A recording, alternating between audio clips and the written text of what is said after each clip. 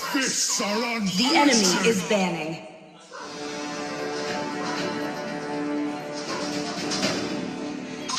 When the body May suffers, the blood of my your enemies team is flow from banning. my spear.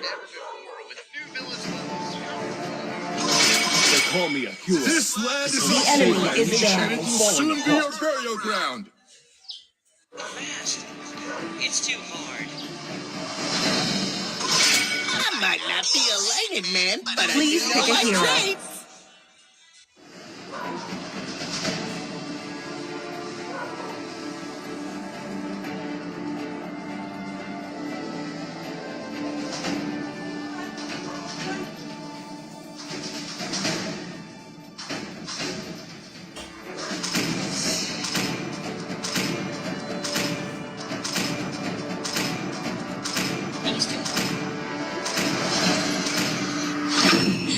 I've been waiting. The enemy too is long. picking.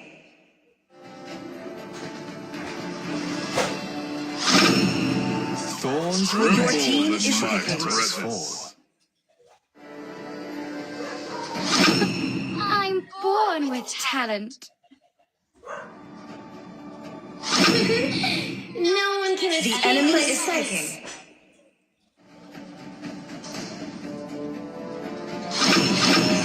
Your team is picking. I am he, and always will be, no matter what. Only love and The light enemy is are picking. everlasting. Come on, Dexter. It's our showtime.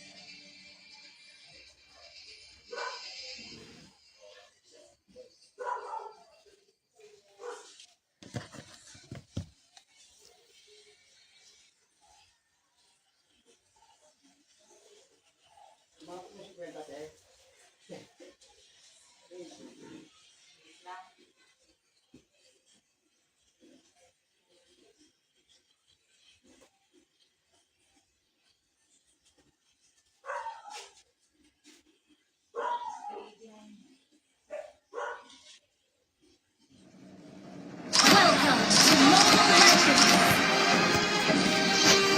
5 seconds till the enemy reaches the battlefield. Smash them!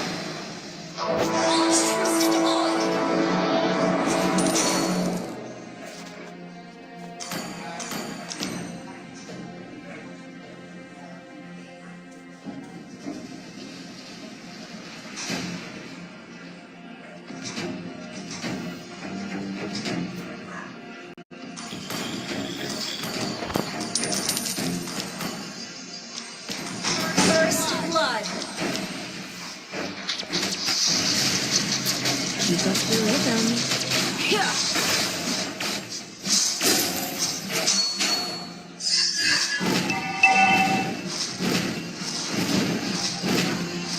One strike, one kill.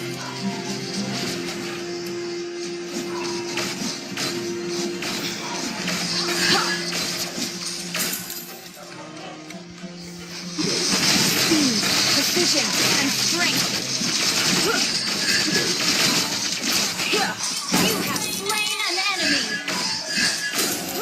Enemy has been slain! Enemy has been slain!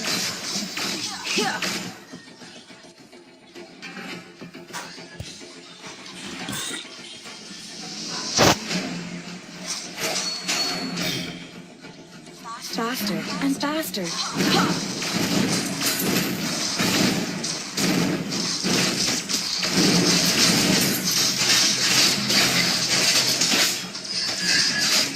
To be or not to be.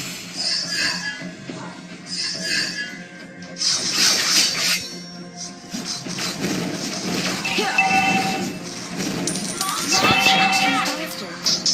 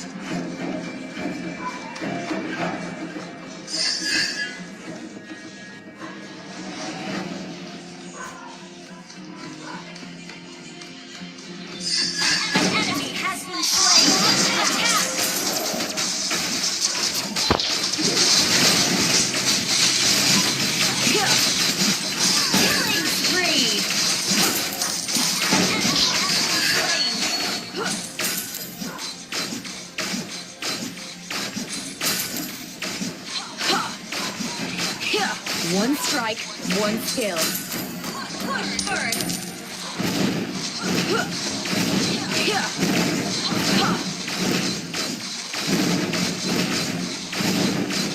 Keep up the rhythm.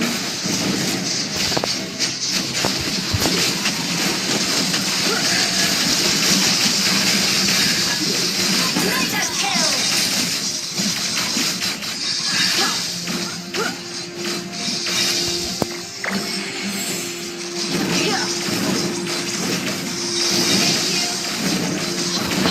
To be or not to be. Killing spree. Keep an eye on them. One strike, one skill.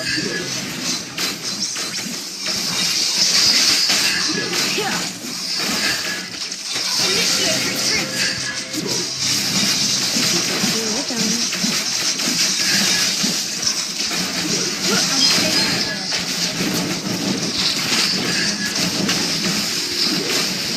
To be or not to be. Initiate retreat. Faster and faster.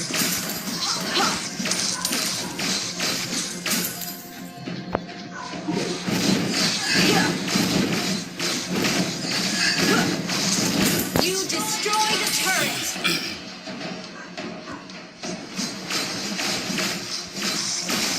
Enemy missing. Push first. Enemy has been slain. Enemy has been slain.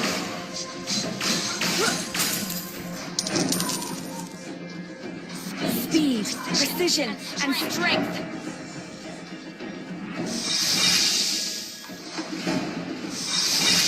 Push first. To be or not to be.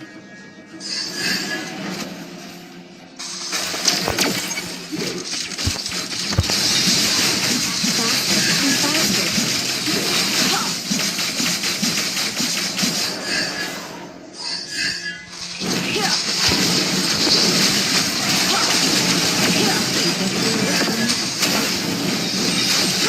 Enemy has been slain.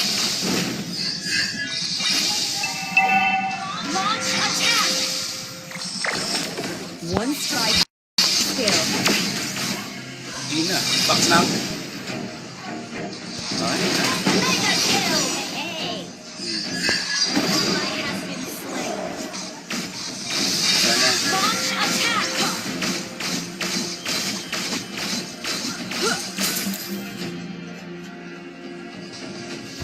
Speed, precision, and strength. Your team destroyed the turret.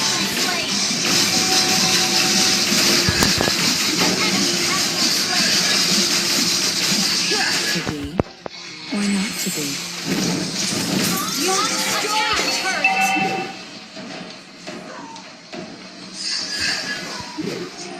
Launch One attack. strike, one skill. Our turret has been destroyed. Launch attack. Unstoppable.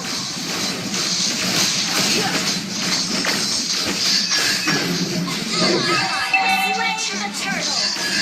Sorry. Speed, precision, and strength. Our turret is under attack.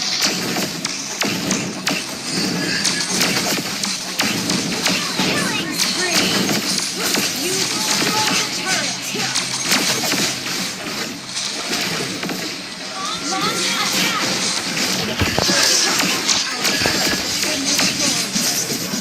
Launch attack.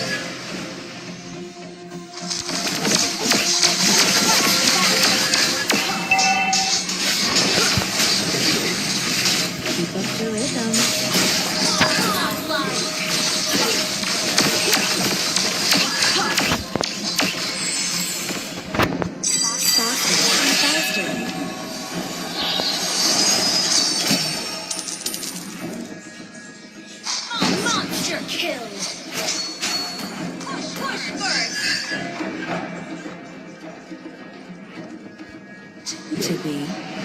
or not to be.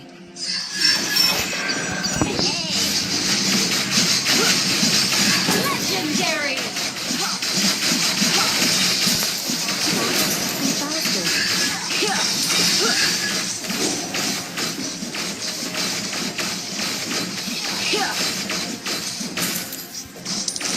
Launch attack! An enemy has been slain! Push first! One strike. Legendary!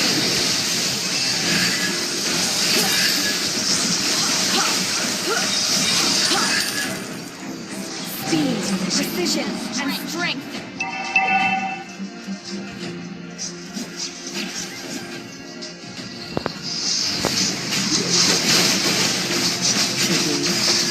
Request backup!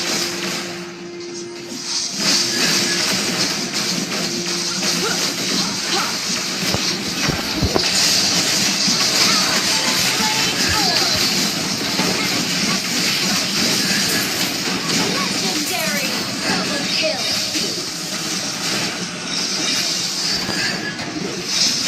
Triple kill!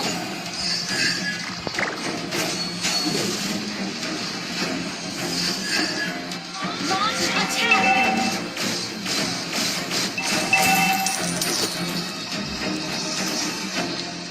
Onslaught! Launch attack! Turret wiped out. Clear up lane.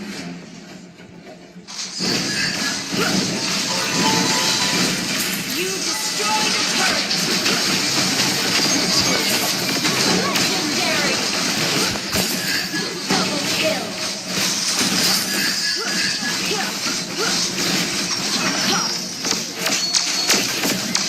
Speed, precision, and strength. Your team destroyed a turret! Launch attack!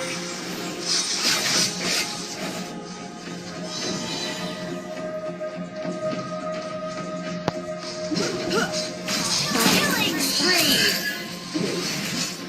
Launch attack!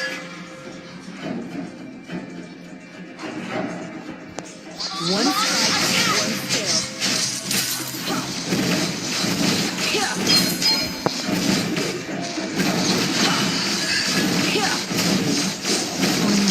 Not ready.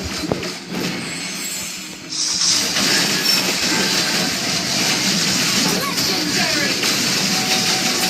Double kill! Triple kill! Paminyak mo eh, binago mo. Mega kill! You destroyed a turret! Your team destroyed a turret!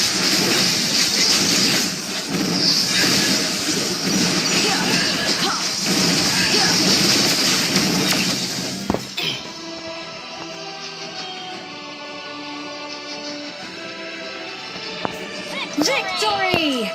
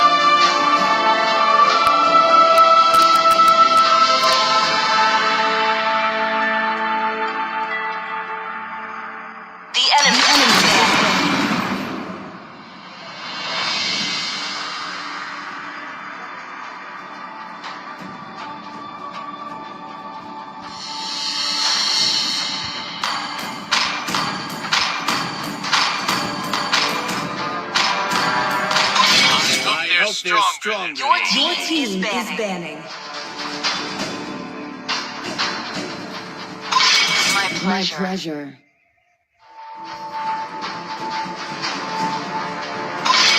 Do you want to make friends with The enemy enemy? is banning. Valor and royalty in a dead body. body.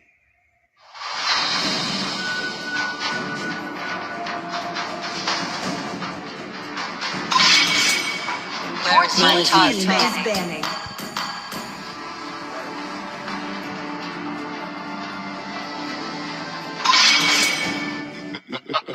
The enemy is picking.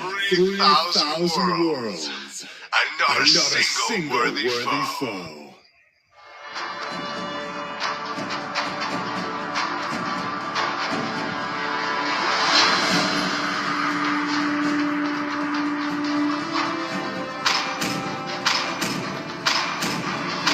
Dragonborn is back. Please pick a hero. I've been waiting for too long.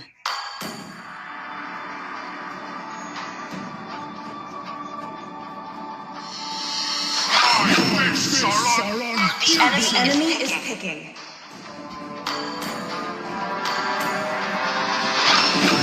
Time and tide wait for no man, nor girl.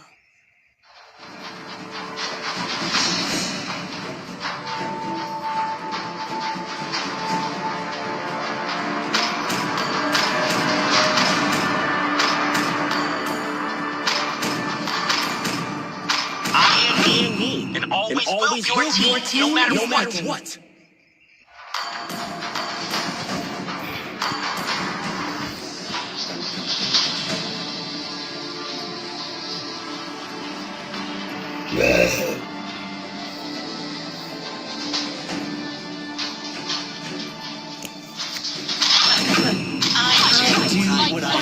picking. The enemy is picking.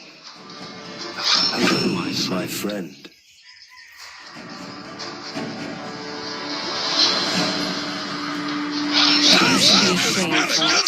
Your team is picking.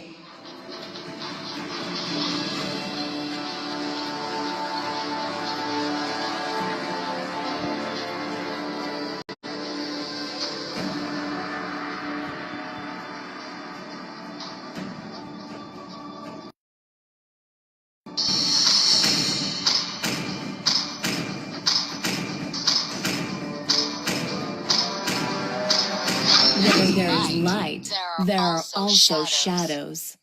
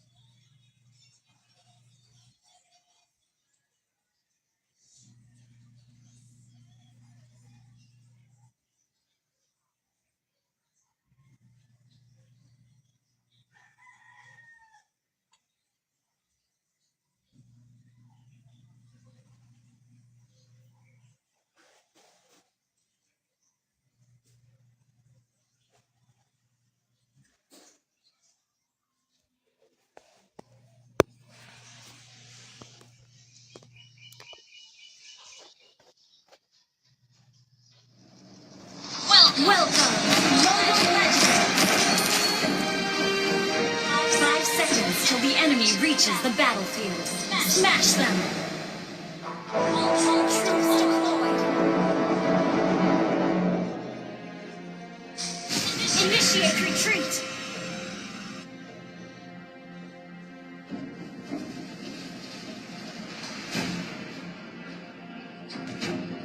Initiate retreat!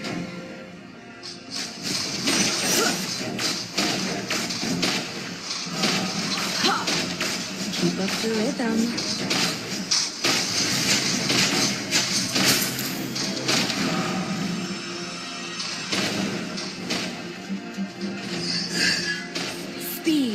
Request backup.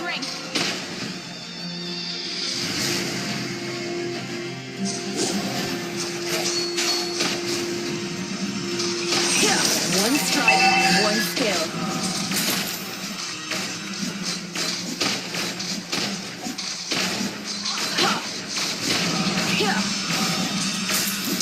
Faster and faster.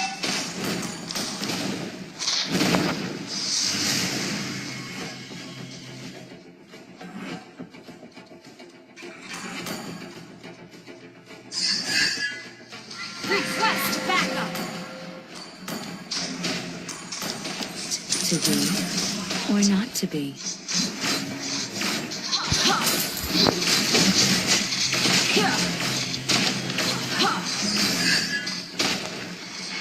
One strike, one skill.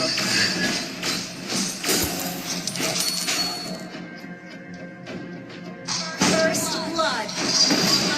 Request backup.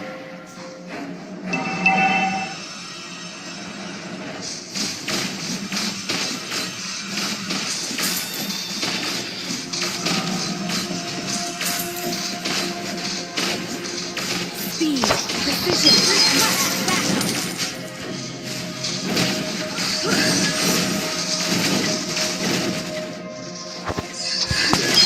to be or not to be.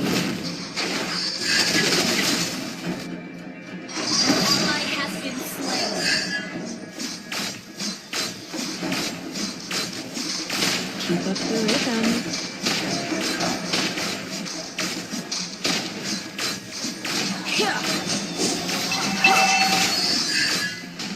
Launch attack. And faster.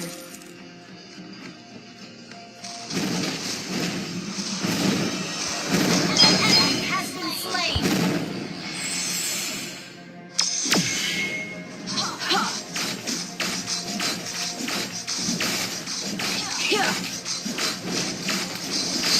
Keep up the rhythm. An enemy has been slain.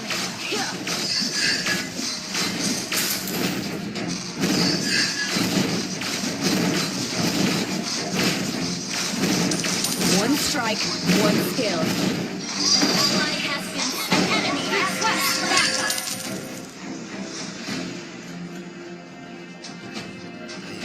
An enemy has been slain. Launch attack.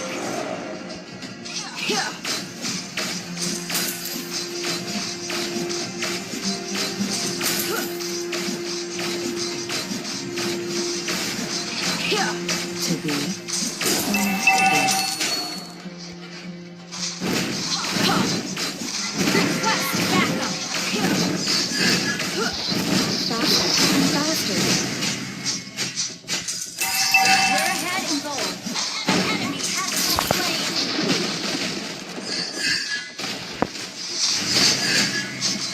Speed, precision, and strength.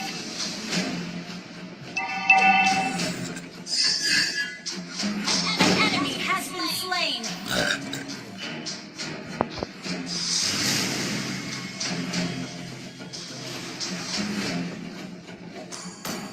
Push first.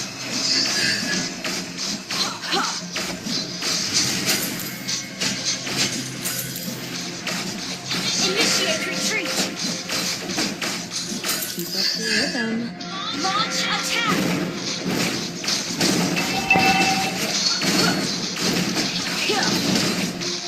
Your team destroyed a turret. Is not ready.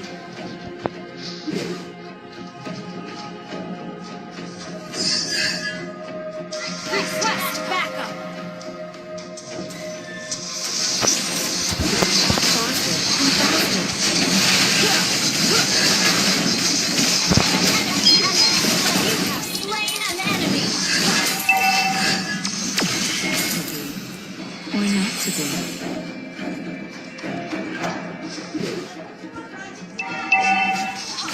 Uy, gawin mo na muna. Ang kagod pa hapon eh.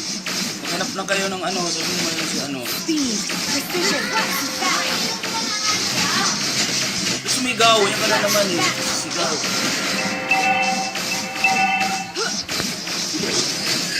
one strike, one skill. An ally has slain the turtle.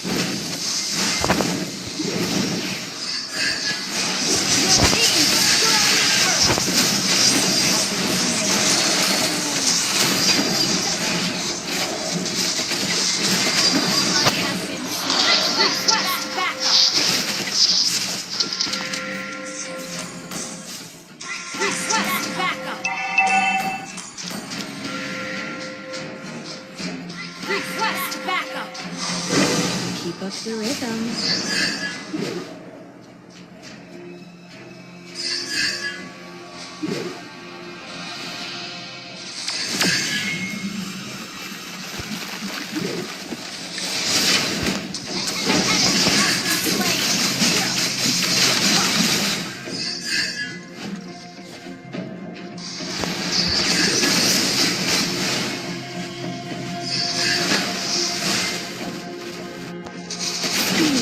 Precision and strength. Launch attack.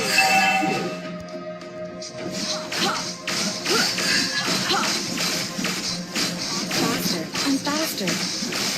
Initiate retreat.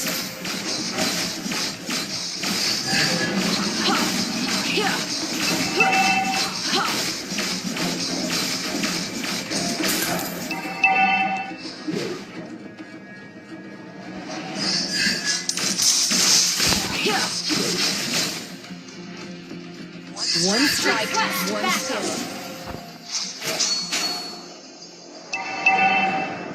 Our turret has been destroyed.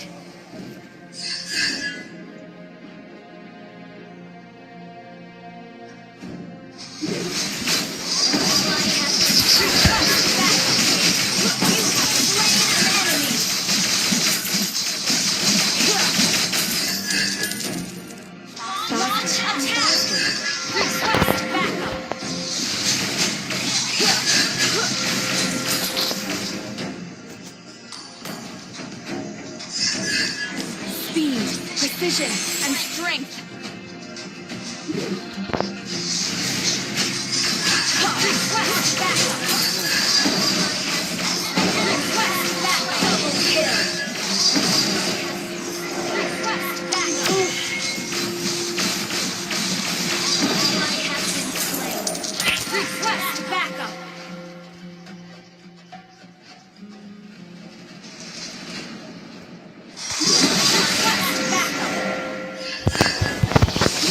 Rhythm. Yun!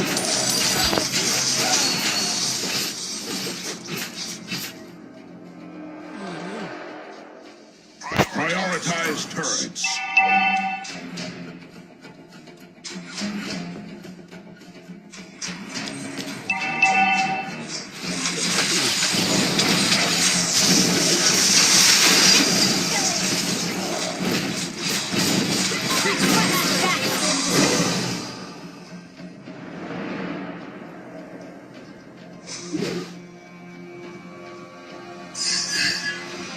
Our turret is under attack. Launch attack. Prioritize turrets. Prioritize turrets. Faster and faster.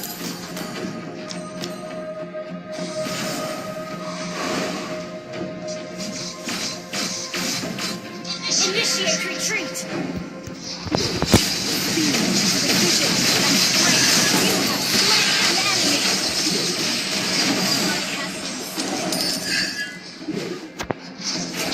Launch attack. To be or not to be.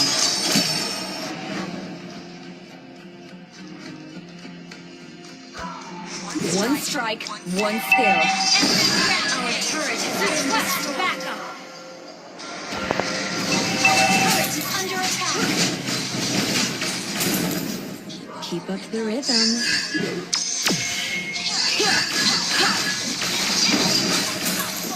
Request backup.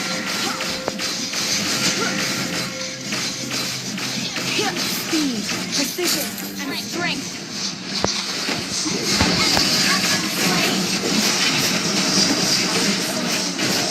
Amen. Double kill. Titit.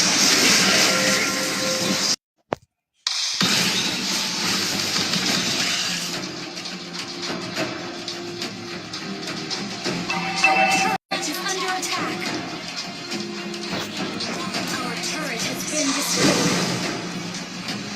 Our turret is under attack. Request backup.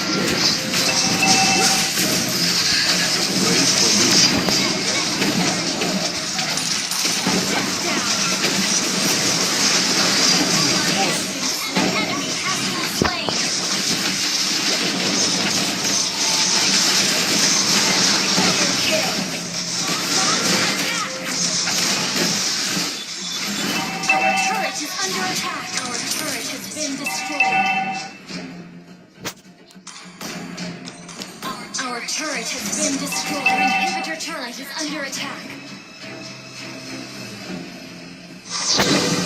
Request backup. One strike, one skill.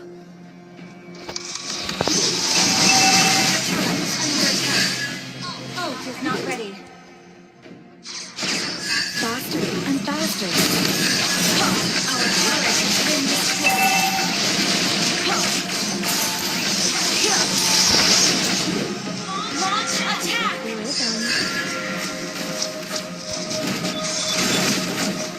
Ally has been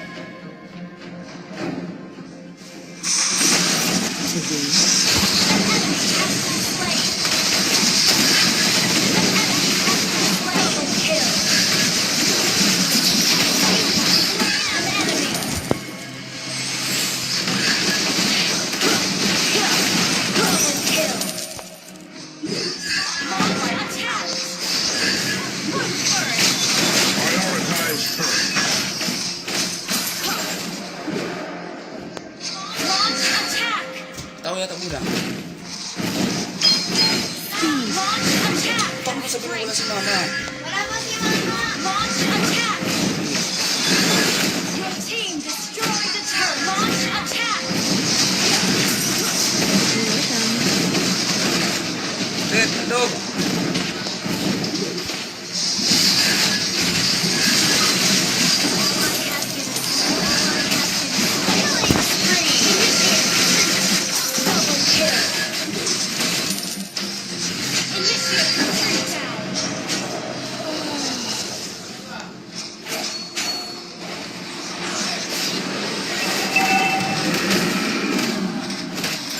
Wala, kapag nakakain ka na kagabi niyan eh.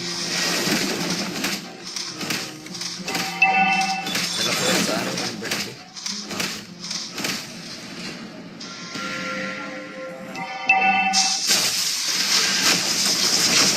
Initiate retreat!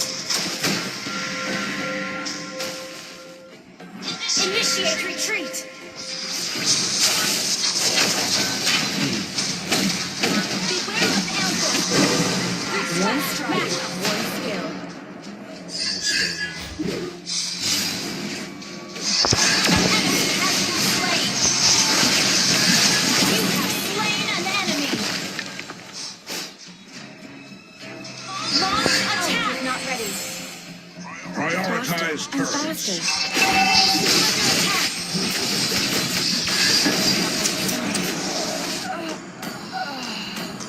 Our inhibitor turret is under attack. An enemy has been slain. Enemy has slain Our Lord. turret has been destroyed.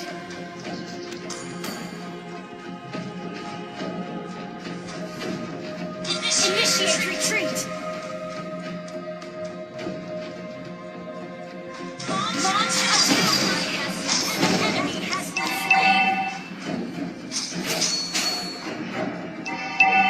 Launch attack. Initiate retreat. Keep up the rhythm. Request backup.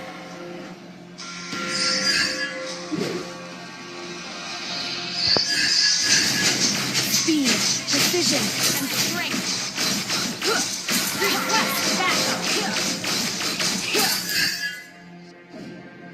An enemy has been slain. Ally has been slain.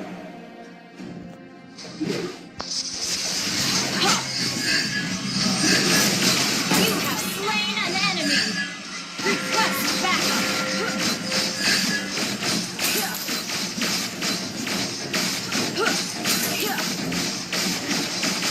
Launch attack. or not to be. Our base is under attack. Initiate retreat. Prioritize And turret. faster.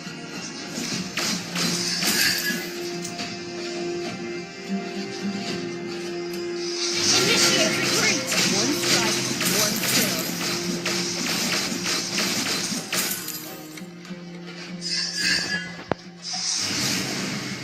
Launch attack. To be or not to be.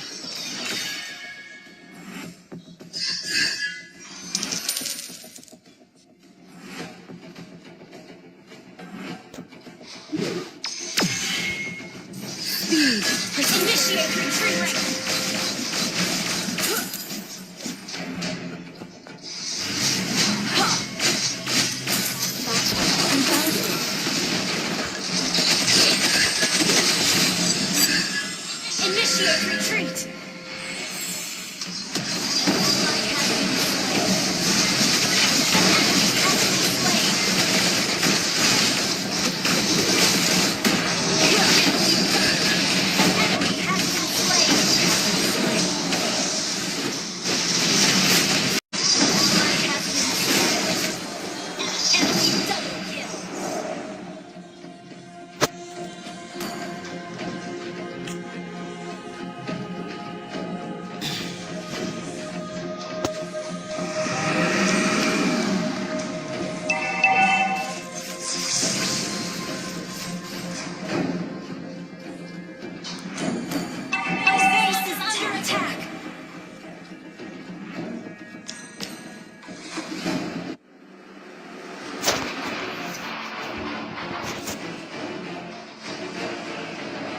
Defeat.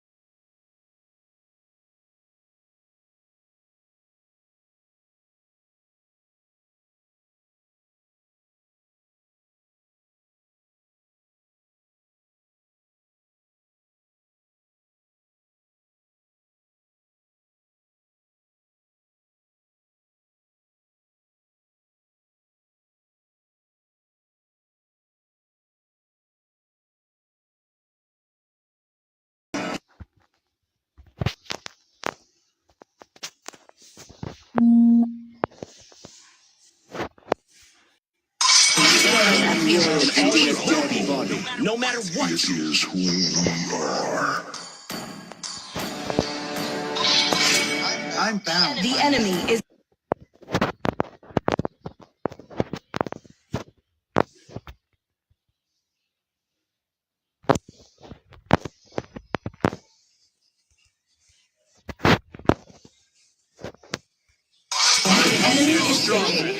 Fun is all that matters.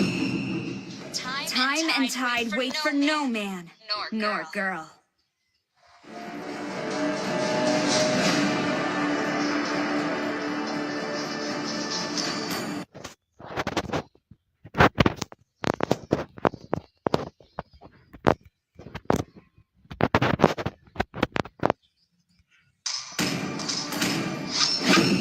My blood boils team is until the taken. day I die. my pleasure.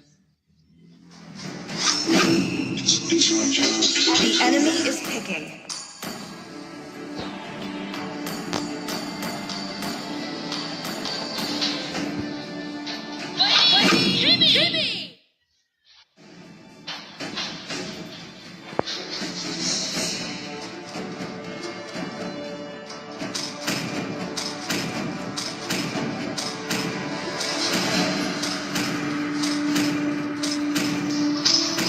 My fists are Please pick a hero. Do you want to make friends with Nana?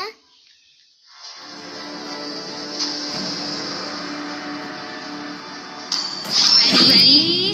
Go! The enemy is picking.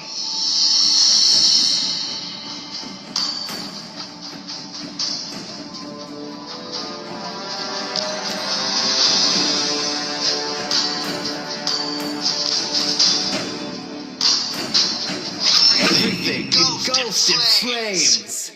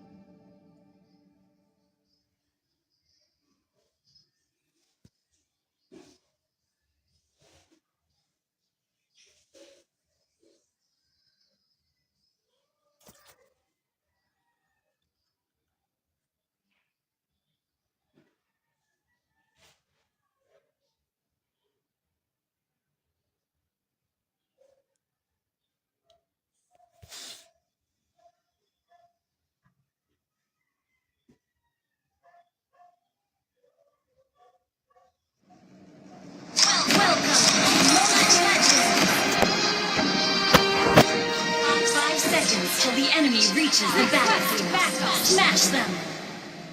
All troops deployed. We can do it.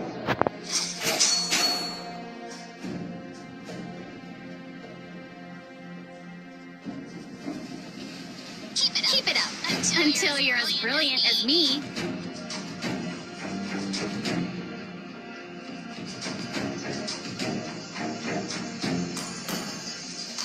We can do it.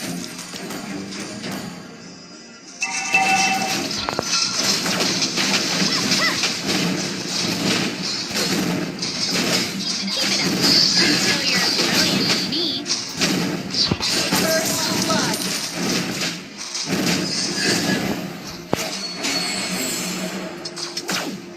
We can do it.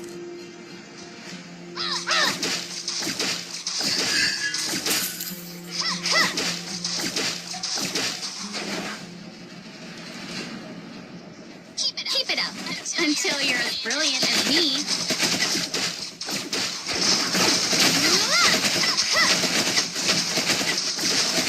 We can do it. You have slain an enemy. Launch attack.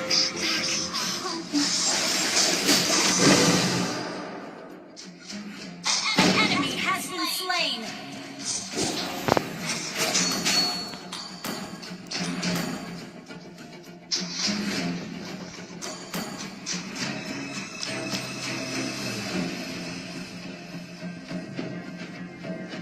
Launch attack. An enemy has been slain. An enemy has been slain. Request backup. Keep it up until you're as Launch attack. Request backup. Battle spell in cooldown. Initiate retreat. we can do it. Request backup.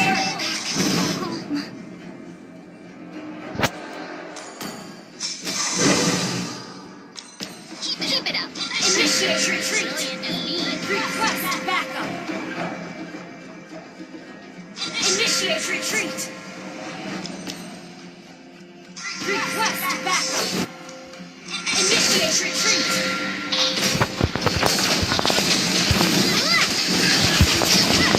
You have slain an enemy. Time to shine Hindi na patay yun. until you're as brilliant as me.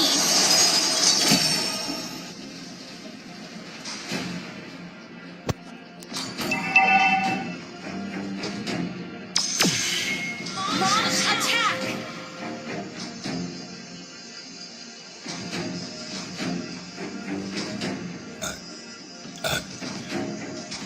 Launch attack. Request backup. Launch attack. Time to Slain an enemy. An enemy has been slain. Launch attack. Request backup.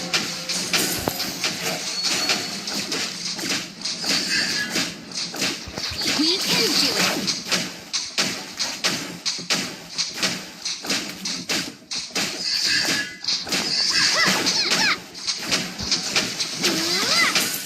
Keep it up until you're as brilliant as me. Launch request backup. Request backup. Launch attack. An enemy has been slain. Request backup.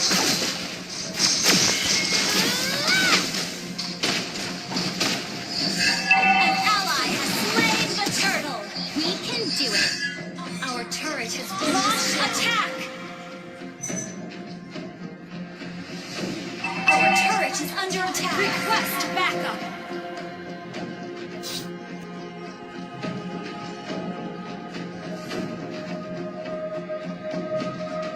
Request backup. Killing spree.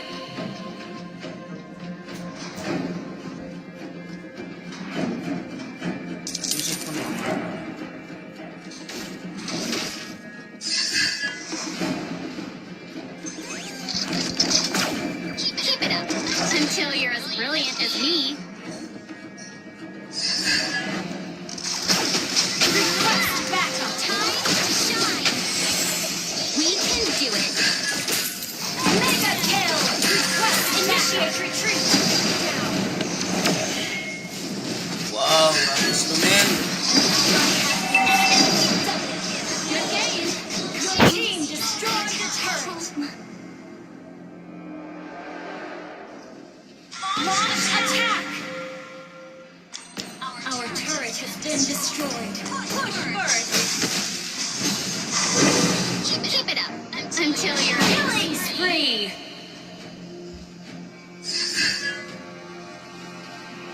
Launch attack. Push first.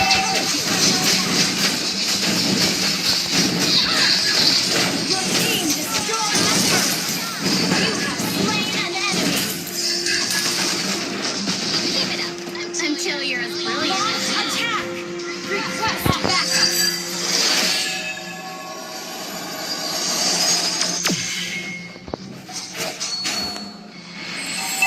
Initiate retreat. Launch attack. Request backup. Our turret is under attack.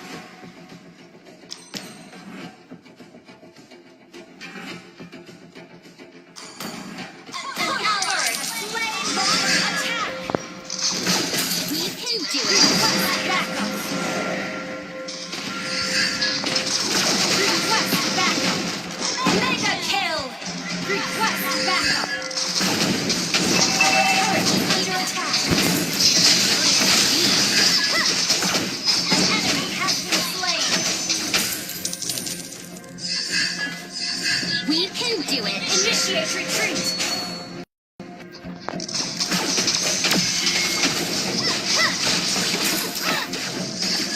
Keep it up until you're brilliant.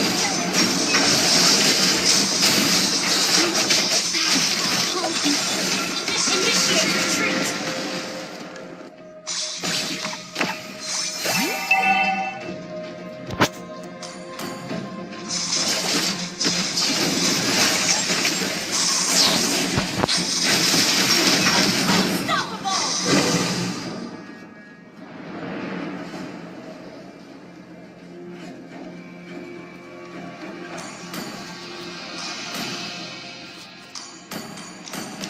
Launch attack. Request backup.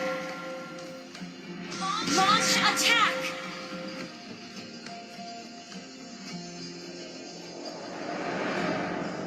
Shut down. Monster kill.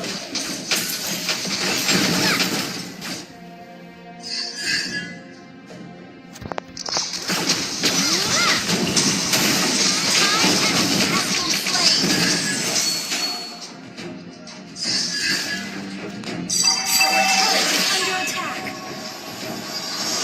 Your team destroyed the turret. Our turret has been destroyed.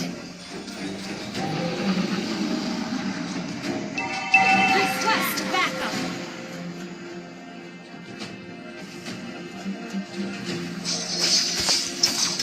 We can do it. Launch attack. You have slain an enemy.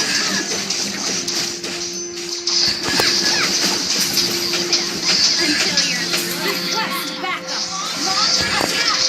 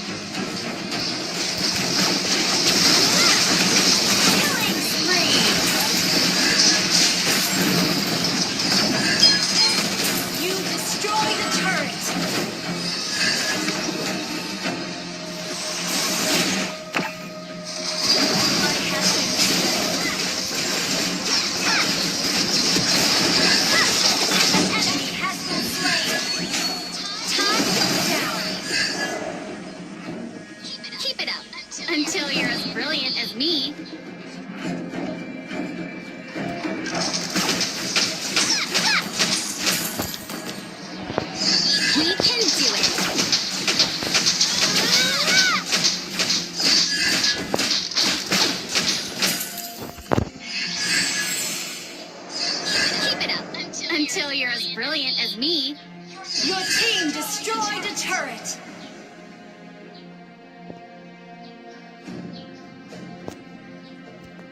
We can do it.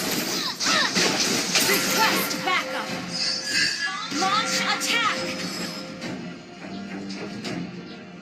Keep it up until you're as brilliant as me.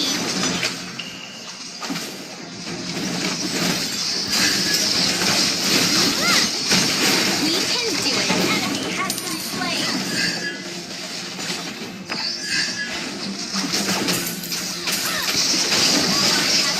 Killing spree.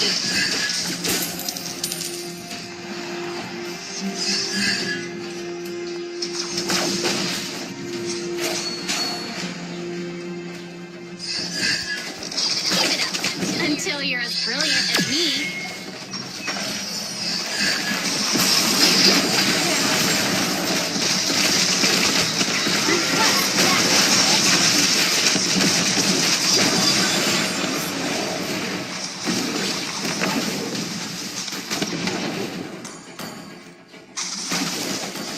Your team destroyed a turret.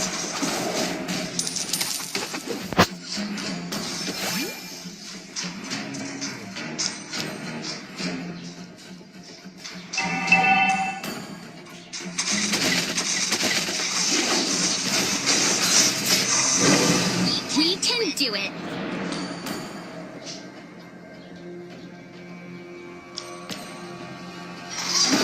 Initiate retreat. Gawa mo, man. Request backup.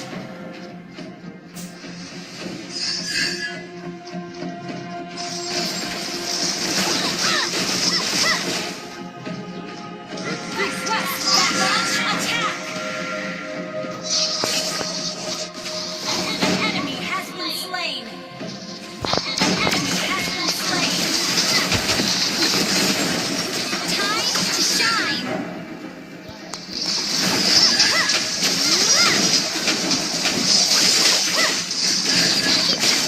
Until you're as brilliant as me. Ally has slain Lord.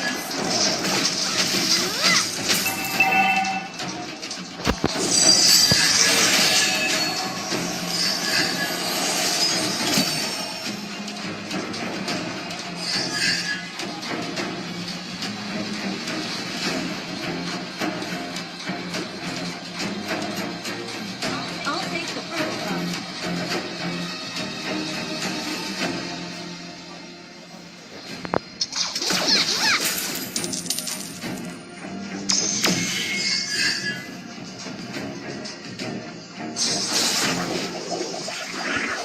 Time to shine.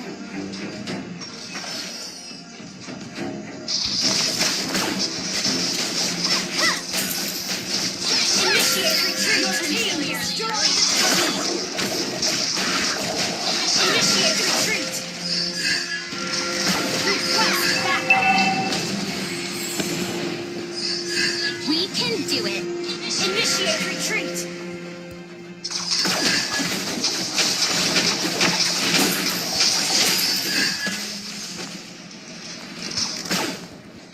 Keep it up until you're time to shine.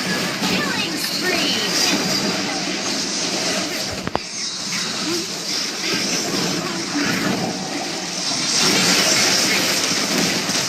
Yeah.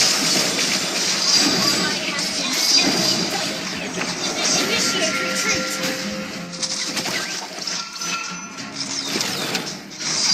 Initiate retreat.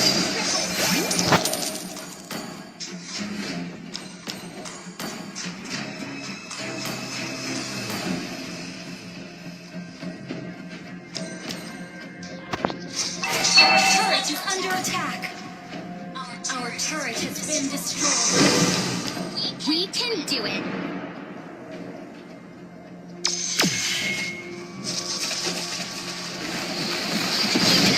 Keep it up until your turret is under attack. Time to shine. Launch attack. Your turret is under attack. Down. Launch attack. Launch attack!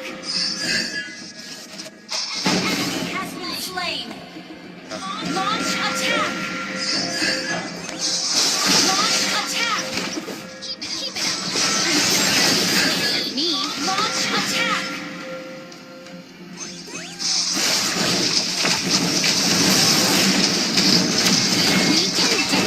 Red team destroy the turret!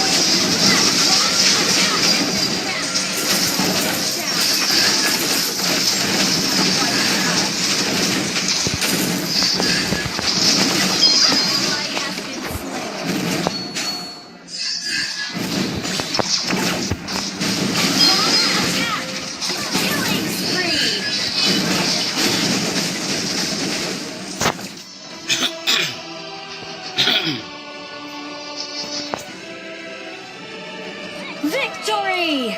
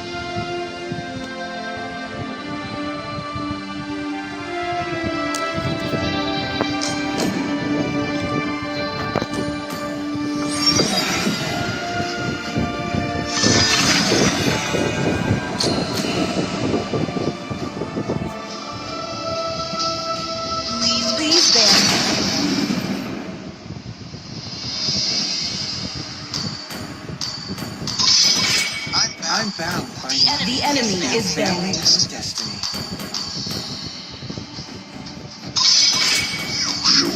It's not just our home. It is who we are.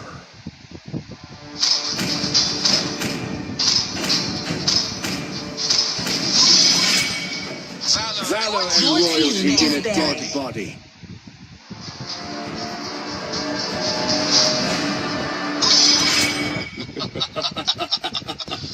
3,000 worlds. The enemy is bound. Immortality And death. I've been Your waiting team for is too long. picking. Treasure. The enemy is picking. Fight! Fight for the ultimate answer!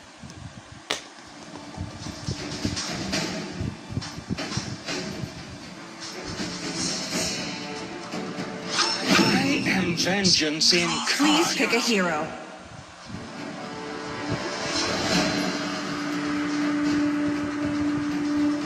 Pain is the proof that I'm still alive.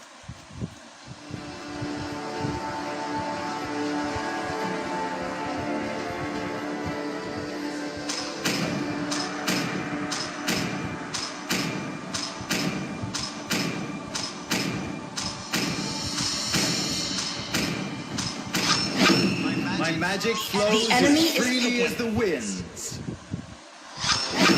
blood boils until the day I die. Galing naman si Papa taga-charge. No, why?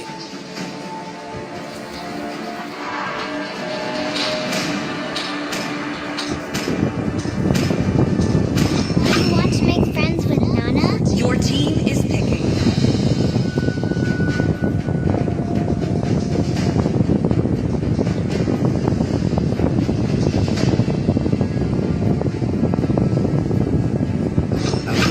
My friend. The enemy is picking.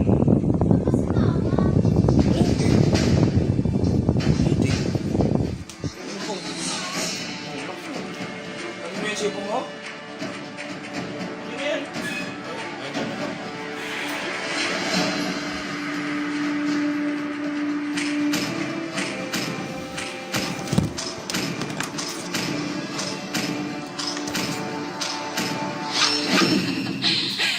The southern seas are my domain.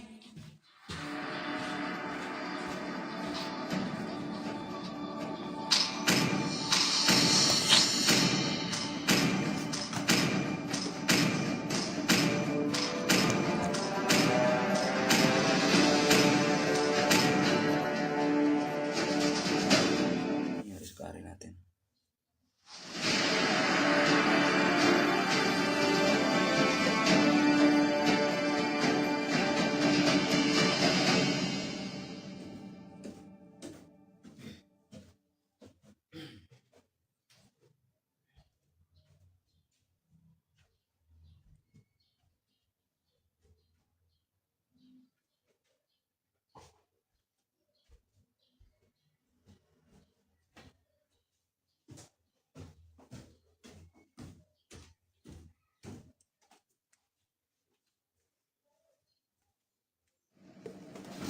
Welcome to Mobile Legends. 5 seconds till the enemy reaches the battlefield. Smash them. All troops deployed.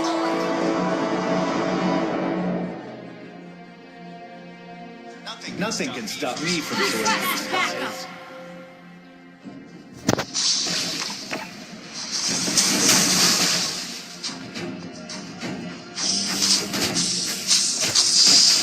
You can no longer move. Don't even try.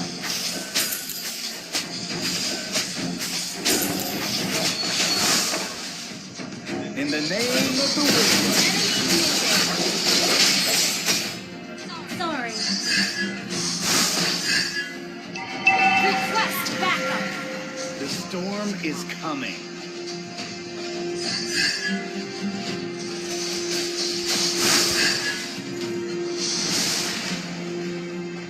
The boy who was like wind.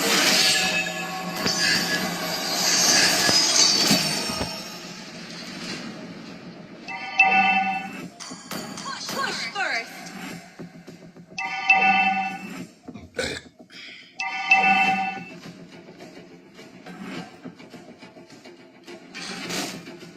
First blood.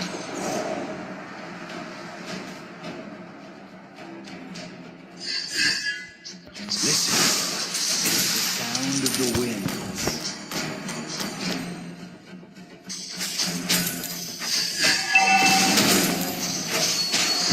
Where is the boy who's like fire?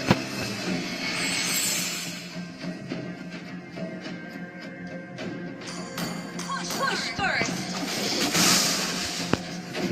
You can no longer move. Don't even try.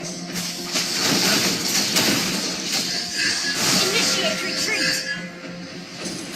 In the name of the wind. Launch attack.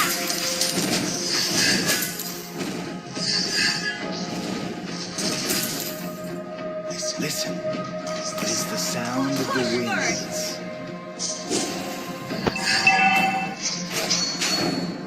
The enemy has slain the turtle.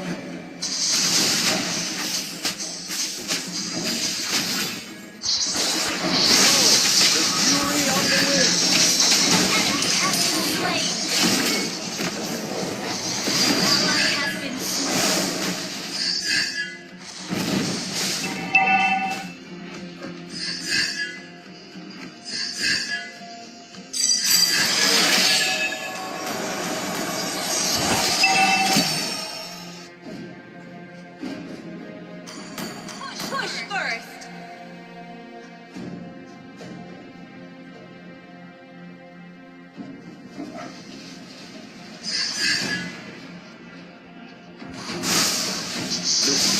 is coming.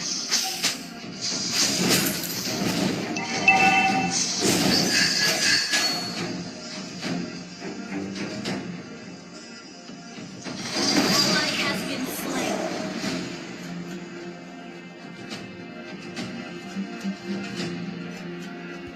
Launch attack!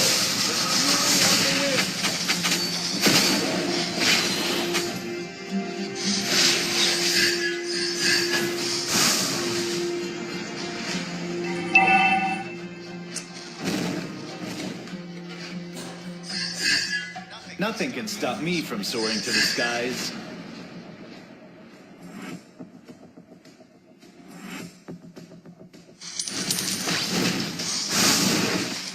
Boy who's like wind.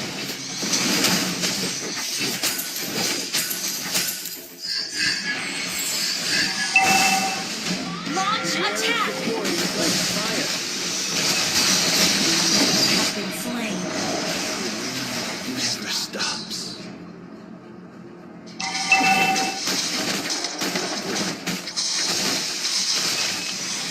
Enemy has been slain. Launch attack! Request backup!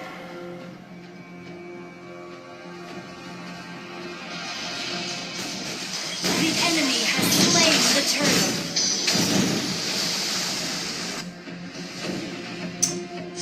Your team destroyed a turret. Launch attack! You can no longer move. Don't even try.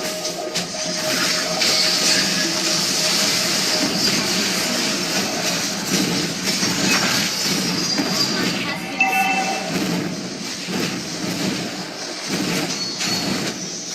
An enemy has been slain. Launch attack! What? The storm is coming. Push first! Our turret has been destroyed.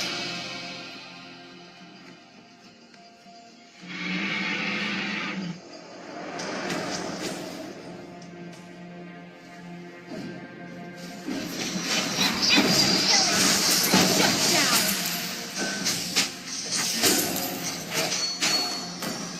Push first! Kamu eh. Oh, iya. Launch attack! The boy who's like wind. Ally has been slain. The fury of the wind. In the name of the wind.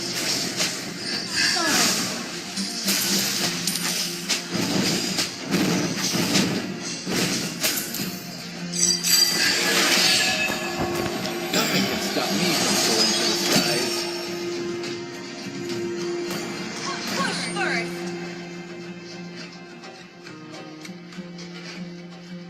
Request backup! Our turret has been destroyed. Launch attack! You can no longer move. Don't even try.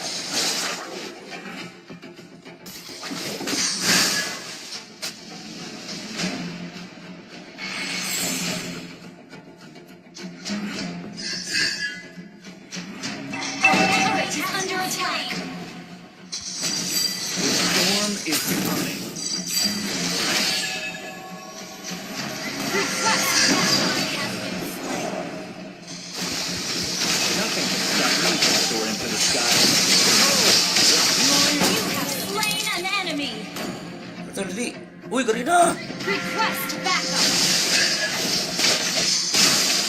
In the name of the wind.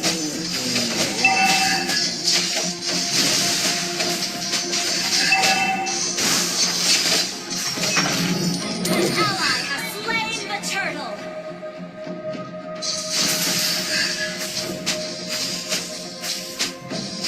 Our turret has been destroyed. Backup.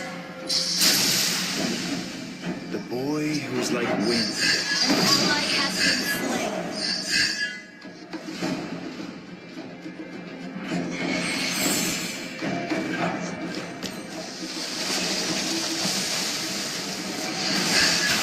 Wait, oh! Ally has been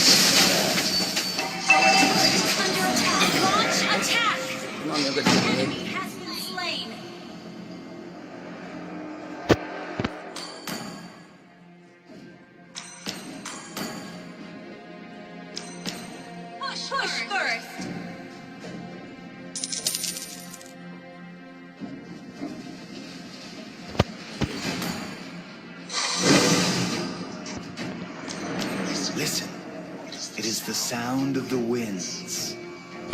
Your team destroyed a turret.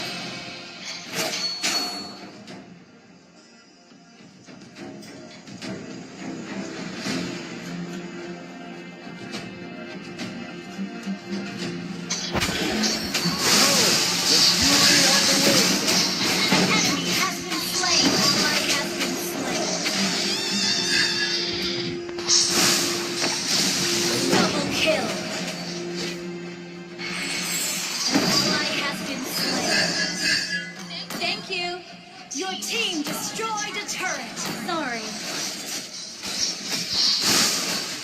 The storm is coming. Request backup.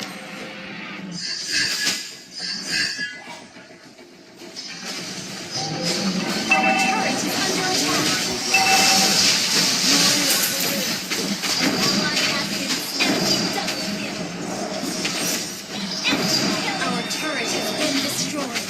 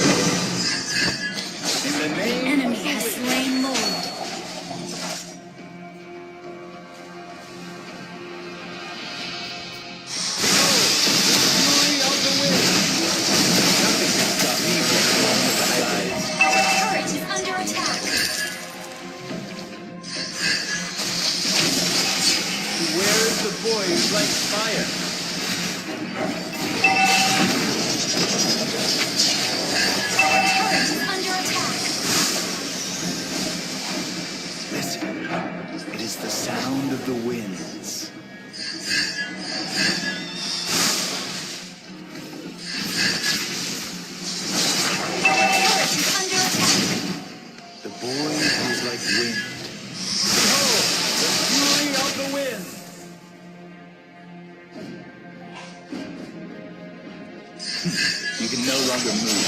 Don't even try. Shut down. The storm. Your turret is under attack.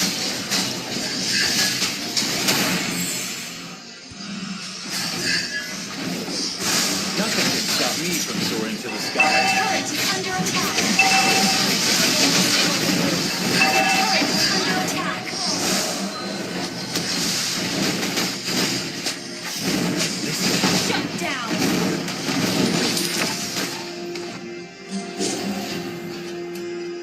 Double kill. Under attack. Ult is not ready. Where is the boy who's like fire? Back under attack. In the name of the wind.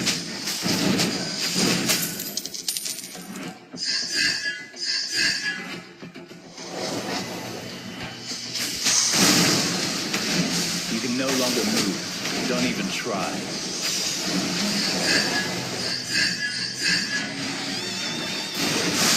Behold, the fury of the wind. The boy who's like wind.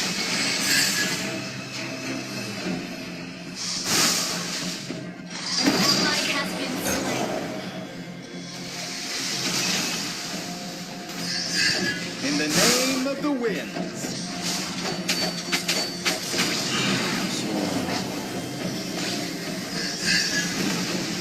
Nothing Our turret is under attack. guys. Push first.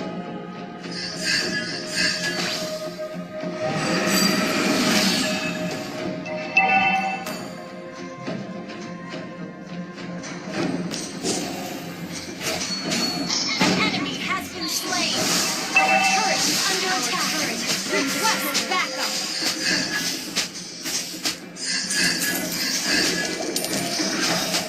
It is the sound of the winds.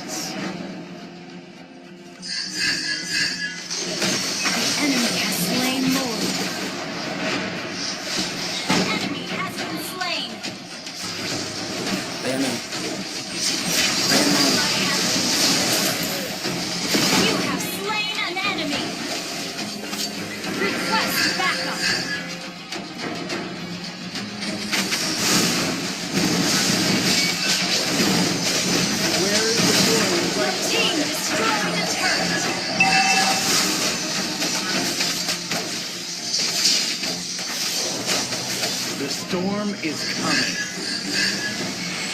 Launch attack! Request backup!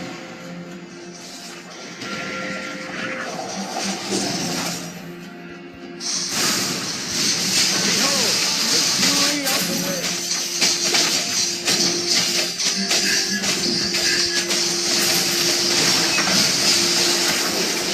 The boy who's like wind.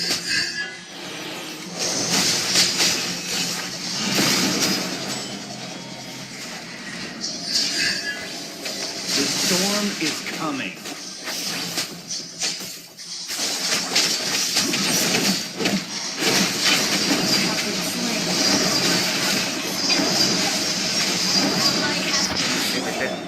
Initiate retreat! Tet ka namin.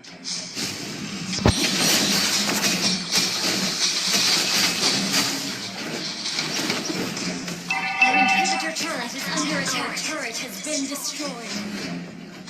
Ally has been slain.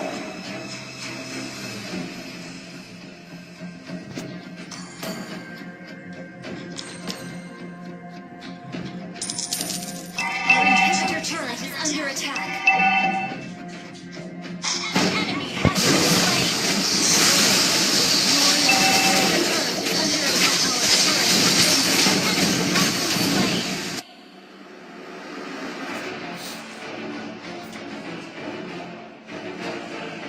Defeat.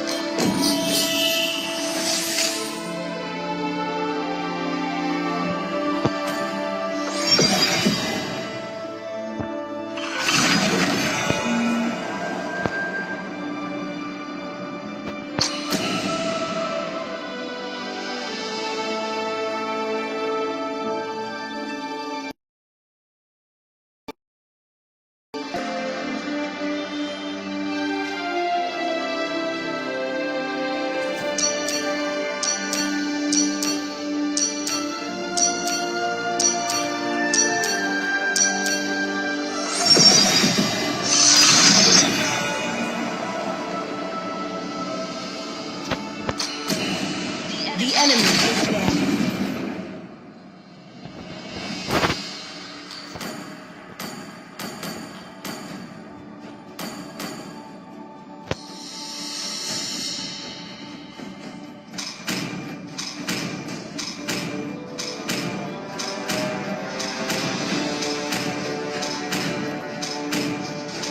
Please ban a hero.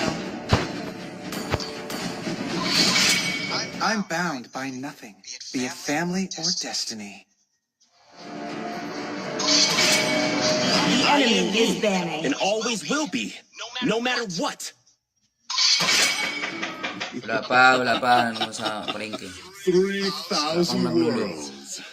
And not a single worthy foe. I've been waiting Your for too long. team is banning.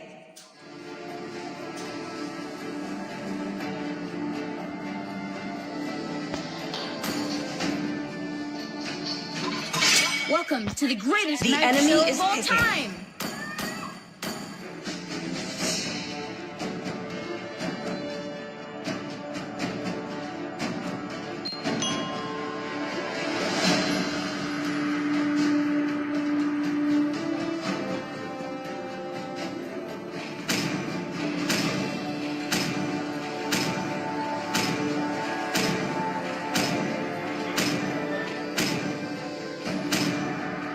Football and games. Two of your team is picking.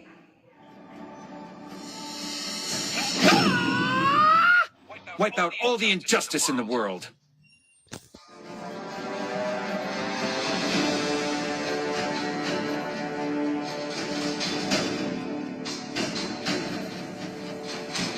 I can cure the pain. The enemy is picking. Hana, Sancho.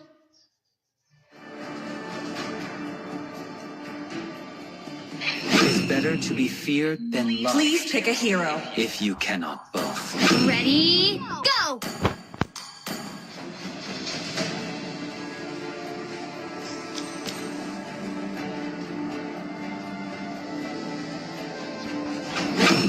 Need no protection. The enemy is picking.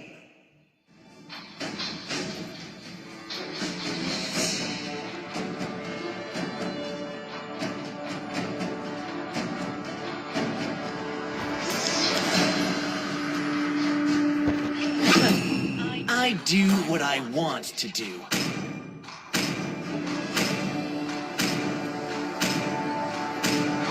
Kai enters the scene. Your team is picking. My fists are unflinching.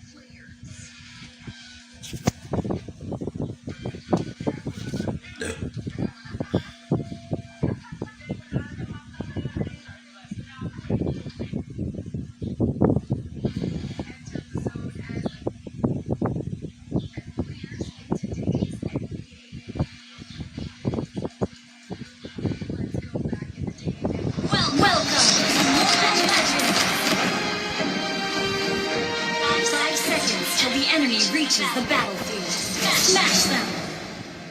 All troops deployed.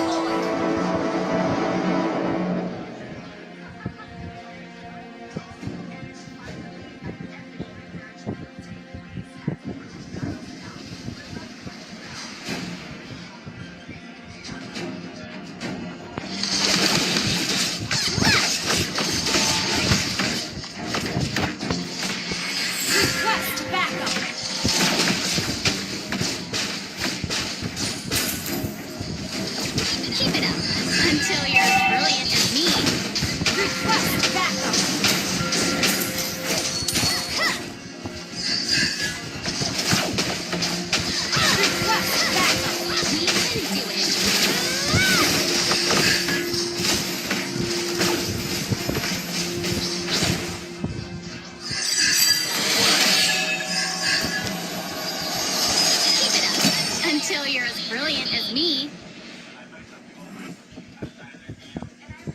Tapos dyan, Cho. Wala kang karibal, Cho. Dito ba sa taas?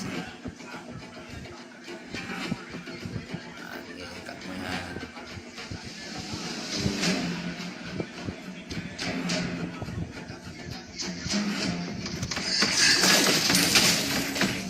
We can do it.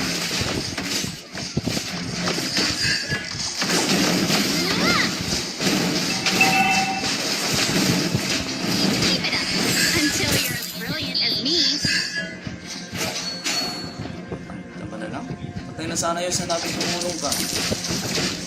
We can do it.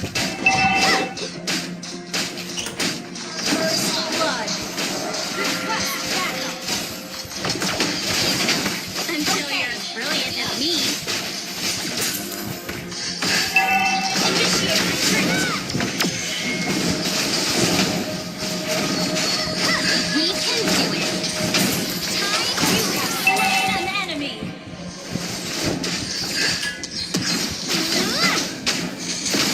Double kill.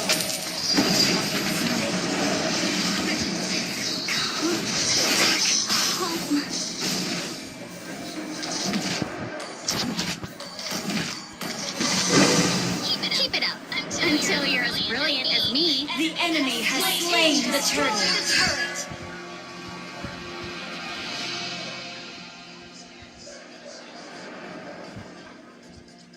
Initiate retreat. We can do it. Initiate retreat.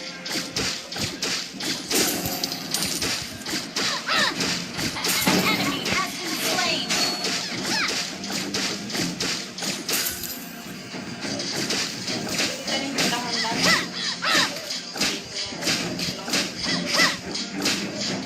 Keep it up until you're as brilliant as me. Time to shine. Initiate retreat. We can do it. Initiate retreat. Keep it up until you're as brilliant as me.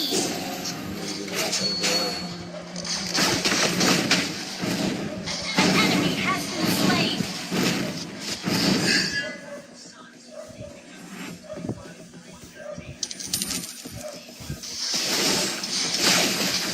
We can do it. An enemy has been slain. You have slain an enemy. Launch attack. Initiate retreat. Thank you. Keep it up until you're as brilliant as me. You have slain an enemy. We can do it. Initiate retreat.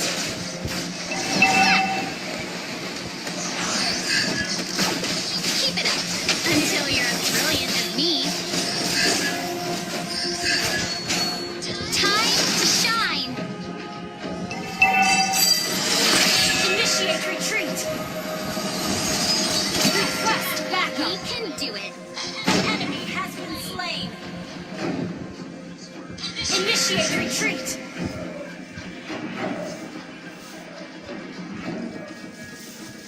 Request backup. Your team destroyed a turret. Your team destroyed a turret. Killing spree. An ally slain the turtle.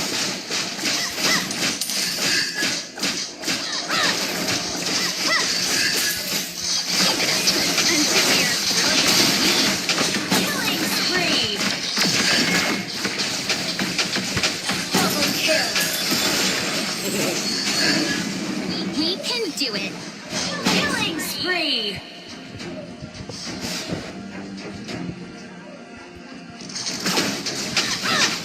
Keep it up until you're as brilliant as me.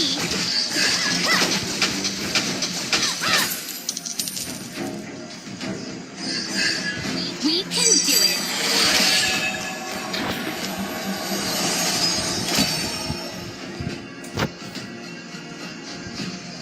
Your team destroyed a turret. Keep it up until you're as brilliant as me.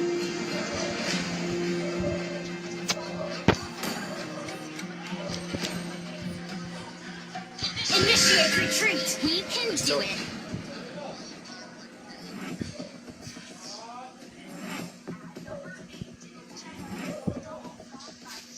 Keep it up until you're as brilliant as me. We can do it.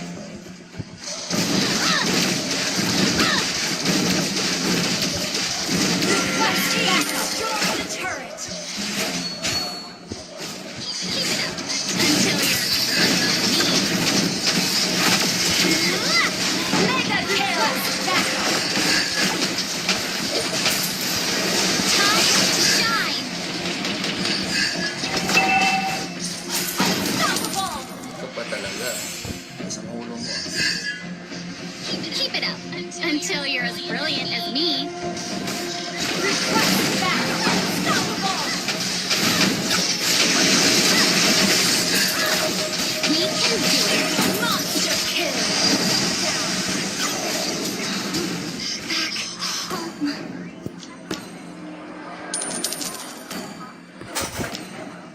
Yung lima yung ano na, yung nilaga. Pero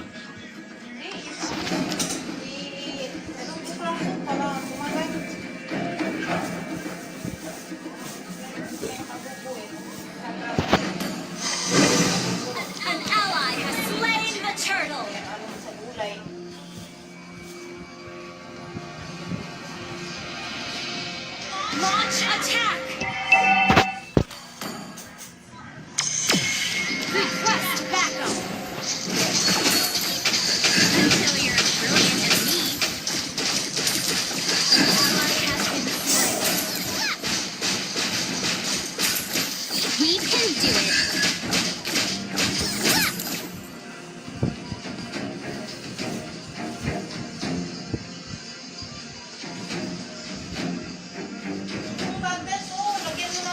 Request backup!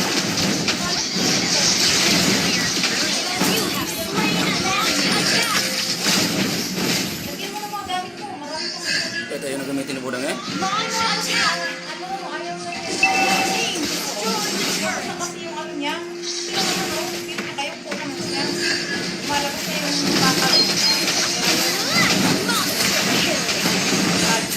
Double kill!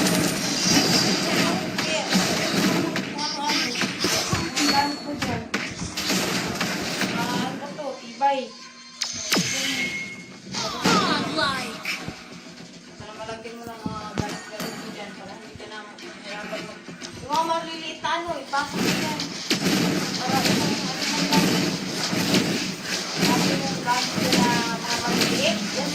Your team destroyed a turret! Your team destroyed a turret! Ally has been slain. Legendary!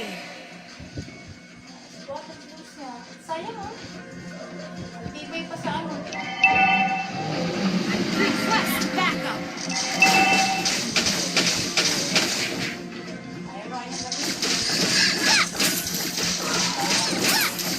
Request backup!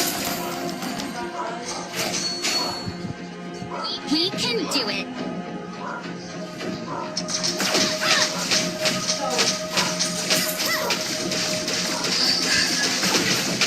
Keep it up until you're as brilliant as me.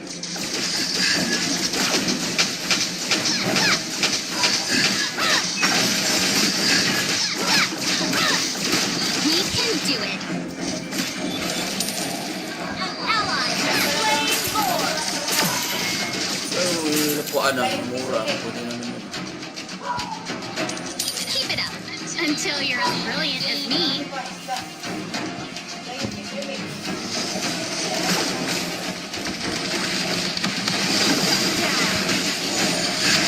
Have slain an enemy!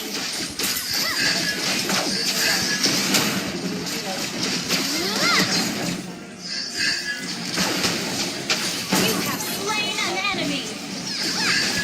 Request backup!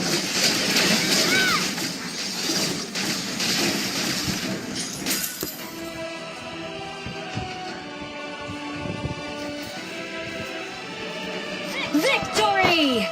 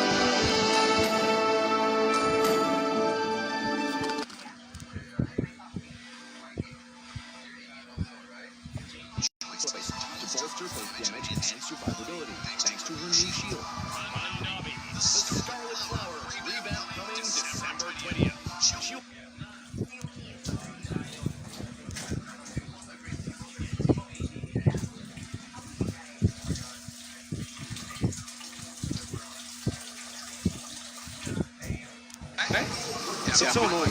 It is annoying. You're annoying. But right now, up top, CW taking a lot of damage. Very low. Devon Force jumping back in, tiring the kill. Spencer's forward to gun CW down. Getting a trade for himself. I mean, if you're gonna die anyways, might as well take someone with you because again, it's just 2 minutes, and within these 2 minutes, not a lot of fights is probably gonna go on for him. So I feel like it is worth it because you just want some more items on yourself. You gotta find a way to get gold. But at the same time, Skylar did end up burning that flicker, right? That's gonna be a signal because all the pro team to keep track of your flicker timer. That means like within 2 minutes, Hypers can easily come top again and find another kill potentially. But here, 8 seconds into the turtle, Keyboy already just being Keyboy on the hill.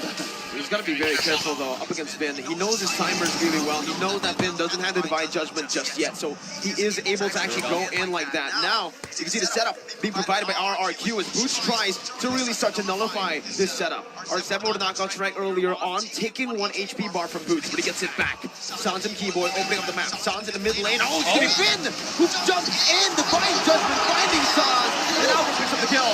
Now, it's gonna be Retribution, and Kyrie steals it away. Has the Quadrato again. Keyboy in the midst of it all now against Play is going to be caught down. RRQ trading 2 kills in for a turtle. But R7, he's going to be caught near all alone. Boots and Kyrie, the single target damage is going to be enough to take him down. Kyrie with a very on-point quad shadow to read that movement out. Doesn't stop there though. CW wants to jump in, but it's a man first again. No, Divine Judgment steals the purple buff. And it's absolutely worth it now for Onyx Esports. Oh, it's definitely worth it because, again, looking at the goal itself, 1.7, but the pressure that they're putting, this is good. Boots is all alone. He's pushing. Right now, Onyx, they're dictating the lanes. They're dictating the river. So they are controlling the match. RRQ, they got to respond. Right now, Vin, as the Kaja, it's your job. How do you engage? Are you going to proceed with the fights? Or are you just going to wait it out, make sure Skylar has like, what, 3 items, and then decide to go in? See, both here we go. Gonna be calmed down. That's a lot of ultimate burned down. CW wants to dash forward. Not sure about that one. But he is forced to back off. Kyrie now, knowing there's no Divine Judgment, might want to go for something more, but he decides to go for the wiser option, backing up. But I feel like both teams have late game insurance, right? You have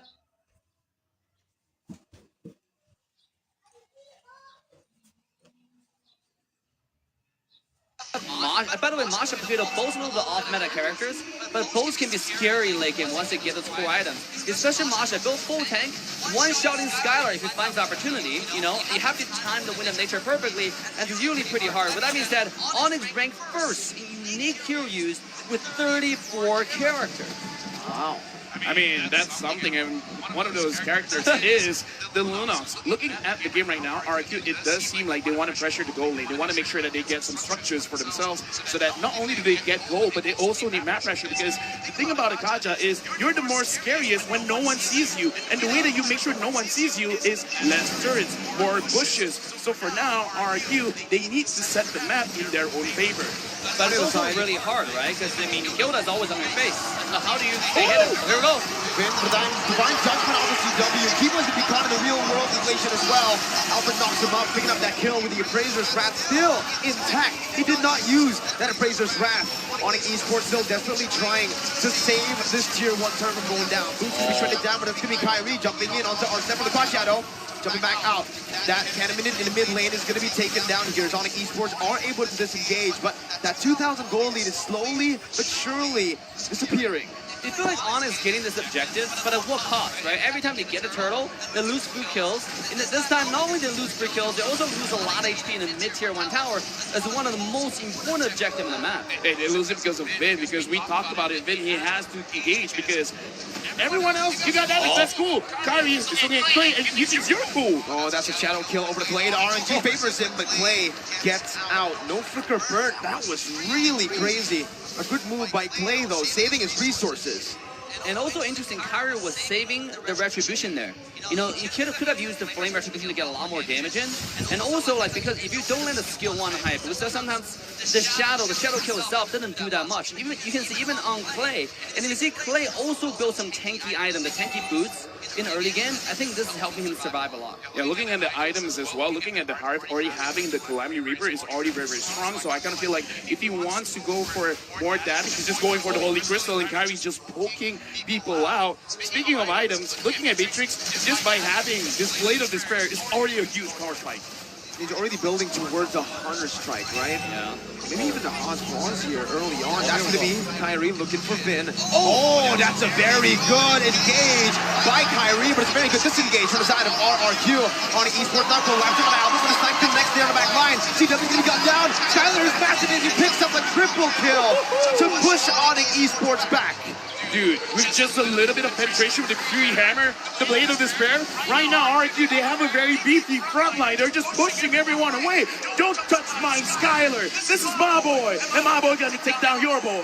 True, and when you gotta be really, really appreciative of the reflection time, right? I mean, he was holding the Divine Judgment until Haya jumped in. I was like, okay, this guy's gonna miss it because Hilda jumped in with the ultimate, the power of wilderness. He's gonna get it, the wombo combo. But nope, look at this beautiful Divine Judgment getting Kyrie. And that is like a split-second position or action there. Yeah, look at this instant replay. Look at Skylar's positioning, and look at Onyx. They're not focusing him at all. He's free hitting all the way through. 9 minutes in right now. They start the Lord, and then again with the Divine Judgment Flicker combo. He finds a pivotal member for this Lord dance. Kyrie gets out. They concede the Lord, and RRQ takes the lead. Dude, right now, like I said, RQ, they've evolved. They've seen the meta. They've understand the meta. And right now, Vin, 0, 1, and 9. An absolute problem for Onyx. Not to mention as well, Clay 1, 0, and 8. He's slowing everyone down. And now, Onyx, they're in the back foot. 2,000 goalie for RQ. And also, I gotta say that, you know, RQ definitely figured out how to play against Onyx, Kyrie, Assassin, right? I mean, they have the Hayabusa. We see what Hayabusa can do, but somehow I feel like Kyrie in this game is not being close as effective as when Onyx was playing against Echo.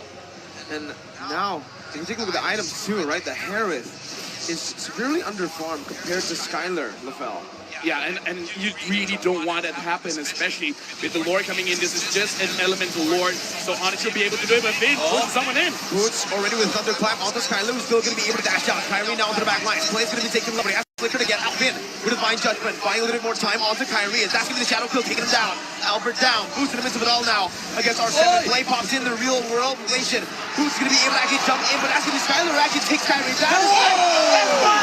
Skylar, the monster in this game. He does not miss. Even reads out that T-Boy is in the bush, but doesn't find it just yet. T-Boy now hunting play down. Actually goes on to Skylar, but Skylar is godlike. You can try to deal damage to the man, but he will not fall.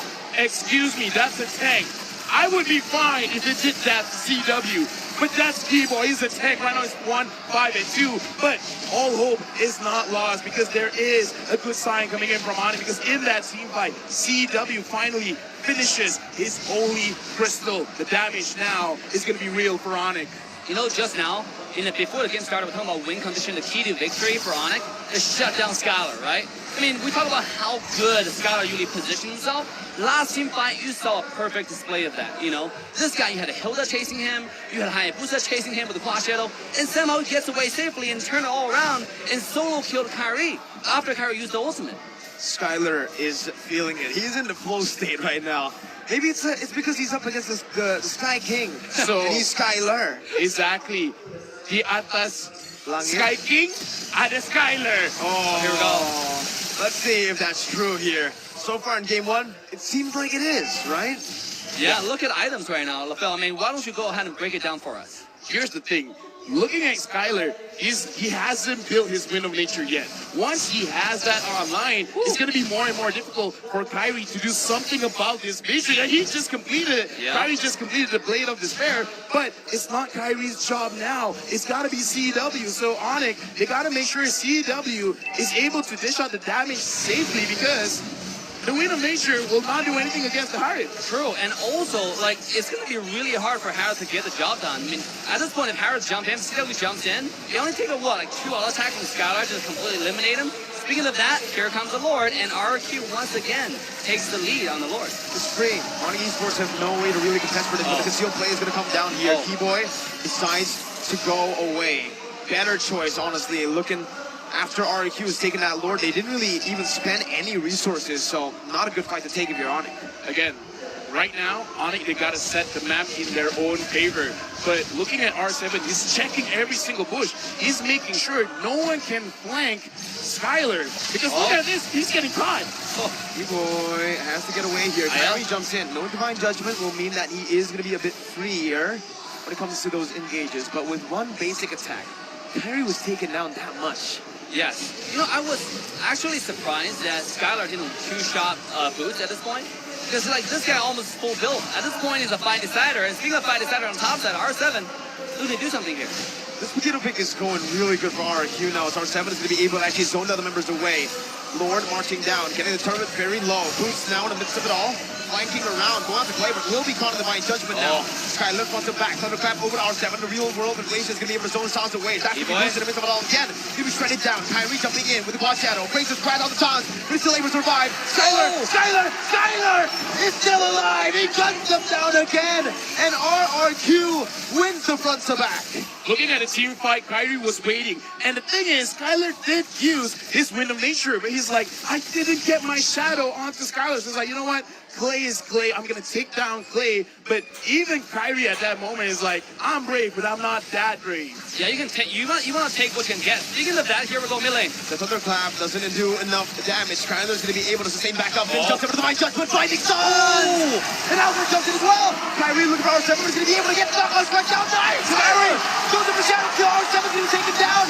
Kyrie was he takes Skylar down. He takes another.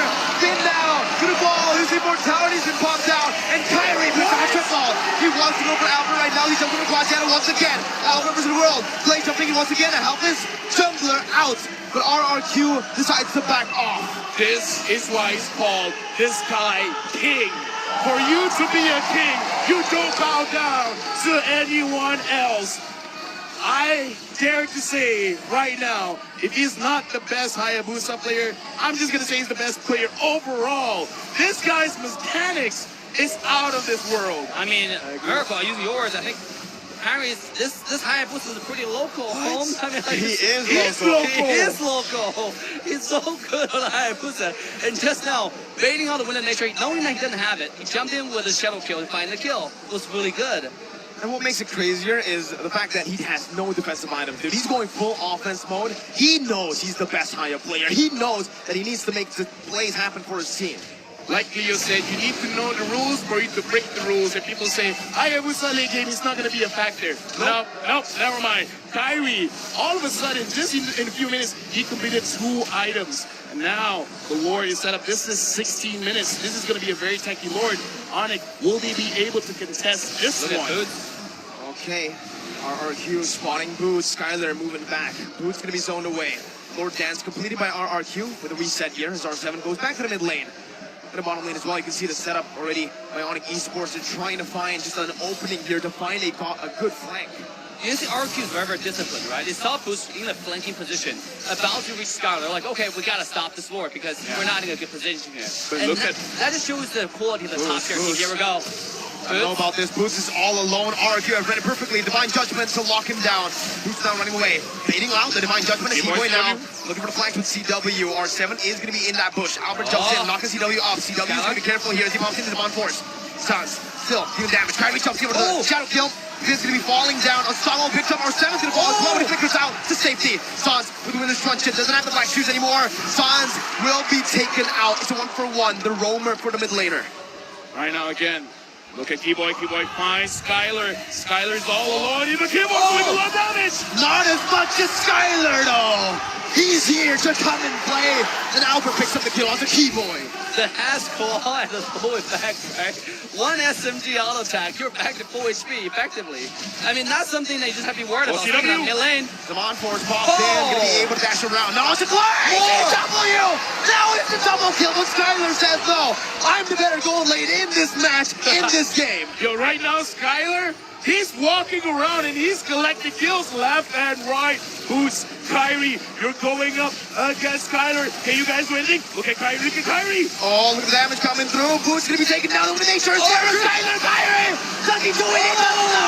Albert secures it. Skylar will be able to eliminate the Onyx members. Oh my god, what a play. At least a 10 from Onyx to try to get a Lord and also try to kill Scott. Beautiful timing on with a nature there to keep himself from harm's way. And at the same time, secure the Lord for the side of RRQ. Looking at the items, CW should be strong, but the damage coming in from this Beatrix is not there. It's like, we gotta change Beatrix over and over and over again, but still somehow Beatrix is like, yo, look at that shot. Look at that sniper shot. Keyboy going up against R7, trying to survive, but the Lord is marching mid. This game looks like it's all RQ. Oh man, Lord. With the enhanced Lord here, Kyrie still responding. No purple buff for him. Boots now. Going to try his best to actually act as the front line. With the thunderclap now, it's going to be Kyrie taken down, taken out by Skylar. CW with the double on force, not going to be able to find anything as Vin jumps over to the Divine Judgment, finding CW. It's a double kill for Skylar. It's a triple kill for Skylar here as it takes Keyboy down, and they secure game number 1 in the Royal Derby. Oh my god. RQ, man. Skylar ending the game 17-7. Wow. KDA. I mean, he's probably going to be MVP, but let's talk about the scoreline again. 17, 1-7. Some people aren't even this old yet. You're right. 17 kills in a lower bracket match all the way for... This is top 4, by the way. Top 4. They're up against the Indonesian champions. Skylar was able to do that. Now, all I can say is RQ did their homework today, right? They come in. They did way more than their homework. They did homework. Extra task, the extra went credit to as well. tuition. They went tuition as well, yeah. I know, they had a secret tutor session as well, right? That was absolutely insane what they did there. The contra play by Win, the reflection time, we'll talk about that so quick, so fast. What a play. Skylar's perfect display of skills. RQ draws first blood. I mean, going to the next game, I have to think about, okay, do we still go with Hayabusa? Do we still pick the assassin? Because it's not working out in the game 1. I kind of feel like the assassin pick is good, but I think they kind of underestimate the damage coming up from Skylar because it's not like they didn't try. Hilda jumped in, Masha jumped in, Hayabusa jumped in, and then they're like, okay, as I'm about to approach you, I died. What's going on? Like, that's kind of not fair. And the thing is, Skylar even started like early. He just had a Fury Hammer and the Blade of Despair. Just one core item. How does he snowball that much with just a little bit of gold? He had a BOD, sure, but he was still in the same amount of gold. Like, if you take a look at the item builds there, the gold for both of the gold leaders was the same. No, during that time, even Onyx had an advantage. Onyx had a 2,000 gold lead, you're right. See, the thing is, Skylar was a silent killer, right? He stayed quiet, he stayed low, right? Pretending like he doesn't exist.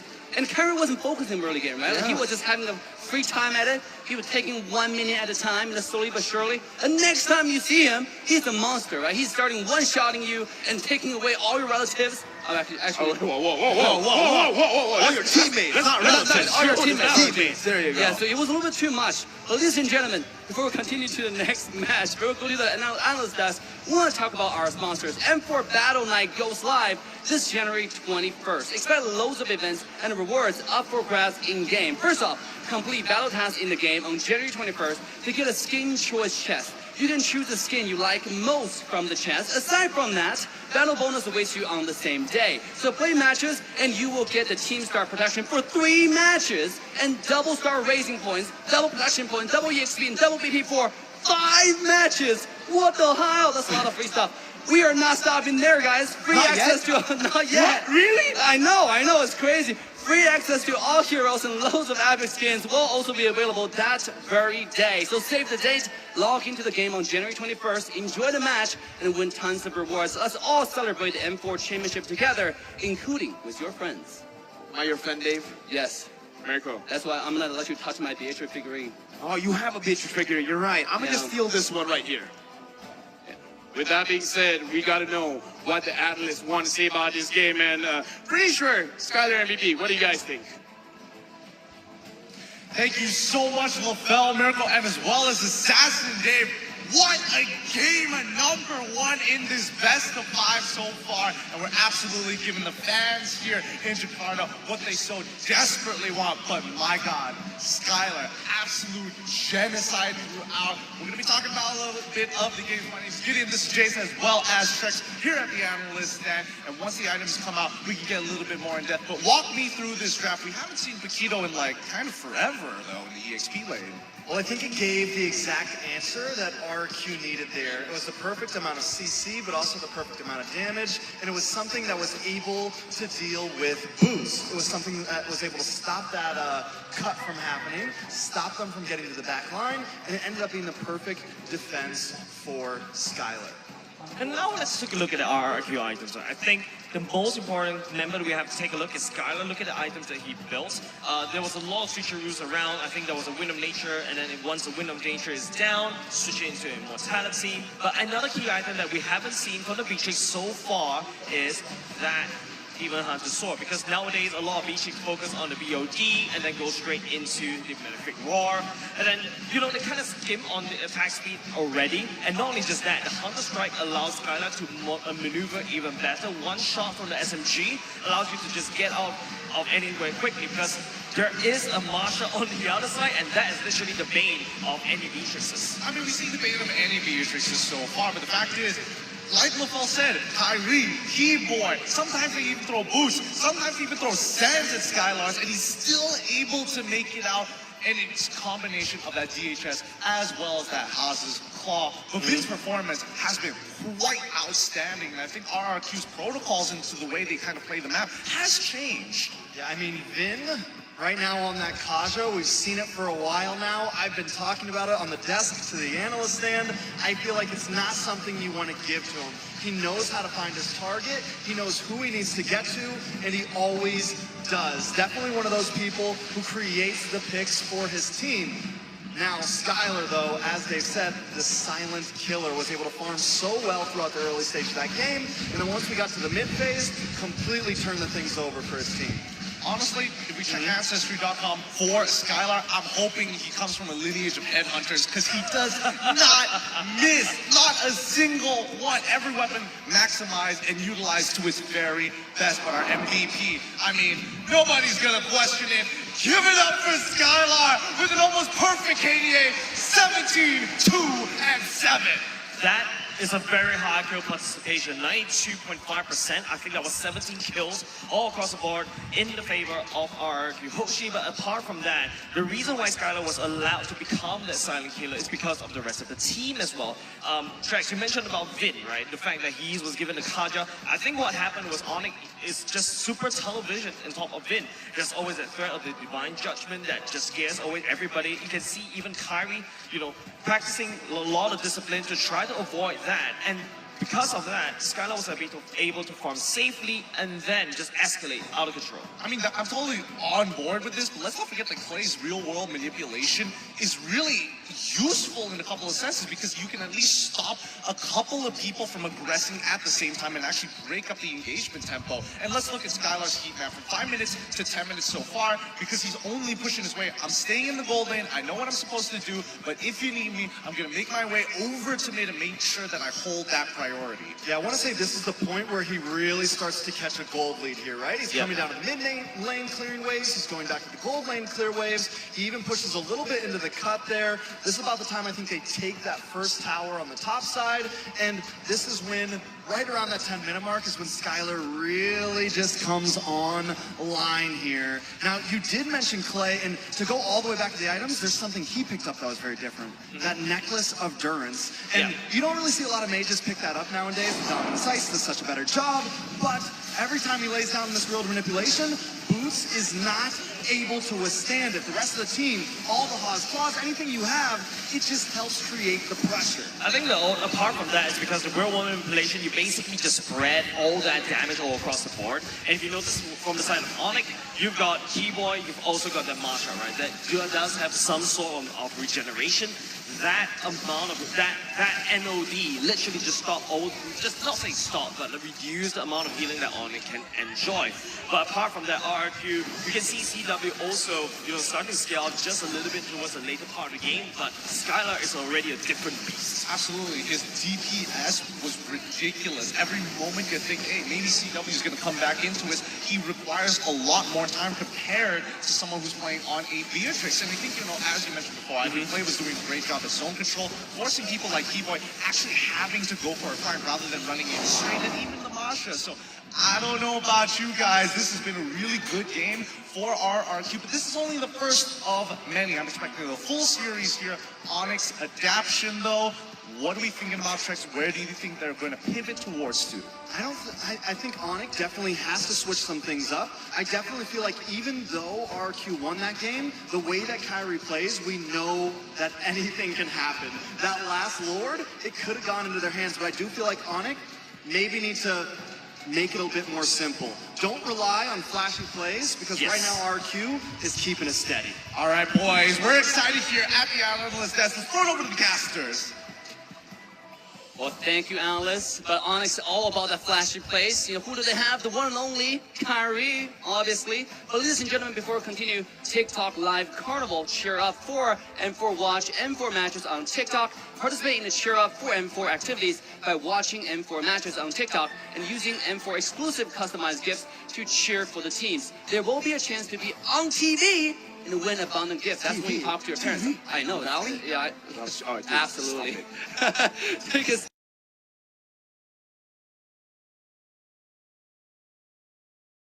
first to receive info about all the rewards you can get. M4 Pass will be available on December 20th. Exclusive rewards like Beatrix Light Chaser, Beatrix Stellar Brilliance, M4 Beatrix Figurine, Emote, Secret Statue, Spawn Effect, Recall Effect, Avatar Border, and Troll Effects awaits you. That's a lot of stuff. That is a lot. You're a lot. You get, everybody's a lot. You can get all the special skin War Lion for free. For free? Yeah, by completing task 2. I know. It's crazy. Starting December 24th, M4 support chest will also be available in the game. Open it to get loads of M4 Pass experience and stand a chance to receive a mysterious gift. On the way of M4 Final happening on January 15th, expect to get an avatar border for free. In the M4 Battle Night event, unlock a skin chest by completing tasks and pick a skin of your choice within the chest. Hashtag Mobile Legend Bang Bang, hashtag MLBBM4, hashtag Dare to be Great. Well, both of the teams are daring to be great right now, right, Yeah, Dave? I know. And you actually wanted to talk about the brackets here because guess what? Royal Derby now, but someone's waiting in the next stage and then later on even in the grand finals. Yes, I was about to ask LaFell for the very same question. Oh, yeah? Because after the Royal Derby, the winner have an even harder task. They're tired and exhausted, just won a brutal battle, have to go against Echo. What do you think about today's entire bracket? Oh, today's entire bracket, like you said, is brutal. But the thing is, if you want to succeed in life, sometimes you gotta sacrifice. You gotta sacrifice your energy, your sweat, tears, and some sweets, because you gotta control yourself. But I gotta feel like if RQ wins the entire match, goes up against Echo, they could do it because Skylar, right now, looking at the Zero Big Recap, we talked about this off screen, but 160K on Skylar. Now, here's the thing, right? I've heard, this is a weird criticism, by the way, but I've heard criticism on Skylar is that he's too safe. He's too careful. Like, he doesn't dish out that much damage, but in this game, I gotta say, it really looked like he's not afraid. He doesn't have fear. I'm gonna say the N-word, but like, fear is for nerds, man. Fear is for nerds. The nerds. True. Nerds. In previous broadcasts, we talked about sometimes when you go against hyper carry marksmen like Skylar, the best enemy for them is themselves, right? You might have to just carry the vengeance, Just let them slowly but surely or maybe quickly end their own lives in the game. So that might be something that you have to do, because last game, we found out despite all this dive with Harith, with Haya, it was not enough. Just one Has Claw solved all that problem, Mirko. Yeah, I mean, again, the sustainability, the lifesteal coming in, especially when you're that far ahead, when you're dealing 160,000 damage, why do you need defensive items? No, just go for more sustainability. And like you said, man, he is a Chad. He's not a nerd. He's a Chad. He's a Chad. Giga Chad. A Giga Chad. You can call him that if he actually wins the series, and he does that constantly, right? Okay, so right either Sky Chad or Chadler. Chadler sounds better. Chadler. Right? Chadler sounds better. But let's talk about Onyx Esports, because yesterday too, against the Valley, they actually lost game number 1. Yes. Adaptations and how much they learned just from one loss, especially considering Onyx usually takes game number 1 as more of an experimental game, in a best of 5 especially. Yeah, we see how much they can adjust or how they can change, right? We even seen a Lunox jungle for the first time ever in M4, which is absolutely crazy. And that's why Onyx is ranked number 1 as unique hero used in M4, right? I think the number shows 34 hero totally used so far. And that's insane. Most of the teams only use a few characters and rotate them back and forth, or maybe have 2 drafts set up, but not for Onyx. They can flex anything they want. That's why when you look at a draft, it's so unpredictable. You can have a Lunox jungle, I mean, what else can you not do? And that's why I didn't like the Hayabusa, Hilda, Lilia picks. Because you know where all these 3 heroes were gonna go. There was no flexibility at all. Meanwhile, RRQ, they could use the red trade. They could flex it. They pick up the Paquito, making RRQ or making Onyx think that, hey, that's gonna be Paquito jungle for sure. Yeah. And ladies and gentlemen, we're walking to the second game draft. LaFell, break it down for us. Okay, right now I'm already seeing the Joy ban, so if they want, because right now, maybe they're gonna try to open up carry, but they should try to get carry, or dare I say, even Beatrix first, because Beatrix, there are ways to counter, but because the Joy has been banned, it's gonna be a little bit safer for CW to stay behind and not getting like harassed. From what we've seen though, on esports, usually when they get first pick, they don't care about the carry. They let it go. They have a Moscow to counter it later. They go for the Yi first pick. That's the prio. And I think in game 1 too, you could see that Clay really was able to get. Oh, there you go. They respect it. That means they want the carry now. If they don't want the Yi, right? Now RQ are forced to either ban the Kaja, carry. And there are a lot of other characters. Fanny is still available, right? Fanny, and we all know how scary Kyrie can be on the Fanny. Fanny, Kyrie, Kyrie, Fanny. It's one of those 2 words that go back hand in hand. Or Candy, Carry, I don't know. The whole point is there are a lot of good characters available. Kaja, Carrie, Grok, Valentina. I mean, like, you have to think about what do you ban, what to take. I mean, if all of those options are open, might as well just open all of them, because for RQ, I kind of feel like, personally for me, their prior really should be the Kaja, because if Vin gets a hero where he can comfortably engage, that is a difference maker. And I guess it's like, maybe, no, he understands. RQ wants the Kaja, and if RQ wants the Kaja, Onyx can take the Kaja. So it's like, let's not ruin it. And there's a lot of things open. Fairness was not in our conversation. Definitely not, man. I mean, it was banned out by RQ in game number 1, knowing how Onyx Esports utilizes the Paramis in the match against the Valley. It was insane, right? Yes. But here, with the Paramis picked up, we're leaving a lot of crazy heroes open. The Carry, the Fanny. And also, with the Eve being banned away, Faramis just seems to be a much better choice, right? Because Eve actually counters so many characters in the game. And also Faramis is really good against carry.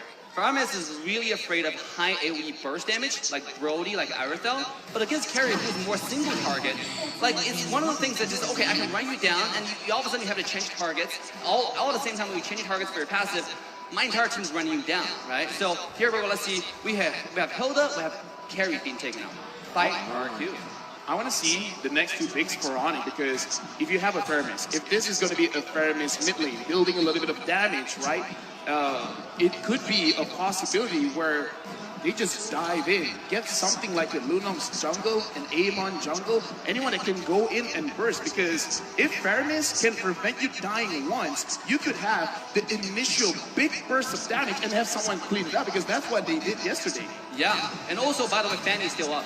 I think they need to pick up something like a Grok here. The Fanny's going to be way too hard to pull off against Hilda here. So I think picking up a Grok would be dope. They go for the Grok and they go for the Beatrix, taking it away. Well, they don't need to take it away, but securing CW's pick in the first phase, knowing that RQ will probably try to nail down that gold lane hero pool. Now, I just want to say that, just to show you once again, RQ is prepared for this draft, right? They picked the Hilda, which counters all your jungle assassin. Yeah, you can go ahead and take that, but we're going to use the same style to actually just like, oh, here we go, the Valentina. That's a good pick. That's an a amazing very pick. good pick against the Grok.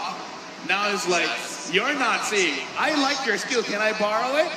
Let's see who gets the better ult here, because RQ right now, yeah, very good draft. The only way I can see Onyx for now like kind of countering a little bit is if the Hilda goes in a little bit too deep, and then just use the Shadow Stampede to pull it back into the mid lane turret. And now guess what? RQ are going to ban the utility junglers, right? They want to play an assassin. They want Kyrie to play an assassin too. They have a Hilda that's built to go up against assassins. Now you might see a Barat's ban. You might even see, I don't know, what else does Kyrie play? Fredrin? I have never seen him play Fredrin. But Fredrin has been banned earlier. So they go for the choke first. And I think after this, we're going to see that Barat's ban. Because with it makes a lot of sense, right? They want to take away the early game aggression that pair with the Faramis. That can help Beatrix get to the late game. So with the Chow ban, it's very logical. And I think the next ban might still targeting this for the roam position, you know, because they really want to make sure that, okay, if you pick anything to help the early game, nah, it's not allowed. No, Assassin, we don't really care. We already destroyed your Assassin last game, which is the #1 high boost that we know in 4, you know, but it doesn't matter. You can pick anything you want. We have the Hilda, we have the carry. And by the way, if a carry gets to the late game with the Wind of Nature, it doesn't matter what Assassin you play, right? Here we go. Tyler set the record in M Series for the highest number of kills. 17 opponents playing Beatrix and M4. So this is the highest record in M Series history. In a single game. In a single game, 17? That is a lot. And actually looking at the draft, just the first two picks of RQ, let's talk about this. The Hilda can counter the assassins in the jungle, so you want to go for a little bit tanky. And then you got the carry. You're kind of like countering both sides of it. It's like, if you pick Squishy, you're going up against the Hilda. If you pick Tanky, you're going up against the carry. And then now, with the Valentina, moving forward, any big ults that's changing the flow of a team fight, the Valentina has access to that as well. The way that RQ is drafting, they're setting up to counter almost everything that Onyx could dish out. At the same time, it's just, what RQ has is a balance, so like you said, right? Tank, we can counter a tank, we can counter a squishy, but you have to be worried about, okay, if they dive, at the same time, who's going to protect the carry in the backline? You know, we know that Kyrie likes to play assassins. If they dive onto the carry with the mechanics, you know, there's a good chance he will get the carry kill. Whoa! Okay. Charisma pick for RRQ Hoshi. Is that the first time? No. 3 times it's been picked up at M4. Knockout stage? I think, yeah, first time in the knockout stage, right? I do believe we saw these 3 picks in the group stages. But now on esports, how do they respond to this? They need, I mean, technically the Grok can be a roamer now, but honestly, looking at this composition, RQ have so much lockdown, but very small range, right? Very short range. Onyx Esports needs to either outrange them or play the long game. They need to be able to maneuver around RRQ. They need to be able to bait out a lot of these abilities. Something mobile. Maybe for a roamer, they can pick something like a Diggy. Maybe if they want to get out from the lockdown. I don't like it, but honestly, even Faramis could be a roamer, but I feel Joy. Is that Joy? Yes! Wow. They're picking up the Joy, and they're picking up the Fanny.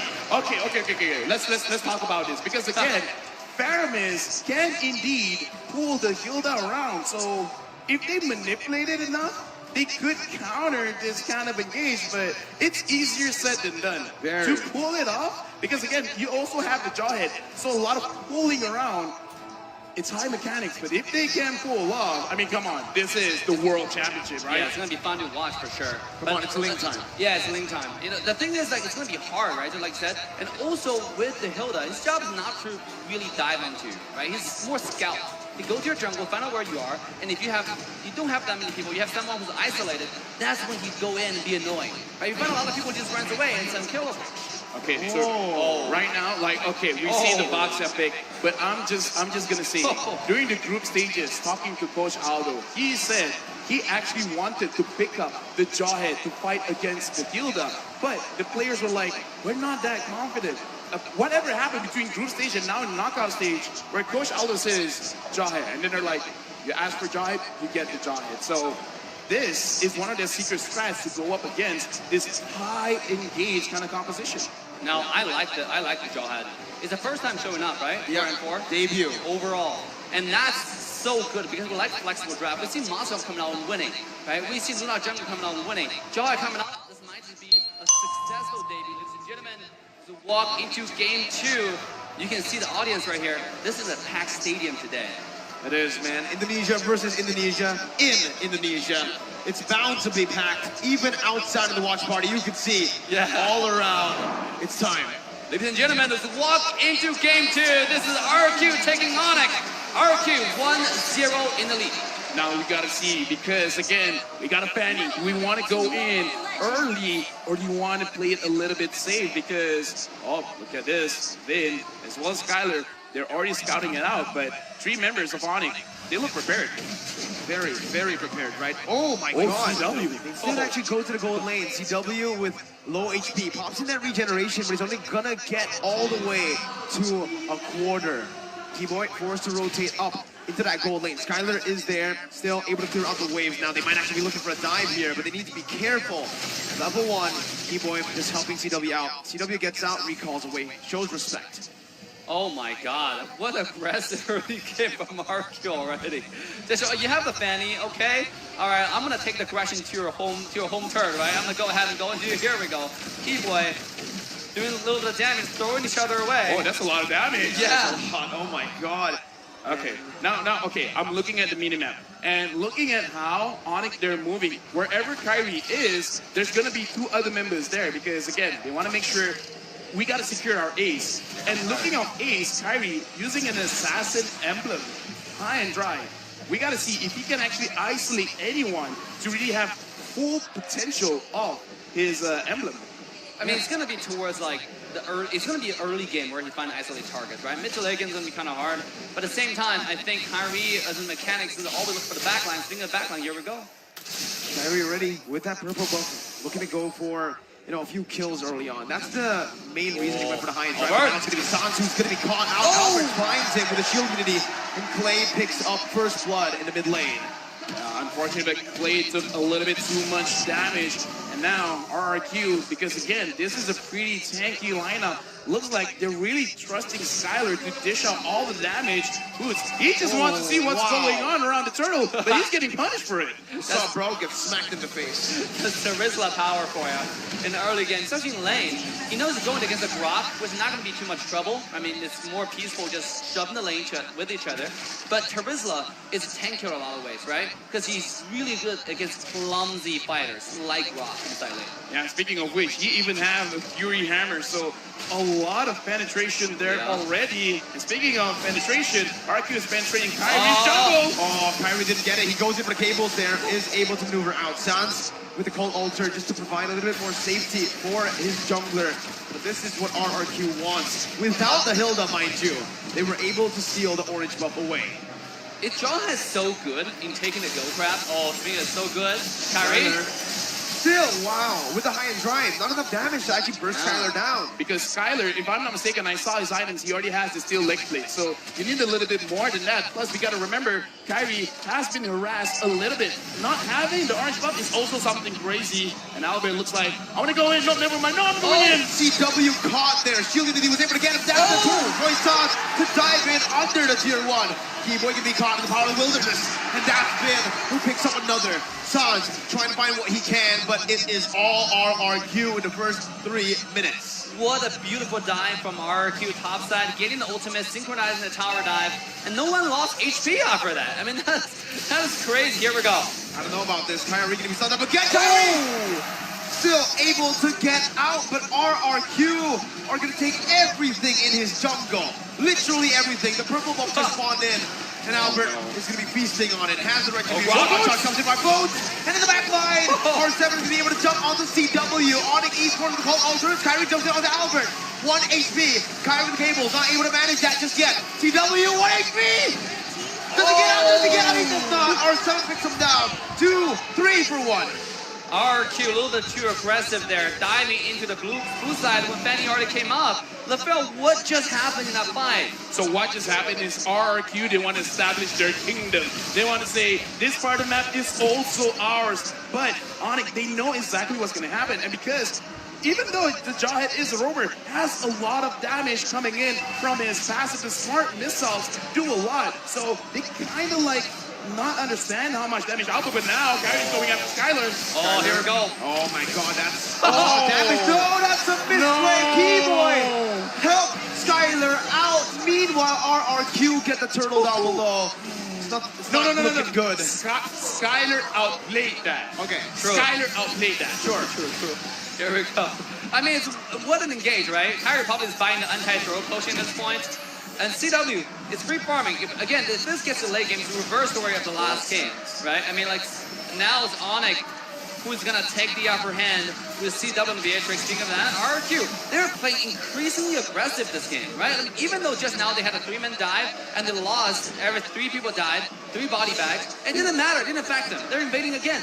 Let me just say, looking at the gold on Kyrie, 2.5K. The only one lower than him is Jawhead 2.2. This is not a good start for Kyrie. And as I thought, yes, Skyler does have the steel leg plates and is on the way to create his own Warriors boots. And now Clay and Vin, they're saying, this is our kingdom. You will be banished from here. And they are doing very well at that right now. Kyrie, 2 levels below. Albert as he jumps over the shield unity now. Trying to look for some space. Jumps in, gets some down, and that's going to be on 7 finds it as well. It is not going to work out for the side of RRQ that much. Onyx, I mean. Again, the ejector wasn't there, properly set up by Onyx. And RRQ almost gets a solo kill. It's going to fall in the end, but it's only an execute. Oh no, Onyx. Oh no. RRQ are dominating this game. They're dominating last game. They're dominating this game. We talk about they did their homework. They know completely how to counter Kyrie's playstyle. They know this guy too well. I think they scrim too much against each other. What happened here? What's going on? Why is Kyrie not being effective this game? I mean, this just shows to all the kids watching at home, study hard. Homework can prepare you better for the future. Just look at RQ. The way that they've been controlling is they get the pressure onto the lanes. Once you control the lanes, no one will stop you going into the jungle. And once you go into the jungle, bring 4 people in. This is almost like an Ube threat. And now, look at Boots. Like I said, if you're squishy, you're going after the Finn. Finn's stopping you. And Skyler's stopping all the tanky people all the way. What are you supposed to do right now if you're on esports, right? Everything is going the wrong way. RQ, they're dominating the jungle. They're dominating the gold lane, mid lane, even the XP lane. I think the only choice is for CW to really just settle down and farm, right? Kind of like what Skylar did last game, and he just need to stay low and start getting those farms. So right now he's not getting it. He's 1-3-1, and a lot of it credit to RQ's early game aggression, right? And no Skylar needed to sit up and farm. Oh, here we go, the throw. Now the ejector by Keyboy onto Vin, but with the sprint, Vin's gonna be able to get out of that one. Kyrie finally finding some trades down, but the purple bump is going to be stolen away from by Albert. The Stampede not doing enough. Boots with a defensive wild charge to get out will mean that RRQ are still successful. They're saying, hey, you can take a turret, but we'll honestly be doing that onto your purple. Vin ejected back again, but the gold altar comes in by the Valentina. Sans a bit late onto his own gold altar. Kyrie tries to jump into the back line, but it's not going to be able to find his target. Skyler just skips out. And again, it's RRQ having a say in everything. RRQ, the way that they fight is a front to back. So Ani has to find a way to come to the side. My God. But look at this when Albert is just securing everything. Let's look at the difference. 4,200 for Kyrie. 5,800 for Albert. Woo. Look at the difference. 6,300 for Skyler. Not even 5,000 for CW. Look at the deficit here. And Vin, he's looking for more. Here we go. The Hilda, the ejector now with unstoppable force as well. That's going to the wild charge on the back line. Skyler is going to fall. CW's going to be able to pick up that kill. Picking up a double kill before the penalty zone comes in. A double kill for Albert as well. A triple kill for the utility jungler. What? He's a utility jungler, but he found 3 on the board with no Skyler. We all thought that Onyx would win, but no. Albert is here as well. I mean, like I said, their front to back is really good. You got to come from the sides, and they were able to do that. But once they got down, it's like all of a sudden Albert's doing too much damage, and looks like CW is still not ready yet. And even though the Lord is secure, but it is just an elemental Lord. But I gotta say, CW found 2 kills last fight, right? I mean, that's gonna help his farm tremendously. This guy needs his items. Once he gets item, if Albert goes in, he get 1 shot of possibility. If Win goes in, he get 1 shot of possibility, especially with a double throw combo, which is mentioned at the beginning of the game with the draft. The question is RRQ going to find those kind of dive again and give Onyx the opportunity to come back? Because right now it's really RRQ's, it's in their hand, within their control, what they want to do. I kind of feel like this is the moment where they actually can, because RRQ, you know what they're gonna do. They want to get your turrets. Speaking of which, Skylar again not getting chunked down. That hurts, man. When you use your cables with the cutthroat too, and it only does that much, it can be regen all the way up by Skylar. Not even lifesteal, regen. That's when you know you're behind. Bennett's Rage onto the mid lane, clearing on the waves. That's when Skylar sieging down on the tier 2 in the mid lane as well. RRQ looking to crack this space open with Lord in the bottom lane. Now, it's going to be the cables by Kyrie with the purple buff. That's going to be the base turret passive pop in. Lord taken down the bottom lane. RRQ looking for something right now. Kyrie's going to be able to dodge away from the shield unity. 8.4 thousand gold lead. RRQ not stopping.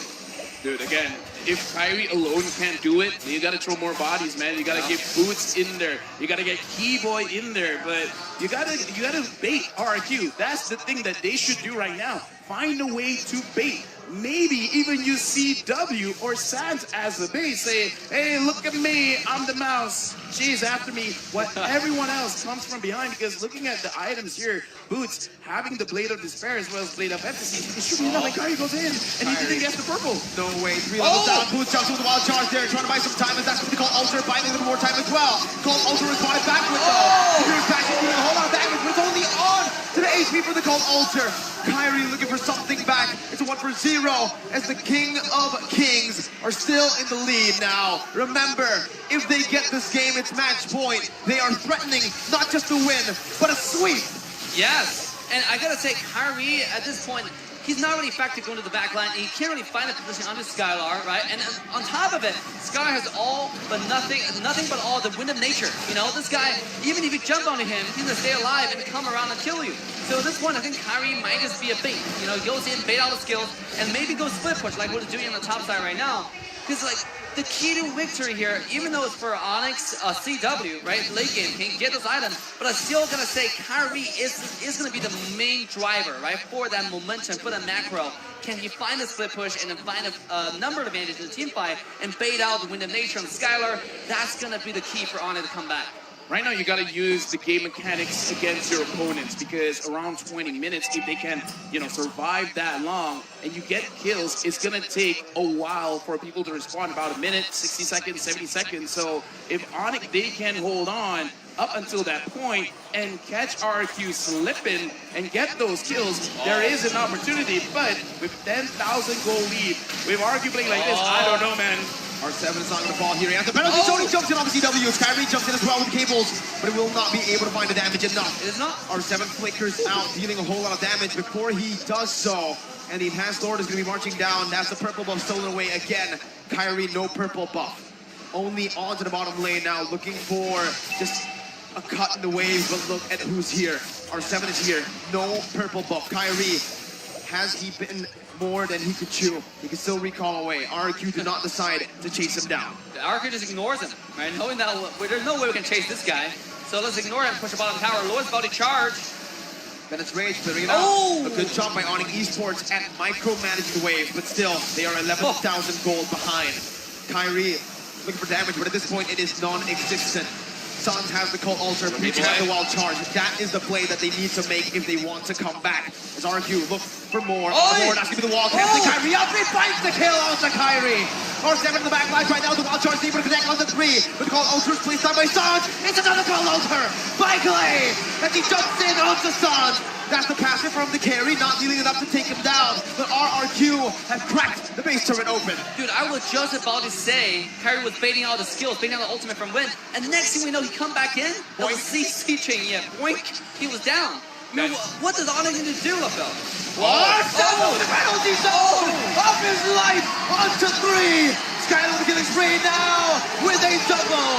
CW is flickered onto. Clay jumps in, he's so low.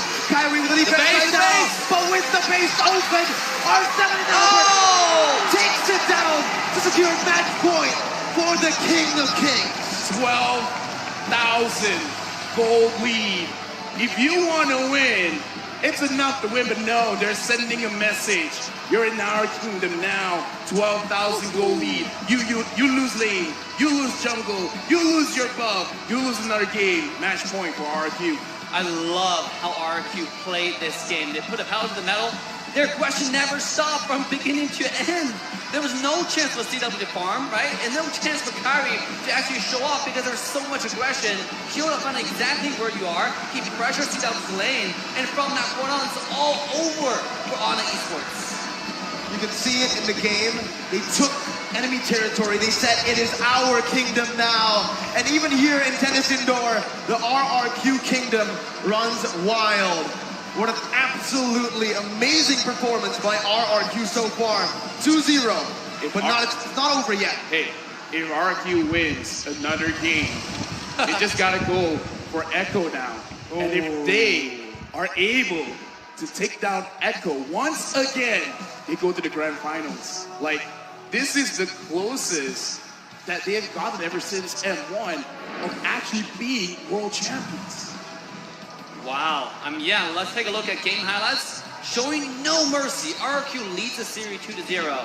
At this point, if Onyx want to come back, they have to make an adjustment quickly, right? What do they do about this assassin early game? Do they ban the Hilda away? Because so far, it's giving them so much trouble, Miracle. They tried to pick the Hilda in game 1. They left the Hilda open in game 2, and RRQ won both. Here, this is what we got to bring up. The first 3 picks where, okay, Onyx, they secured the Hilda as well as the carry. And like I said, just those 2 heroes counter almost everything. But we got to talk about it. Faramis' first pick, it really didn't work out for them. Yeah, Faramis is one of the characters that cannot be first pick. Why? Go ahead. Terizla. That's the answer, right? You're clumped the up Valentina together. as well. The Yeah, Valentina as well. The Terizla. You also see just, again, so much AoE from the box yet too. The frontliner there from RRQ, but honestly, massive props for that Terizla pick, because with the penalty zone, you can see every single time R7 was able to find like 3-4 people on the board. Yeah, absolutely, ladies and gentlemen. We want to talk more, but first, let's talk about M4 Battle Night. It's going to go live this January 21st. Expect loads of events and rewards up for grabs in-game. First off, complete Battle Pass in-game on January 21st to get a skin choice chest. You can choose the skin you like most from the chest. There's a lot of options. Aside from that, battle bonus awaits you on the same day. Play matches and you will get the team star protection for 3 matches, double star raising points, double protection points, double EXP, and double BP for 5 matches. A lot of free bonuses you can get there.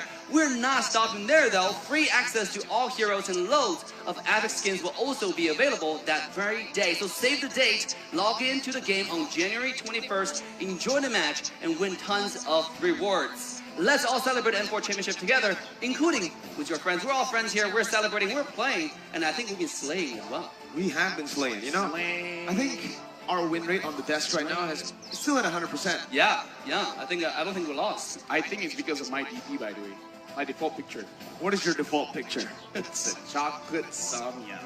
It's pretty good, not gonna lie. But we gotta talk about this game because we need the analysts to break it down. Yeah, that's neither here or there. But ladies and gentlemen, talk more about exactly how the game went down. Let's quickly send over to our analyst desk. And it begins. RRQ at match point. Hopefully you guys at home are loving it, because here in the arena, the RRQ fans absolutely are. My name is Guinea Q. This is Trex as well as Jace here at the analyst stand to break it down. Now, this draft, I have to say, R7, he's really digging deep into his pockets to show off what he's got. So first of all, you got a Paquito, and then you got a Terizla.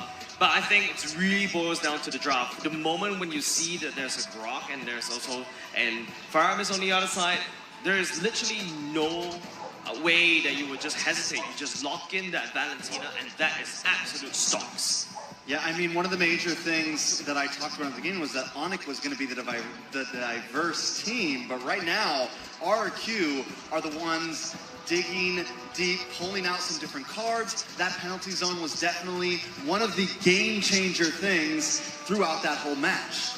Honestly, for me, I think when I'm looking at this draft coming in from RRQ specifically, that early game power, especially coming in from Vin, to give that information and then ways to actually force priorities on the lanes, putting as much pressure as they possibly could on Kyrie. Oh my goodness, it just bled into the side lanes. And I feel like looking at RRQ's draft as well, you know that you're going up against Kyrie as this Fanny, right? what you can do is you can match that movement from one lane to another equally like a boxer. This is like literally 2 seasons ago kind of dropped. Another important thing to point out is R7, an item that you don't really see very often in the current meta, that Bloodlust Axe. And then we take a look at everything on Onyx's side, nothing to deal with it, not one Dominance Ice, not one Necklace of Durance, no answer. So he has the ability to dive in and not get shredded down. And even more so, he bought the Queen's Wings just to be even greedier. So even if you didn't get the Dominance Ice, put me low, I've got a deadly passive that keeps me alive longer than I should, and I will make you pay for it. But overall, I think the difference maker that both me and Trex were hoping from Onyx is supposed to be Keyboy on this Jawhead. Yeah, and you were thinking that, you know, you got a very aggressive Hilda going to hard invade your jungle almost all the time. A Jawhead does have a lot of early game damage. You saw it in the early part of the game. You saw Keyboy almost was able to put down Vin, and Kyrie, I think, is a little bit too early for him to activate. And I think Onyx's draft, in terms of the early game, just unfortunately didn't pop off. So when it goes to the later part of the stage, that's when RRQ already scale, especially they have a carry, and that's when everything just starts to crumble. You know, I want that Jawhead to work so bad. Every time I see a team pick it, I'm like, man, theoretically, on paper, it sounds like it's supposed to work, but every time, it just kind of flops. It did. It kind of did. Maybe there could be a couple of adjustments, but for now, let's have a look at our MVP of the game. Coming out, it's Albert on his Boxia. The man did not let go of the gas. As soon as he got that first purple buff, he just continued to pressure Kyrie. Albert literally like Sonic, right? Just jumping from one lane to another, especially after he built out most of his items. Take a look, a very aggressive, a lot of HP items so that he could maximize the amount of spread damage, surround damage as he goes in deep into the enemy lines. And not only just that, he also provides like the innate reduced regen against the enemy team as well. So really nice itemization and really aggressive Boxia. He hits the person that's required, and he kind of slowed down Kyrie just a lot during the games. Another good thing about Albert here picking up this Boxia is you have that movement, you have that mobility that matches with the Hilda. A lot of other junglers not able to keep up with that pace, but as we can see in the first 5 minutes, he is everywhere, even trying to get that orange buff, trying to invade into the purple buff. I mean, just completely dominating. It kind of goes into Albert's style of aggressiveness, but still keeping him bulky and tanky. I think it's a solid plan, but the efficiency that Albert was playing with the rest of his team was rather incredible because he's allowed to do these moves with the help of your side laners. And even though he's by himself, sees, oh, I can't steal away this buff, Kyrie goes to the opposite side of the map. Instantly, the call is let's initiate on the bottom or the top side, depending on where he is. There's just so much impact, and it feels like he's not wasting his time rolling around. Yeah, and if you notice the impact that Albert did, mostly is just all around the side lanes, not a lot of emphasis on the mid lane, right? They won via the side lanes, and it's very apparent. But let's take a look at the MVP highlights right here. I want to see exactly how, you know, Albert rotates around. Especially, look, it's just always hard evade from the side of RRQ. Onyx doesn't really have that tempo, and by the time it lost tempo, especially in the early parts of the game, RRQ just scaled out of control. I mean, and look at this. The early game already fell into RRQ's hands, and I think at that point, Onyx just straight up can't come back from this. Most definitely. And Clay, in the early phase, took such advantage of taking away Song's Cult Altar, and they're able to really push into that gold lane. We saw it literally in 2.5 minutes getting the pick onto CW, but as this match goes on, towards the end, they get a huge gold lead, and they know they can press their advance. Right there, even with the wild charge knocking up, there's nothing that Onyx can do. Not even the Sky King Kyrie was able to take them down, and this is where, you know, everything just gets wrapped up. I totally agree with you. I think, you know, play on the Valentina is just insurance that every play they make is going to work. And, you know, that's just game number 2. RRQ are on match point. Onyx, they gotta find something to counter. I'm not sure whether it's going to be playing around Kyrie again on that assassin, because it feels like RRQ, they've got the sauce. Yeah, I feel like right here, it felt like it's just Albert, like what we mentioned earlier during when we first started, right? It's gonna be the battle between the jungler, Albert versus Kyrie. Currently, right now, it's Albert 2-0. He looks like he's winning, but let's see who's gonna be pumping up the crowd. Mara and Clara are down here. The brothers of Hoshi are here from the players of RRQ Akira, Luis Gusta La Gusta, and Blank. We got the crowd cheering for you. You got the girls screaming. You guys have been here in Jakarta, Indonesia for a few days. How do you like it? I think the peoples are so cool and lovely, and I like the Indonesian peoples. Gimana perasaan mereka saat mereka di Jakarta? Menurut mereka orang-orangnya sangat humble, sangat baik, jadi mereka suka banget di Indonesia. Okay, all right. Let's hear some words, some bahasa from you. What did you learn, Luis? Terima kasih. Terima kasih. Sama-sama. Blink. Selamat pagi. Selamat sore. Duduk. Gusta, Gusta La Gusta. Saya selamat malam. Saya tidak berbahasa Indonesia. What do they mean? They say good morning, good night. Very polite, very polite. Gusta La Gusta, I just have to ask you, your hair, you have really nice curls. Did you wake up like that? Yes, I make when I wake up. Every day you do that? Yeah, with the finger. Oh, with the finger. Yes. Okay, that's why he looks this good. Now, tell us, you guys know RRQ Hoshi really well. You guys are pro players. What's extraordinary about what they're doing right now? 2-0. Yeah, we think the most differential is the call in game of V and R7 and the draft of the codes analysis. Kenapa menurut mereka RRQ bisa wah banget di game ini? Karena menurut Luis, R7 dan Claypon dan dari draft pick coach-nya. What's impressive about them? What's making you go wow with what they're doing? They're dominating. Gusta La Gusta, blink. You can help them out. Go ahead. Acho que eles acordaram muito bem hoje, o Skylar e o Vin, e estão fazendo bastante diferença na partida hoje. They are doing a great match. They are differentiating from the opponent. That's why they are winning 2-0 right now. Dia udah berlatih dengan baik banget dan mereka udah bersiap-siap banget untuk bertanding dengan Onyx, makanya mereka siap sebagai tim untuk tanding hari ini. Okay, one last. Let's get everybody pumped up. You're gonna lead this. You're gonna lead the cheer. All right, go ahead, Luis. Let's go, RRQ Kingdom support and cheer for Hoshi. Let's go. When I say Viva, you Viva say RRQ! Viva! RRQ! Viva! RRQ! One more time, Viva! RRQ! Clara, what you got? Who you with?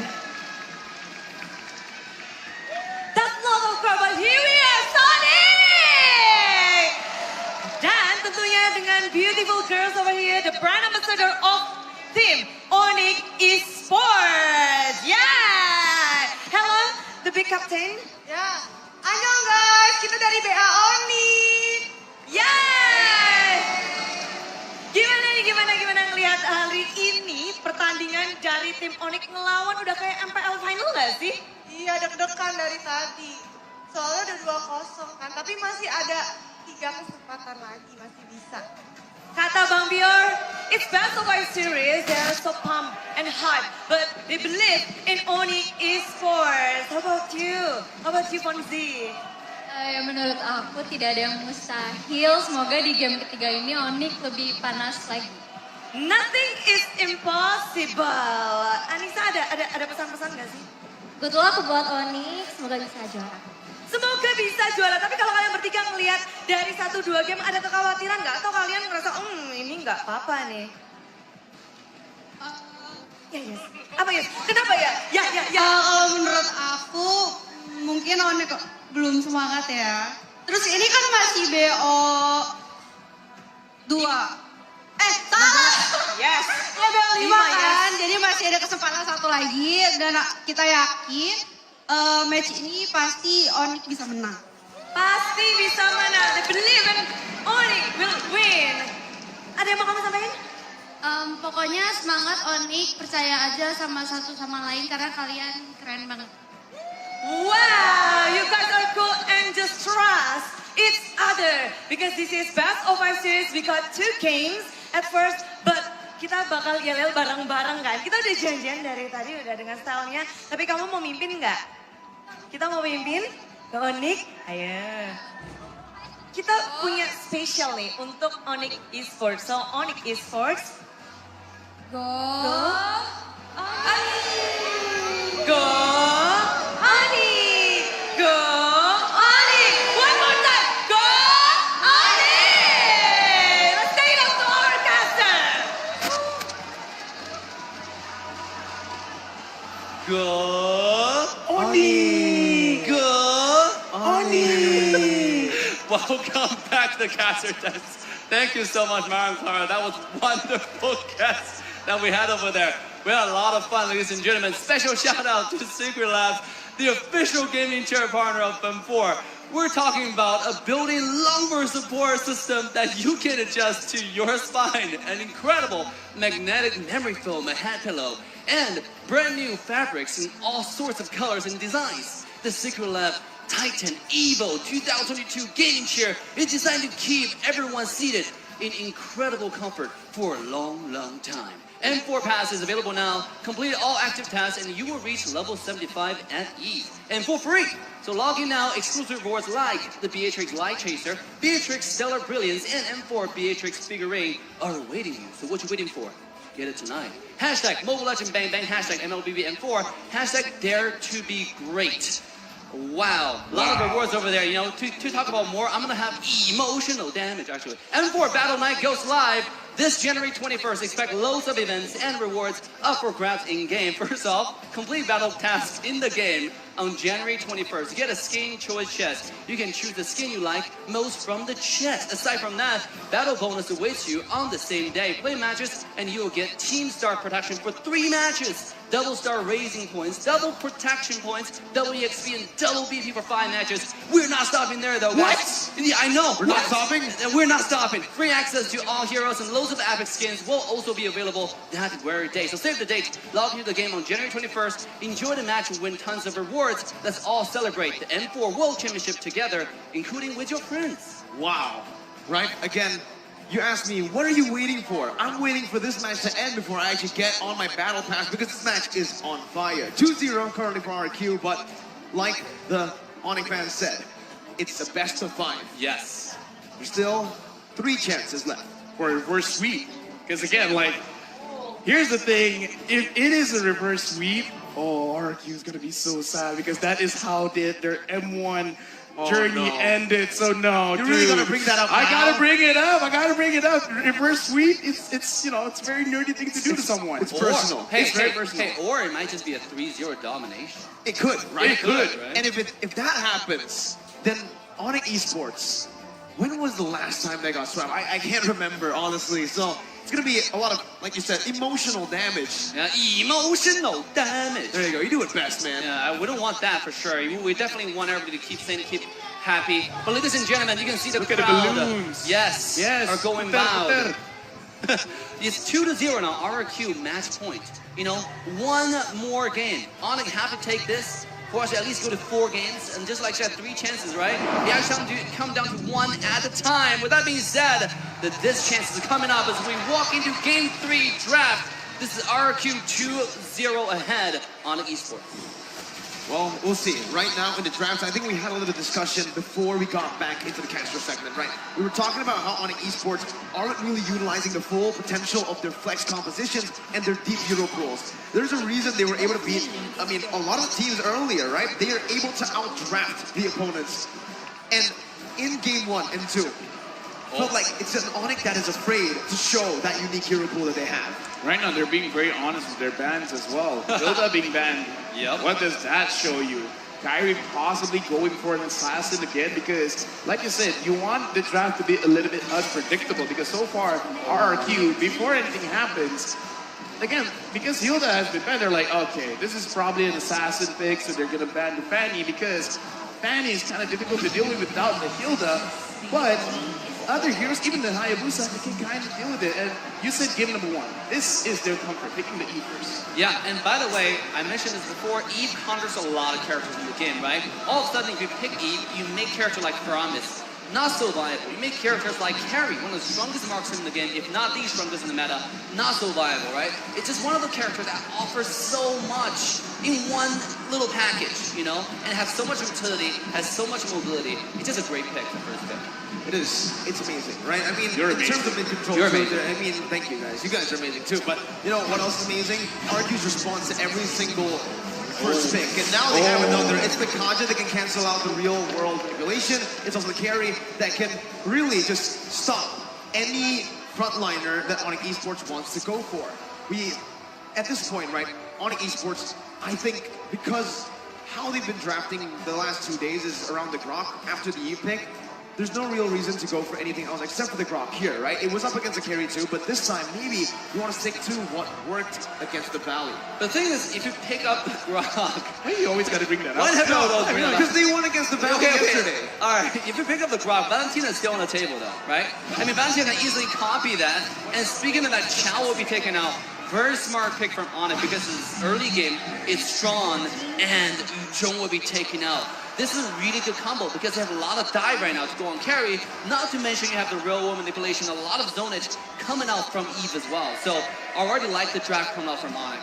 I like the draft as well. Not too flexible like you want. The only thing that they can really flex is putting the Joe into the jungle because that is a hero that Kyrie can pilot. But again, right now, Vid getting that Kaja again. I gotta say, this M4 World Championship is really showing all the fans of RRQ that Finn is coming to play because so many times he's the playmaker and plus Skylar on that carry. This is going to be very, very frightening. RRQ, here we go. They're having the Pheromones and dude, this is almost unfair. And now they banned the Valentina, right? Yeah. That's what they're gonna go. No, actually they don't need to, right? Unless Harry wants to go for the Valentina jungle, that can still work technically. We haven't seen him on a Valentina jungle. Hey, we've seen Luna jungle. Exactly. So I think, I don't know. If you're Acho right now, would you go for the Valentina ban despite seeing that you've already picked up? I mean, yes. The only other thing that you would ban is marksman's here, and Moscow has been banned out. The other one that I'm thinking of is either Beatrix.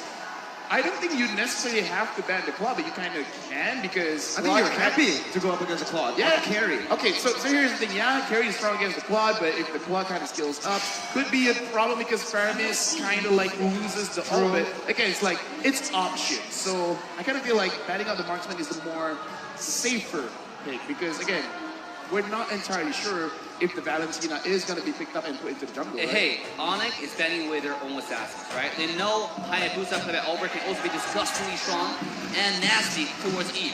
So the banning away, what does that tell them? Wait. They may not be going to assassin in this jungle at all. Is it too crazy for CW to just use his signature and pick up the Leslie? Is it too crazy? I don't know about that. A lot of dive here.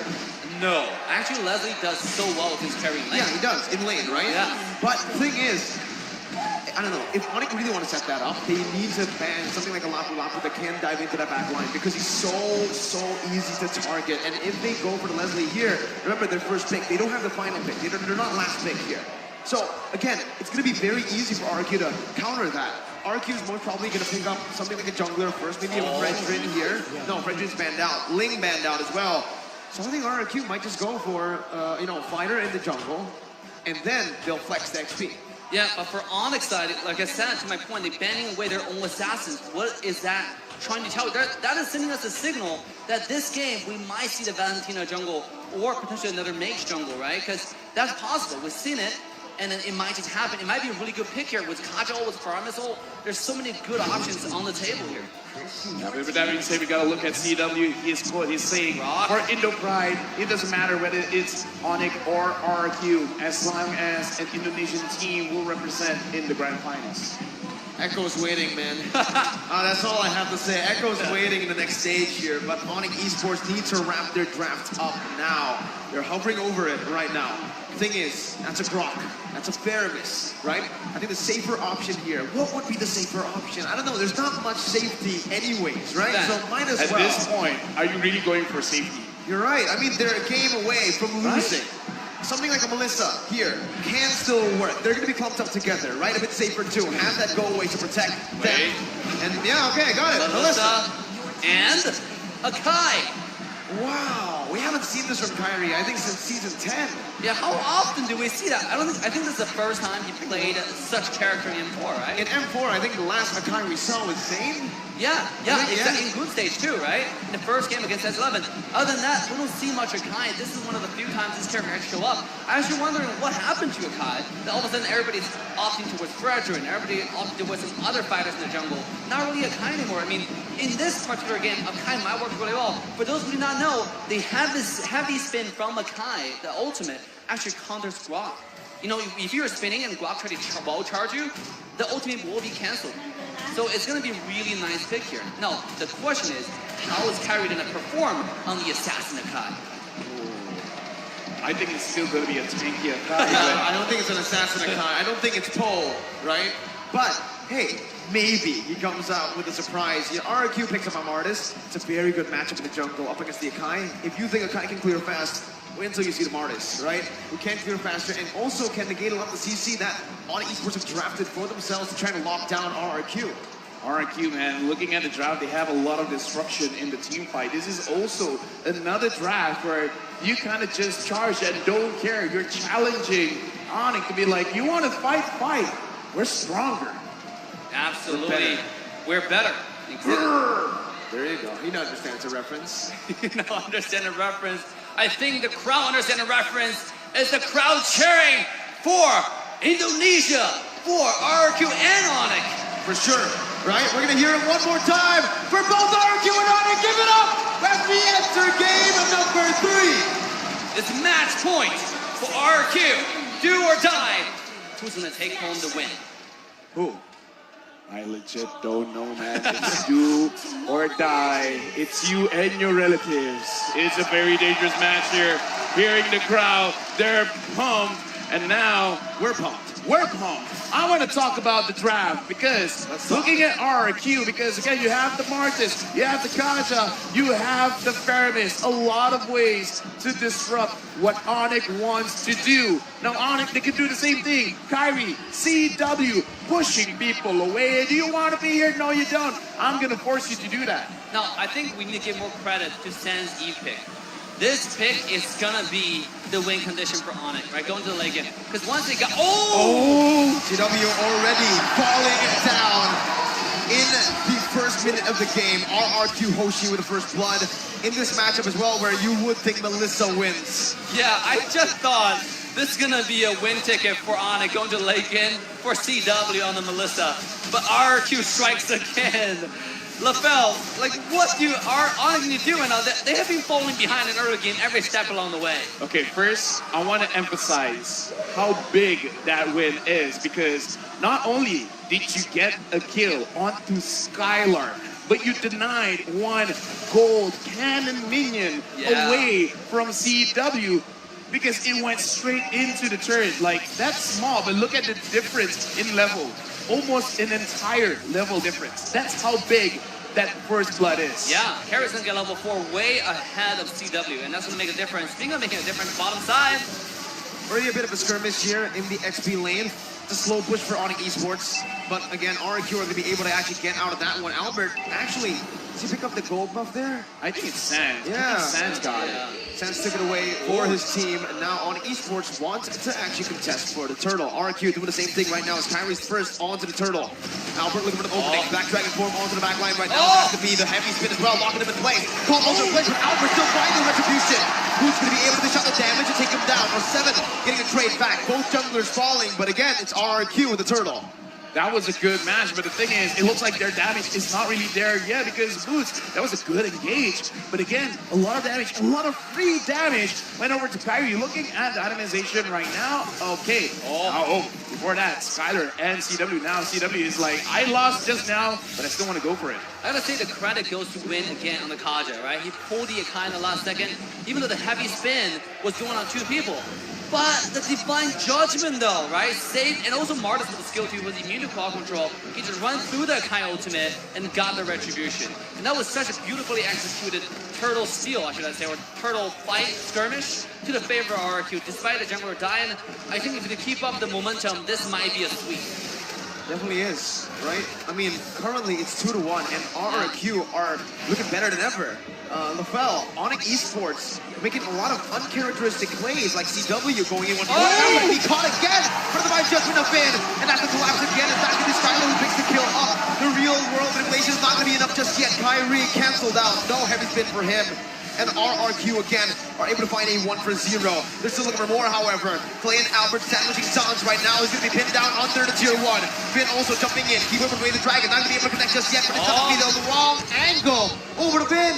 RRQ, they win again in that value trade. Because RRQ know what Onyx wants, because in this draft, what do you want? You want 3 items, 4 items. You have the Akai to slow the game down. Sans on this Eve, slow the game down. And if that is what Onyx wants, RRQ is like, we understand your win condition. We're not gonna let you have it.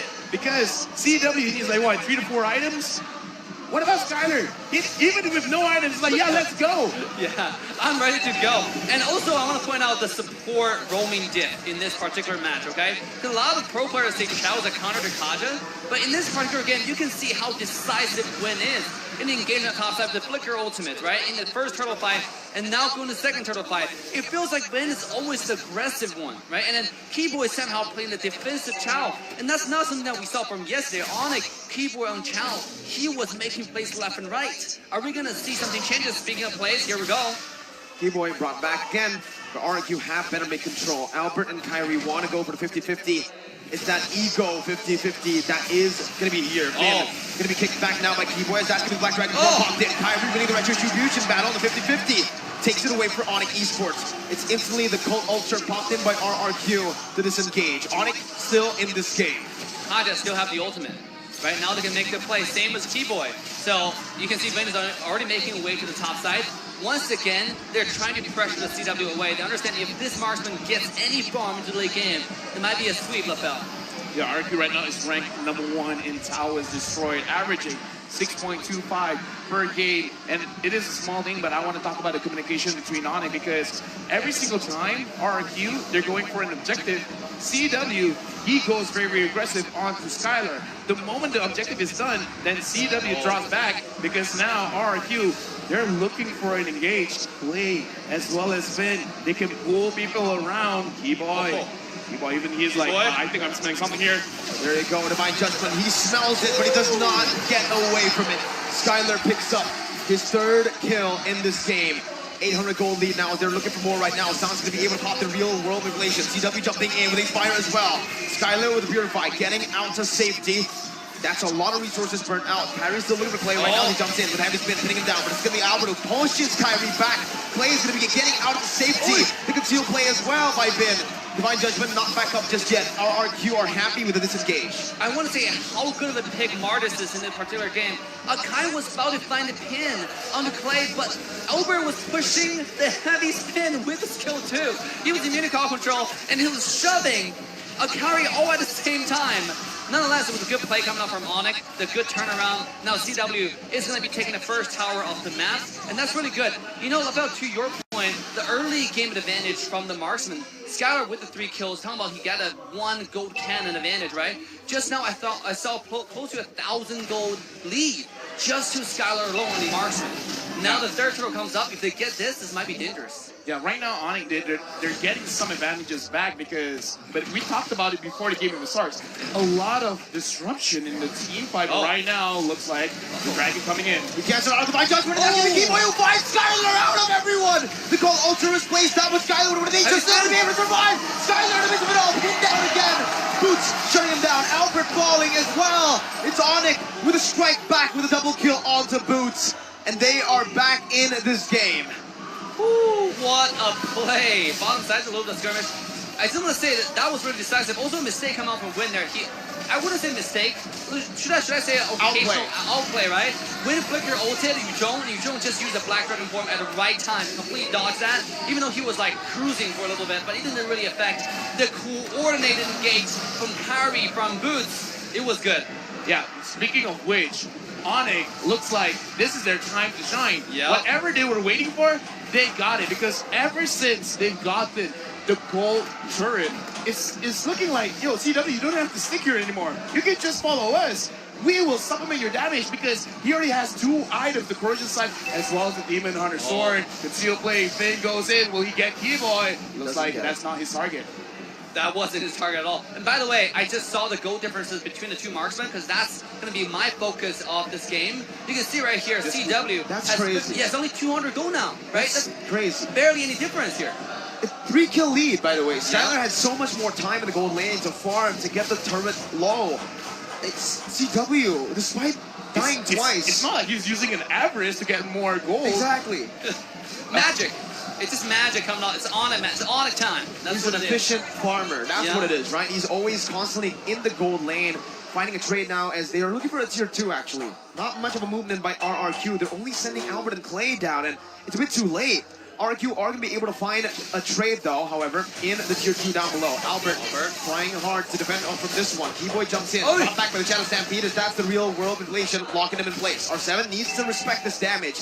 On Esports, will be able to pick this turret up. CW taking a few hits from the turret there. And now RQ might actually be looking to sandwich them. But no, Vin, conceal play. Kyrie there. Go away! Still finding the Divine Judgment. CW going to be able to get away right now. Kiting back with his fire. Vin pinned down. Cold ultra play. With the wild card to lock them down. R7, the playmaker, the team captain. Holy, it's play on play on play, LaBelle. What just happened? My mouth is open because at that moment on it is like, all right, we outplayed the engage from RQ, but then R7 grips in. It's like, I got goosebumps. Did someone just forget about me? Excuse me, are you just looking at Vin? After that, Lord, RQ, 4 members just got 4 core items. Yeah. Out of that 1 Lord, 4 core items. R7, that's going to be an M4 highlight. Yeah, I mean, just when you thought it was a glimpse of hope for the side of Onyx, right? R7 shut it down. It's like, nah, it's not Onyx time. Back to the RQ time it comes. What a beautiful wall charge. That's the Giga Chat. Dude, I actually thought Akai with the pin, they're gonna get a win at least, right? And that's what I thought. And CW's gonna get a kill, and then, you know, extend the lead, shrink the differences at least. But R7, man, now it's a lore push. Once Finn again with the Divine Judgment, finding Keyboy. Finn and the rest of RRQ. 10 minutes in the game. Are they looking right now to end? Right now, almost 3,000 gold lead. This is just an elemental lord. RQ, they're pressuring mid lane. The minions are coming in. Skylar getting that turret. All tier 2 turrets of Onyx has been taken down. RQ, they're at the commanding stance. You want to engage? They can. Vin, 0, 0, and 8. The question is, how does he keep getting this Kaja? And even when people are looking, because now we got to look at the items, even Clay, he's the mid laner, he's picking up a roam. Now they have an encourage on their side. You thought Skylar had damage before? Now he has more damage. Now he has more attack speed. RRQ, they're pushing their advantage. At this point, Kyrie can't even tank the damage. If Kyrie walks up, Kyrie's gonna melt him. And speaking of melting, here we go. The Divine Judgment onto Kyrie. The heavy spin to disengage. Play pinned down, but it's only for Kyrie to back up. Boots against the world. That's the way the Dragon connecting onto R7, but he still has the flicker out. He gets back to safety. RRQ disengaged from fight from Onyx Esports. Keyboy still looking for a play. Has the flicker. No way the Dragon to lock anyone down. And they cannot chase anymore. A beautiful heavy spin from Kyrie there. I actually thought he was gone. You know, to my surprise, I thought Kyrie has more damage. Let's take a look at Kyrie's item, right? You have Corrosion, you have DHS. Oh, he's missing the Golden Staff. And it's building that right now. And that's why he's missing a little bit of damage. Usually the current Kyrie meta now, they build the Corrosion Size and Golden Staff for the first 2 items because it's blocked the passive almost infinitely, you know, in a short period amount of time. But this is why the Kai survived for 1 extra second. But in this game, the Wind of Nature is super necessary because looking at how Boots is engaging, and that's Boots. We gotta talk about CW as well because you don't even see the attack coming to you, but it is happening. So this is a very crucial item for him to have as well. It's delaying the damage, but at this point, man, I don't know. It's still looking pretty good for Skylar. Let's see, once again, Kyrie in the mid lane. trying to clear the waves up. That's gonna be bad. Again, Divine Judgment, Kyrie back, and that's gonna be the damage coming through. But like you said, no golden staff will mean that's not enough burst to take him down. Yeah, absolutely. Kyrie, live to see another fight one more time. But again, it's only a matter of time, right? Because Kyrie's already building the item. I mean, once Skylar finishes the item, he has Wind of Nature, he has survivability. It's just going to be melting time for him. Now he has it. Yeah, now he has it. Here we go. It's just waiting for Kai to solve at this point. We're waiting patiently. Both teams, Lord at half HP. Mid lane pushed in slow by RRQ. Onyx Esports. One desperate play can set them for greatness. Here we go. Or set them down. Albert going in again. That's going to be the Lord. 50-50. Oh! Kirsten moves up to the back line for 07. Again. Gets CW. With the dragon to peel it away. But look at the damage coming from Skylar. Look at the damage coming from Skylar. And the forward once again. Two members down already. Keyway brought back for the Channel Stampede. The Lord marching down in the top lane. RRQ looking to clear it out. Sam's looking to steal some kills back for Onyx Esports. RRQ able to back up. That was beautiful, man, because engage, disengage, chase back, run away. RRQ, I gotta say it, been 0, 0, and 10. And Skylar, he was free hitting. But the thing is, it's not like Onyx didn't try to get on him. They did. But having the Marnus, having the strong Kyrie, where are you going? 5 members of RQ are chasing you down. Looks like this Sakai has been going to the gym. He's walking very, very fast. Yeah, He's a LaFell. He's a gym man. He's fast. I am a gym man. You are fast? You're a cardio man? Is that what you're saying? Oh yeah, dude, like, I gotta say, running, it's great, man. You're great. I'm great, thank you very much. Yeah, that's neither here or there, boys. But let's come back to the incredible game here. I gotta say, you saw the golden staff difference, right? I mean, just now, he was melting everybody in a matter of 1 or 2 seconds. And that's why this item is so important. Look at Skylar's damage. He was kind of untouched in the back, and then takes one auto attack, one skill 2. Boost is dead, another skill 1, another skill 2, and then the person's dead. It's over and over again because the golden staff has him now too insane. Here we go. The mass play. B-boy trying to go for the Jikundo. Been concealed. Hands up the flicker. Kyrie setting his sights. Oh! Hard! And it's an instant collapse. Boots in the mid lane. Gonna be able to jump in with the Black Dragon form. Jumps out with a Furious Dive. RRQ with the call Alter to back away. What are these fights? What are these fights? Yeah, even those 5,000 gold leads instead of RRQ. Onyx standing strong right now. I mean, compare the gold, compare the item, LaFell. Is there anything that you notice? Why are they able to stand strong, so strong at this point for Onyx? I mean, okay, looking at Onyx, they have 4 items. 1, 2, 3, 4 on to CW. It's a lot of damage. So that's why RQ still needs to respect it. But I gotta say, it kind of feels bad for Goots. He's the reason why Onyx has been surviving. Black Dragon form. Putting pressure onto RQ, but it feels bad every single time it goes in. The Alter activates. And now Keyboy and Vin both captures. Oh, he finds the Divine Judgment. Actually, the way the Dragon on the clay. That's a lot of AoE onto the back line. Clay and Skylar have fallen from their grace. Onyx Esports are able to turn a fight around again.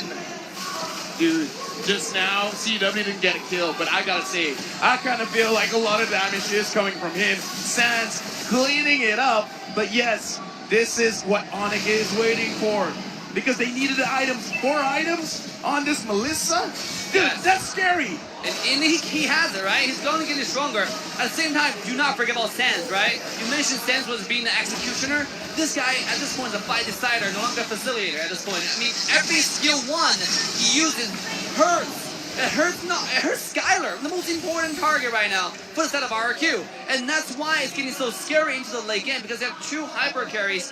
One of them, not only does it do damage, if Sans get onto you, whoever it is, you cannot move. You just sit in there, you're like a duck getting hit for free. 5 kills behind. 4,000 gold behind. Yet they still win in that team fight. CW. Before that moment, you would probably think, if you look at the scores, that he's just inting this game. How is he dealing that much damage? Dude, again, like, numbers don't lie. When you have the items, man, like, the thing is, as a gold laner, as a marksman, you gotta make sure you survive the fight. And the Haas Claw now completed by CW, as long as Kyrie, as well as Boots, Keyboy, takes care of CW. They can do it. Ward has been taken down by RRQ, but it can still play. Vin going in. Oh, looks like got stopped by Sands. Yeah, look at the goal differential, right, between the two marksmen. Oh, before that, Albert gets out there, just buying a little bit more time for his team, but the shred comes in, and now CW dealing a whole lot. World manipulation. No Inspire just yet. Albert poked down very well. Vin, oh my god, the flicker does not connect. The Divine Judgment not able to connect onto anyone. On 7 is looking for more, but the go away stops him right there. I'm not gonna lie. Got a heart attack. Even I panic. I saw Vin going in. I see flickers going around, and then Kyrie's like, no, stay away. Get away from my goal later. Get away. Go away. That was fast. I think we had a caster desk. Both of you, LaFell and I, were like, hard just like stop for a second, right? Oh yeah. Oh, here we go. Vin again in the midst of it all. Stopping it with wild charge. Able to get out the CW. We had a pause in the midst of the team fight. The Seeds and Tennis Indoor Sanayan in the middle of a fight. Could you have gotten a worse time for a pause? Oh my god! Pause gaming? And this is maybe the reset they need. Look at the stadium. Look at the stadium, man! Yes! We're full, ladies and gentlemen. We're packed. Not full! No. Take a look at the scoreboard here. CW was down in that team fight. Sure, maybe this is the momentum, right? There's a pause here, maybe a technical issue. 100% it is a technical issue, but CW's down. That doesn't change the fact. Okay, but what's gonna happen next? What no if damage dealer? What if CW was down was because of the technical Exactly. And how do you resolve that? Well, we're gonna find out very, very soon because I feel like we're going into the match, and here's the thing. Something has already happened, you let it go. As a professional, you gotta move forward. And that's what RQ doing right now. They're moving forward. 2-0. Oh down. no. RRQ with a man advantage now. Oh no. Here we go. The push. The final push. RRQ with the siege down. Skylar dashing in. That's the base server taken down. Kyrie a little bit of defense right now. Doesn't have anything else. RRQ jumping in. Keyboy with a flicker. And that's gonna be Sox picking up Vin. A 3v5. Skylar gonna take Kyrie down. Immortality's popped in, but it's actually the real world inflation dealing a lot of damage before Skylar dashes out of it. Keyboy, no flicker, but they have defended! Oh my god, what a defense coming out from Onyx. This is the power of Sands, right? The power of Eve in the late game. You know, what a beautiful ultimate, what a beautiful skill one. He was targeting Skylar to make sure this guy doesn't get close. And that's what I'm talking about at the draft. Even though sometimes carry is up, sometimes a lot of really good promise is up. If you pick out Eve, you counter all of them. That's why it has so much value into the early, mid, into the late game. Let's look at Eve's item. This guy's fully built out, and he's not building any defense. This is a full damage CDR build, right? And on top of it, you have the Ice Queen 1 for the utility. What's the answer for this? What's the dive? Dude. Go ahead, Lefo. Right now, like, just put into consideration, a lot of the mages that goes for damage, they go for like a Clock of Destiny and Lightning Transhan. Eve is built different, man. Yeah. Just build the Glowing Wand, Ice Queen 1. Like, your base damage is so high, you just add utility, you just add extra passives. And the thing is, the burn coming in, it really hurts RRQ because they're very tanky. The more HP you have, the more damage you have. Now we gotta look. This could be a possible pincer. Just look at a position from R7 as well as Vin. R7 finds Keyboy. Spots out Keyboy there. Gets out of shot. Oh my god!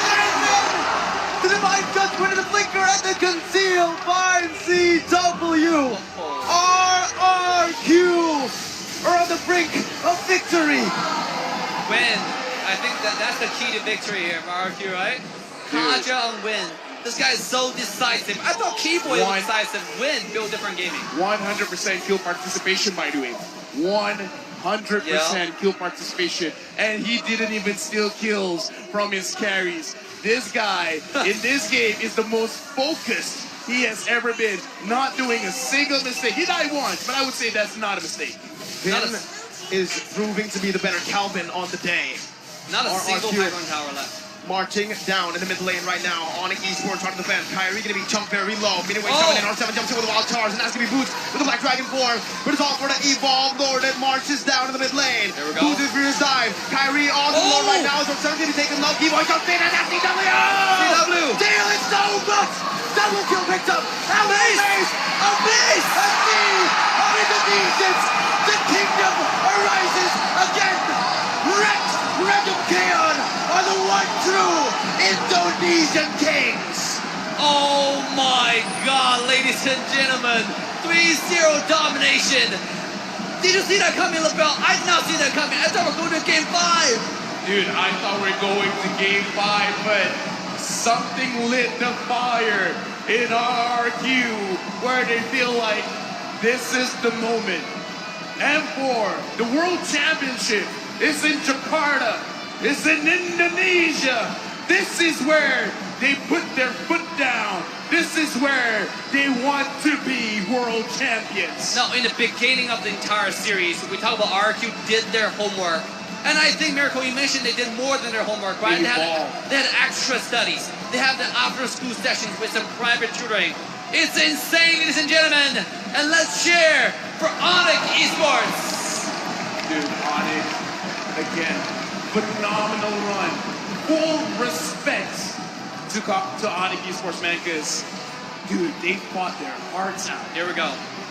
The kings of kings. The one true Indonesian king. Tennis Indoor Senayan. Give it up for RRQ! Wow, the Kings are back for vengeance. RRQ completes a clean sweep. 3-2-0 domination. No one saw this coming.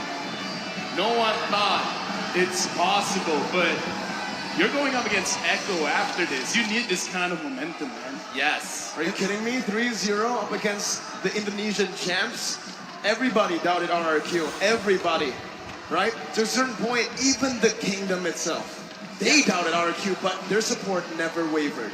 Yeah, and I gotta say, RRQ and Onyx is like brothers, right? I mean, all their players are so close to each other, they're so close to each other. It feels like it's so hard to choose. Look at this. And look at this, they're hugging, they're ready. Because going into the next match, this is Indo Pride right here on the line. Go against Echo, one last chance. Oh my goodness, what a series. RRQ, now they have to prepare for Echo. You know, now they have to talk about the next session of homework that they prepared. Speaking of preparing for Echo, their coach, Arcadia, was a part of Echo before joining RRQ. Wow. So it's revenge or repeat now. Yeah, and ladies and gentlemen, we're gonna have our analysts break it down for us, see exactly happened with the domination. Let's quickly send it over to the analyst desk. The sweep has been completed. RRQ take this game away and are one opponent away before stepping on the grand finals. The final boss is nigh, but for now, we're going to be breaking it down here at the analyst desk. My name is Gideon. This is Trex. This is going to be Jay. Oh, how, why? I mean, me and Trex were going back and forth on this draft, and there were moments of glory for Onyx, but man, RRQ made the difference here. I think the biggest issue is that RRQ, they've gained momentum. There's a lot of fuel in that RRQ type train, and they just chewed it all down against Onyx Esports. You give them one game, you give them 2 games, they're feeling it, and they will just conquer every single foe. You know, before we get too deep into the item builds and everything, I gotta say, we haven't seen a single 3-0 sweep since the bottom bracket started best of 5s. And not only did RRQ sweep somebody, they swept Onyx. A lot of people were putting Onyx as possible winners of this whole thing. I mean, a lot of us had doubts, but RRQ just changed so many minds tonight, and that was just an epic finish. Well, let's have a look at the item list and really break it down from the draft to the laning phase. CW had it rough. Man, like CW to a certain period of time, he started building the items, but however, Onyx drop, you need to check a lot of checkboxes. Good cat from Kyrie, good catch from Keyboard, good catch from Boots, a good red wall manipulation, and then CW lands down the puppets. There's way too many layers. And then for the side of RQ, easy, Vin, go, catch. That's exactly what RQ did really well. I catch Keyboard, that's going in for, you know, the engages. I catch people, and then Skylar follow up. And just in case if RQ messes up anything, there's always a secondary engage. R7 is there, and then you've also got Faramis as the backup plan. Everything's going well, and it's a lot easier to execute RQ's drop. Most definitely. There's a couple major things to point out in some of those items, right?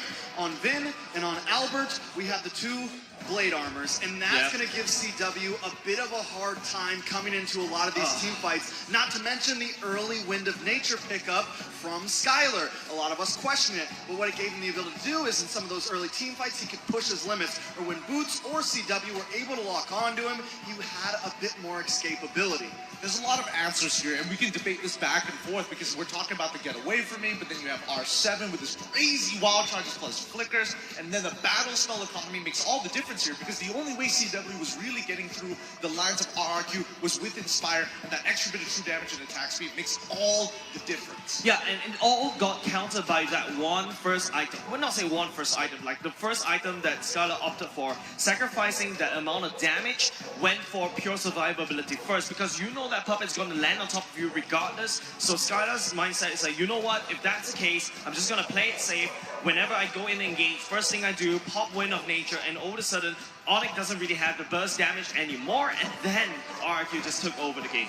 You know, something very interesting to point out on that is they had more damage dealt along with more damage taken. So it just goes to show RQ sustainability in those fights and how they were just able to outplay them in those fights. Definitely, normally it swings opposite ways, but they took the damage and they gave the damage. I think the Faramis made the difference here. Yes. You know, that Cult Altar, whenever you see it come down, it's used defensively, but an MVP has to go to the man, the myth, the legend, Skylar. What an absolute beast in the gold lane. Yeah, and just the way that he prioritized these items, and not only just that, Windtalker over there is more for, you know, the late game push, right? But before he picked out Windtalker, that's definitely a Boots, a Radiant Armor as well to go in to protect, especially the damage coming out from the Yi, because it's starting to hurt a lot. And of course, Windtalker, not say Windtalker, Wind of Nature is just such a crucial item for Skylar, and that changed the tide. Let's pull up the heat map.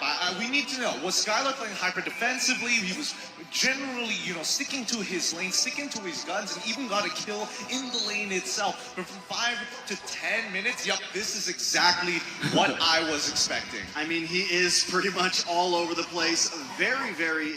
I mean, not too aggressive, but once he moved down to this bot side, probably around the 7-minute mark, after taking that first tower, you're able to see he's moving down there. But also, look at the group up. Look at that major point around that turtle right there. So it is a hangout spot.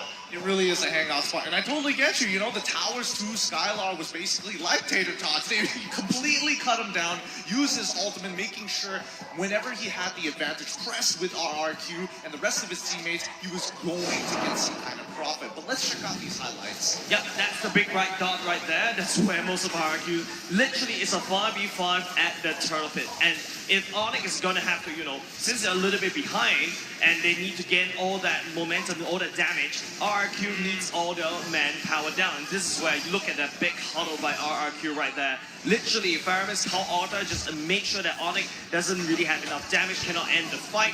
RRQ out-sustain them, and they out-sustain them in terms of the damage. There's nothing much Onyx can do. And there's also that weird desynchronization coming out from Onyx's side of the job. For, you know, for Kyrie, you want to pin people to the wall, and sometimes if you don't execute that well, you're pushing everyone away from CW's puppet. So I think that's also could be, like I said, another drop problem coming out from CW, another desync in terms of these combos. I literally feel like Onyx did everything they could in a lot of those team fights.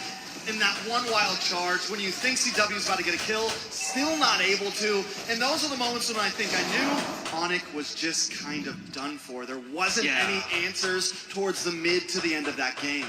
I think, it came down to who could outplay their opponents better, the way that they're utilizing their ultimates as well. I do think that the draft was rather 50-50. It wasn't really lopsided in my personal opinion, but man, the spatial awareness coming out from RRQ was absolutely ridiculous. But I'm curious to know what RRQ has to say for themselves as they will be taking an interview. The Royal Derby Indonesia menjadi the Royal Battle pada akhirnya 3-0. Ladies and gentlemen, here we go. RRQ Hoshi! Congratulations, they're going to the lower bracket finals. I have to point out, such an amazing player. You all witnessed his Beatrix in game number 1. 17 out of the 26 kills of the team, 65% Skylar. Skylar, I have to ask, it seems like you woke up in such a motivated, determined mood today. When you woke up and you saw yourself in the mirror, what did you say to yourself? Because today, you showed up really amazing. Skylar tuh keren banget hari ini, setuju ya? 17 kill di game yang pertama dan Mara penasaran dengan skill yang sebesar itu, sehebat itu, penampilan yang luar biasa pagi. Ini kamu ngomong apa sih ke dirimu? Kamu ngeliat dirimu gimana sih? Ya, seperti biasa. Just usual Skylar. Just the usual Skylar. Wow. Yeah, it's usual Skylar. Biasa aja katanya ya. Ada lagi nggak? Kayak kamu prepare apa sih untuk hari ini mungkin? Dari hari pagi ini kamu bangun. Ya, cuma mandi doang. Just take a bath, he said. He didn't prepare a lot, just take a bath and play. I feel like he went to the mirror and he said, today, I'm going to be amazing, because that's exactly what he showed. Yeah, he's really great. And today is a great day for RQOC, but the Royal Abasti, actually this is the first time for the international. Acil, you face Onyx Esports. Banyak banget kita ketemu Onyx Esports dari RRQ, kita ngelihat banyak sekali. Dan ada nggak sih perbedaannya international Royal Derby dan MPL Royal Derby? Beda stage. Different stage, Yeah. of course, Acil. Is there any different preparation or other? Different vibe sih pastinya. Kayak kita lebih semangat aja karena ini turnamennya internasional. Jadi apakah dengan turnamen internasional ini ngebuat Acil makin prepare-nya lebih banyak atau gimana anak-anaknya bahkan lebih senang karena hype-nya luar biasa? Oh iya, persiapannya normal-normal aja. Cuman ya pasti ada tambahan aja gitu. Oh, kalau Acil lebih persiapan mental, takut ada Acil out sih. Yeah, you know what, in Indonesia, they usually use the hashtag Acil out. That guy. Acil in. Acil in. Acil in. Now, this question is for Coach Arcadia.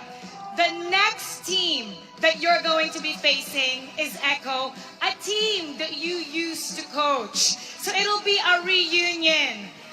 What are your thoughts about this? Is this something that makes your heart pump? Is it something that you want to prove to them? Want to say to them? What's going through your mind now that you know that's your next opponent? Actually, if in the motions, I have a lot of mixed emotions going against them. But in the mind, I only have one goal. Us as a team, we want to win it all. Yeah. Okay. Do you have a message for them? Good luck, have fun, and I know that their dream is also to win it all. So it's just who's the team that is hungrier will just win, and we're confident that we'll give everything. Mereka akan memberikan yang terbaik tentunya untuk match selanjutnya. And after this, they're gonna be facing best of 5 series again against Echo. So now we're gonna let you guys rest because for sure you want some strategic plans to do. Go ahead, rest, eat, plan it out because for sure they're gonna give us a good fight later on. Yes, once again, RRQ Hoshi! I gotta get that jersey. I gotta get their jacket. It's really nice. Cool. Acil, give to us, okay? Bye-bye. Now, that was a sweep. Was that something that you expected, Clara? Actually, RRQ, they're angry this time. They're hungry, and they just ate Onyx Esports They in just this best of ate 5. Onyx Esports. Yes, I don't know. Devour them. That's right. But And- great job for Onyx. You did so well. But for now, RRQ Hoshi moves on to the next stage. They couldn't really see them backstage, but even though each game that they were winning, RRQ Hoshi, they weren't celebrating too early. They were very determined. They were very serious. And it just shows how prepared they are for this game. Yeah, I wonder how Echo will prepare for the new RRQ today. And you know, we've prepared this entire tournament for you. So we're gonna put a QR code right at the bottom. Scan it and answer our questions to let us know your M4 experience. Give us your feedback. Jangan lupa langsung scan di bawah karena turnamen ini juga untuk kalian semua. Jadi beri kami masukan dan seperti apa pesan dan kesan kalian untuk menonton M4 World Championship. The game has not ended yet. We have one more series coming your way. It'll be Echo versus RRQ Hoshi. So don't go anywhere. Stay right here for Mobile Legends Bang Bang M4 World Championship. Dare to be great.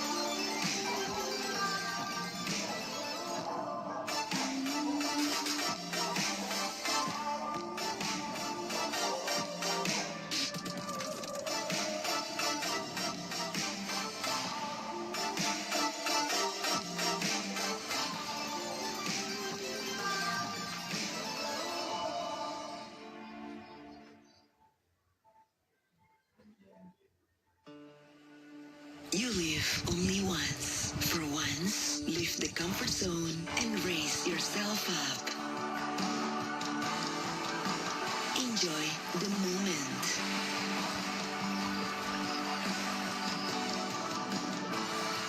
Enhance your creativity. Raise up your life through a wonderful journey.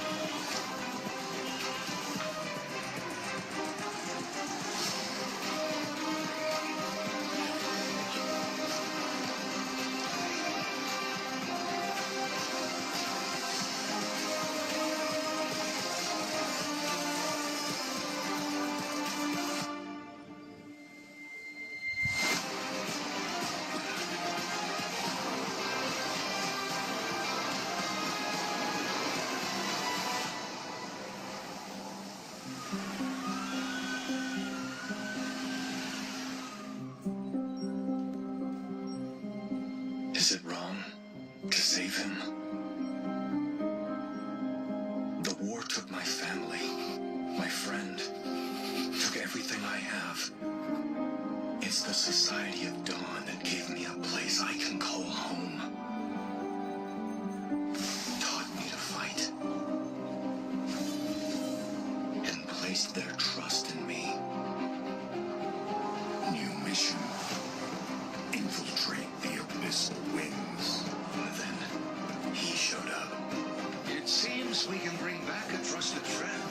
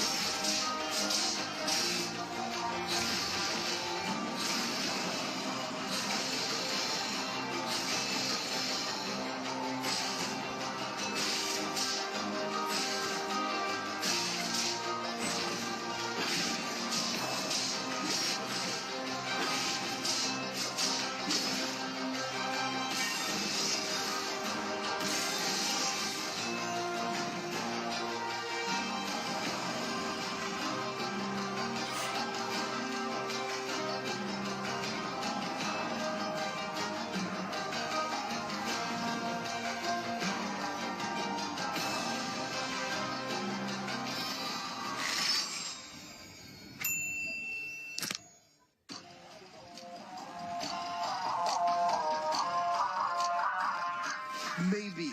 But that's the thing, like, who is your saving grace here for MVG, right? Harley, Joel Crew. Joel Crew is so far away from that. Harley, though, able to survive just a bit. Oh, never mind. Chiku, guys, from the backside. Now they're going to find Joel Crew, as we were just talking about him. They fall here, and another one goes down. 4 fall again for MVG, and there's nothing Dragon can do here to defend. It's a maniac for Chiku, guys. GG, well played. We are resetting here, 13,000 HP. They need to make a choice right now. I mean, the minions are pushing it into their base. They're going to get backdoored by Call Teasy if they don't choose now. Oh my god, Call Teasy, will they read this? Jumbo trying to delay, but no, my god, 505 trying to fly. Sanford, Yowie goes down, but Call Teasy in the backside. Kenny QT, the base Echo outplayed RSG. But we just barely missed it off camera. What happened to Papa Dog?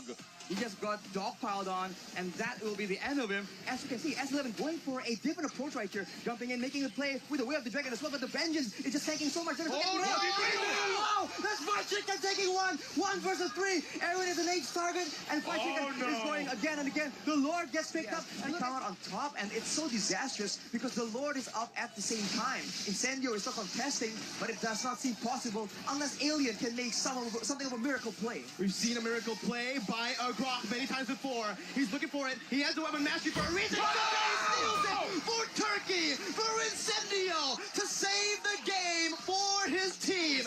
I'm sorry. I'm ahead of myself. Yeah, no worries. Wise, killing spree emblem on the Aldous. Sure.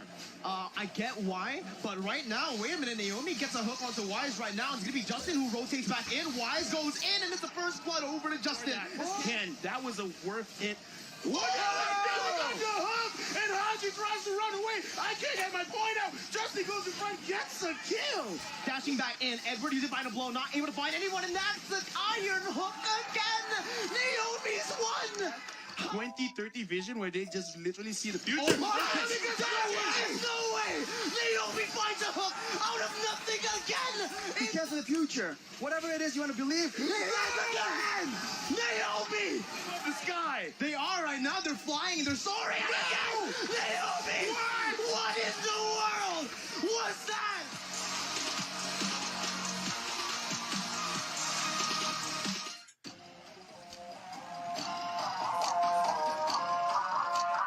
This still works out, right? All of that in the last 2 minutes.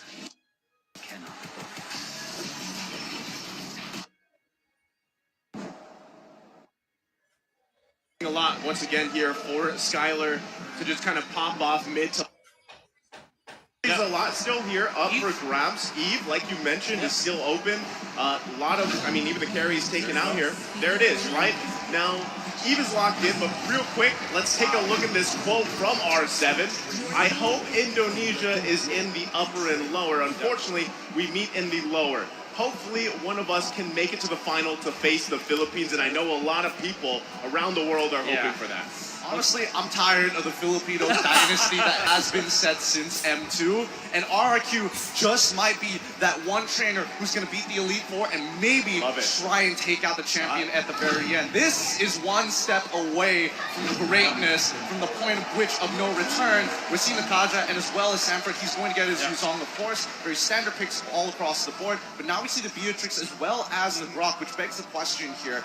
Are they looking to try and shut down Benny QT? Yeah, absolutely. But then again, you now have a shot at Echo, right? They can pick up the marksman right now. But, okay, it's the Harith. Well, instead of like picking up a hardcore marksman, hard carrying marksman for Benny QT, they put in the Harith. Although it's a hard carry still, right? If you think about it. But then again, it's a more mid-tempo kind of marksman or gold laner, which kind of tells me that this is the time where Echo will pick up a hero for Carl Teasy that will scale into the late game. Yeah, I just don't like. The only thing I don't like about Harith is really if you have a bad start, it's shut down for pretty much the entirety of the game, and it's so hard to get that scalability in comparison to what we've seen with Beatrix, which is so weird because going back to the group stage, she had an abysmal win rate. It was like 30%, but now you see teams. I feel like a switch has been flipped with Beatrix in particular, especially in the hands of Skylar. And going back to the key to victory for RRQ, if it ain't broke, just pick Grok.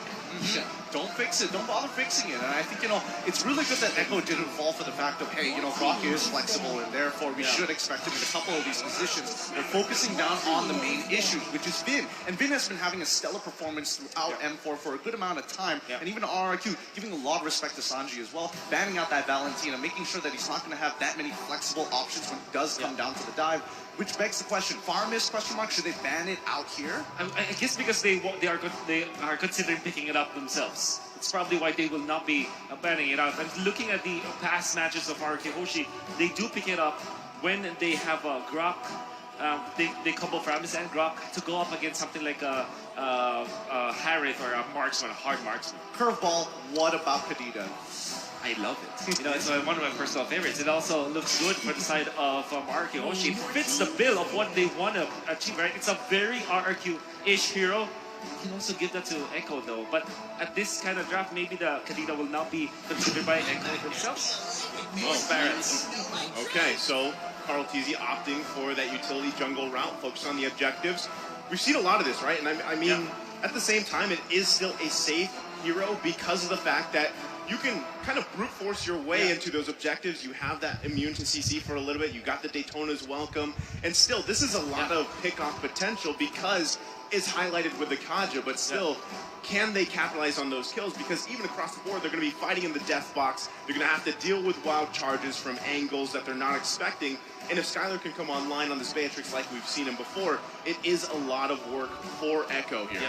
How about a Martis for Albert for RRQ Hoshi? They just have to utilize this Grok on the XP lane, get another a roamer that can help them suppress this Kaja. And there's a Martis. But we're also seeing a Lapu Lapu as well, which does mean that Vin will have access to that Grok as the support. He needs to make sure that when he's playing around Yaoi, he doesn't get caught himself, which is something that he's able to do. And there we go. That's the Kadita that we were expecting to see coming in from Echo. Nicely done, boys, here up at the desk. Man, it's weird to see that both Kaja and Kadita picked up in one team, but there's a lot of -1 potential coming out from Echo. Really, what they want to play with. Is it a double down, right? Is it too much for having both Kadita and Kaja? We're not so sure, but we might see that. That's a great point, because honestly, if you already use the Divine Judgment, and if the rough waves are gone, you lose a lot in both categories, right? A lot of pick-off potential, a lot of firepower even. So you almost have to 100% guarantee that you get that numbers advantage if you're Echo here, because if it doesn't play in your favor, then that's going to be bad news for Echo and better for RRQ here as they get ready to go. Oh, this is such a stressful game here. I can't imagine what it's going to be like. Hopefully you guys are going to be sticking around because you won't want to miss a second of this.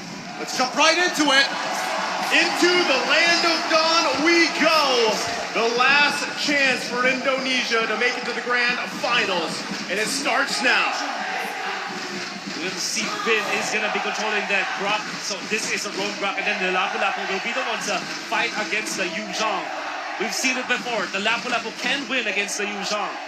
Let's see Echo with early game comp.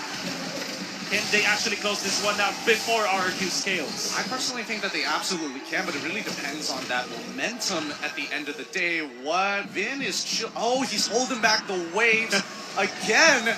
For the second round of it. Okay, interesting. Usually it's just dedicated to one lane, but now we're seeing Yaoi trying to go up to help Ben QT out to try and make sure that Skylar doesn't get too far ahead or at least holds that control.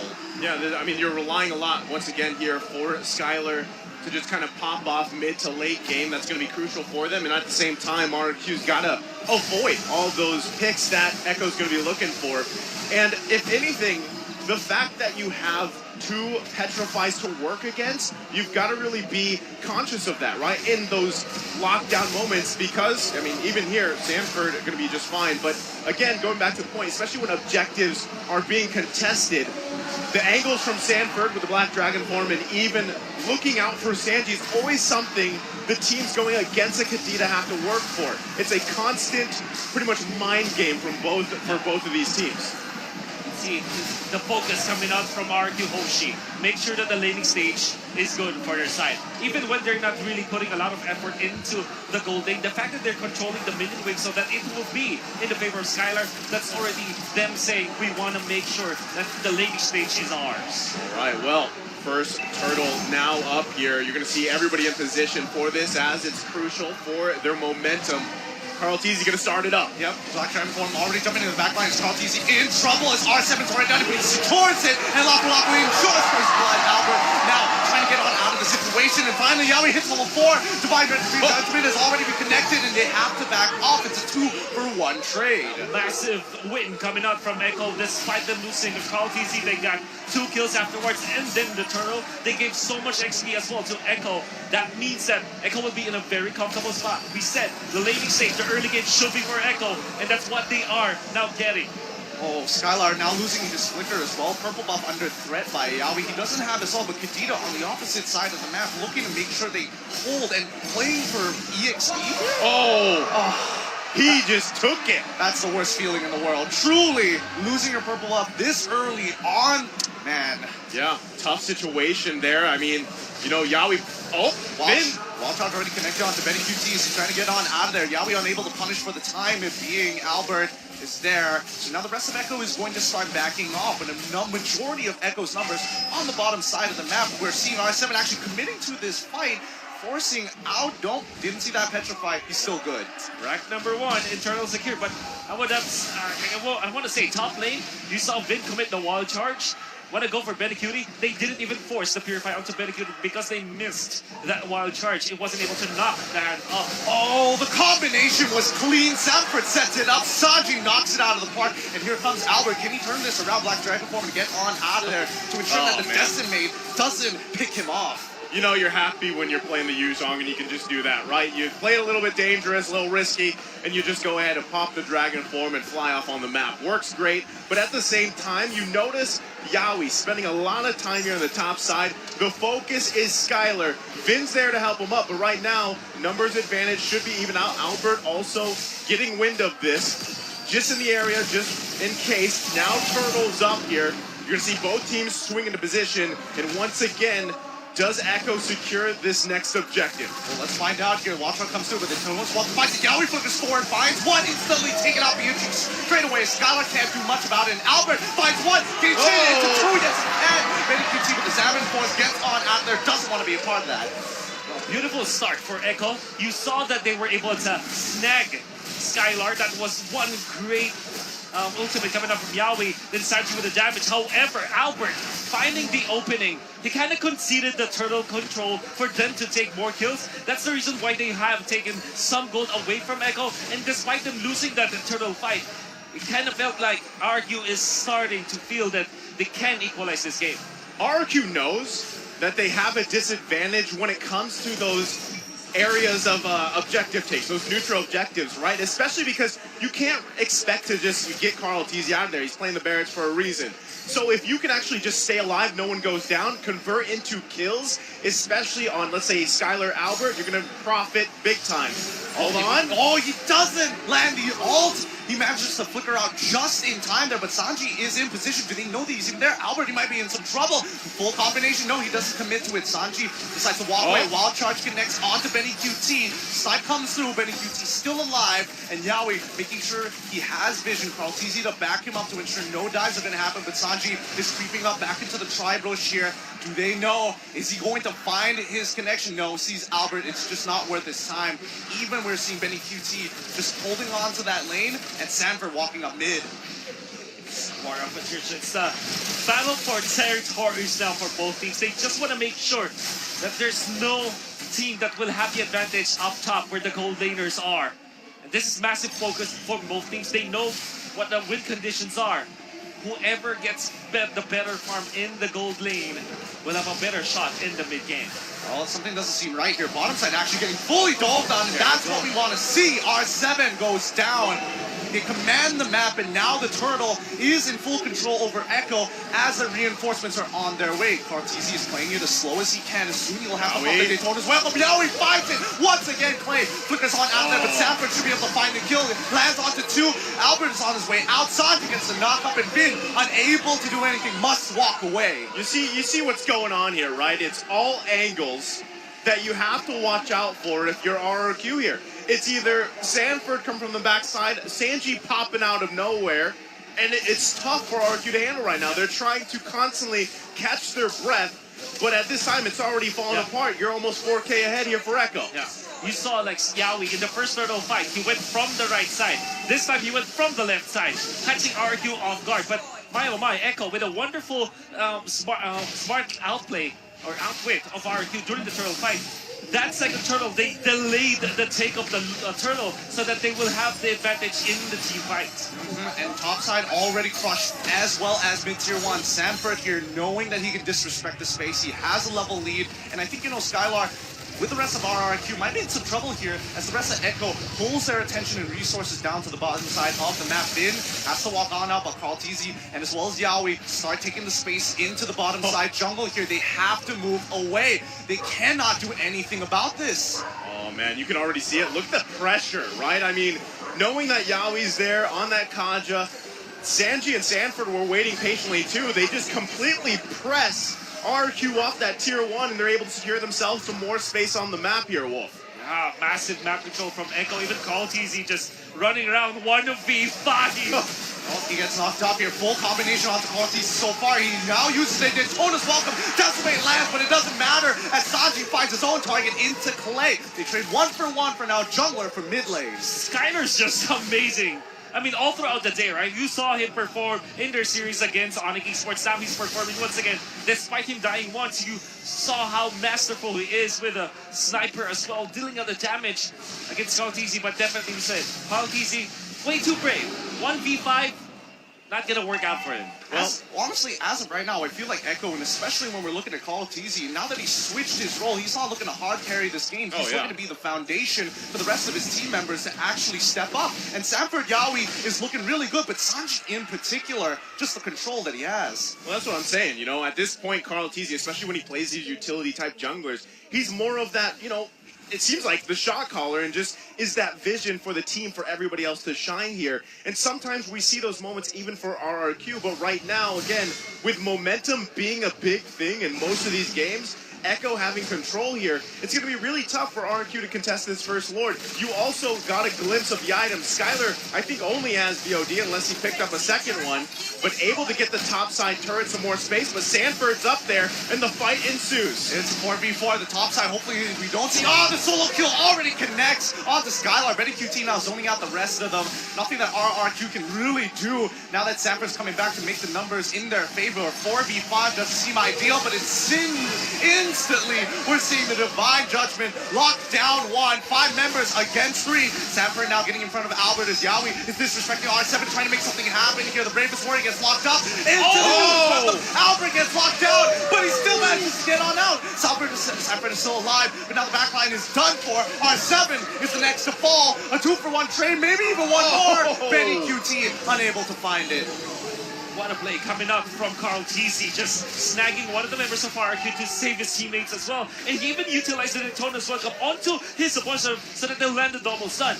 Unfortunately, Echo weren't able to kill up Albert, but they did take out the Lord, and now they're controlling the purple buff as well. Echo with the economic advantage. Well, right now, you can see that advantage, how confident it makes Echo. And even just, like you said, Carl TZ walking around 1 versus 5. He doesn't really care at this point.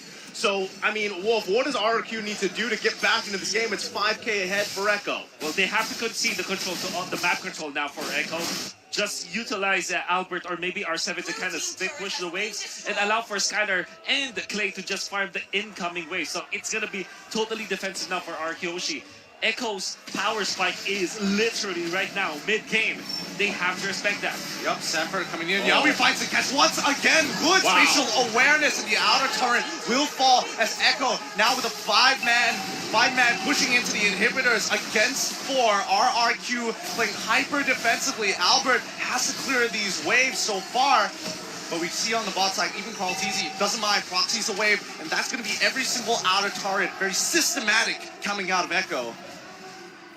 It's going to be difficult for RQ to defend this, especially when Yawi's just finding all of these openings. Yawi already has gotten a fleeting time. That means that from here on out, you're always afraid of Yawi. Like every 30 or every minute, I mean, there's a threat of the Divine Judgment one shot. I mean, just at this point, slowly whittling down the base here of RRQ. Echo knowing that they're in full control at this point. And this is, again, referring back to the series we saw with Blacks International, this is what Echo does, right? When they have this lead, they don't let go. Oh, the wall charge connects, but Yawi was able to get his animation off in time, and now Sanford coming in with the Black Dragon form, looking to try and get a punish here. Echo find nothing, but with the 7K lead, RRQ do not want to get in that. My goodness, even just the plans of RQ, it's not even working at this point. This is because of the fact that Echo does have the map control, but you have to respect that if you're RQ. Why not just farm? Echo though, they're doing the lane freeze so that they force out. They're like smoking out the members of RQ, get out of their base by freezing the minion waves. Well, I mean, that's, again, going back to this whole point, like, you have Grok. Yes, it was a key to victory. If it ain't broke, you know, keep picking Grok. But this time, Vin hasn't been able to find the targets he wants to, but let's say he does.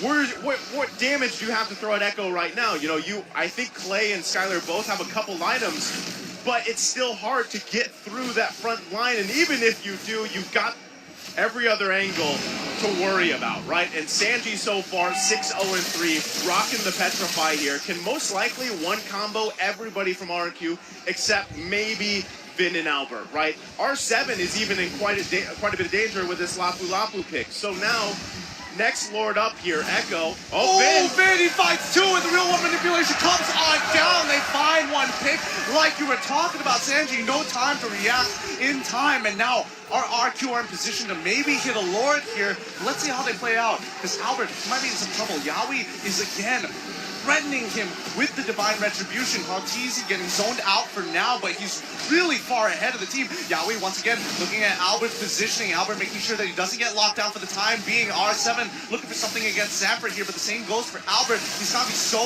careful as the mid wave gets pushed in. We see Skyline get locked down, but Yawi, the counter engagement. Sanford now looking to punch the back line instantly. They find Skylar, no looking for him. Albert's trying to run Vinny with a wild charge to make it out of there. And once again, the economic advantage from Echo still puts them ahead.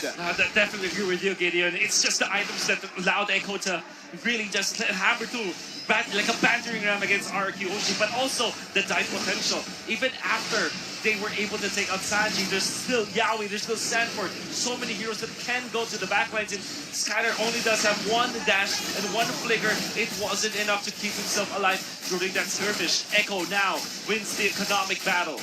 And that's what I'm saying, right? Even if you expend all those resources from RQ to find one member of Echo, at this point in the game, it's not going to be enough. They have to figure out how to stall the game further, allow Skylar, allow Clay to get the items they need, and then those sets from Vin will result in two more. Winning those team fights, winning those even skirmishes, if they can get 2 down from Echo, 3 down maybe, is much better. But as this game progresses, it's 9K ahead for Echo, and it's showing here as the Lord marches the mid.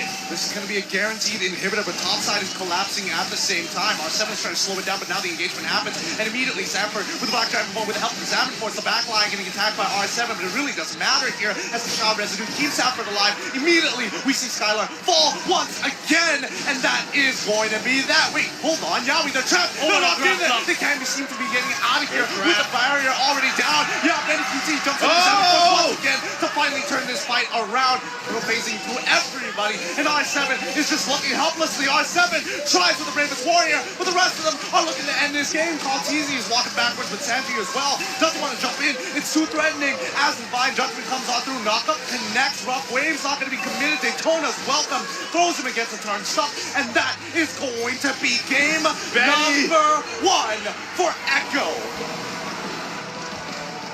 First blood drawn here by Echo.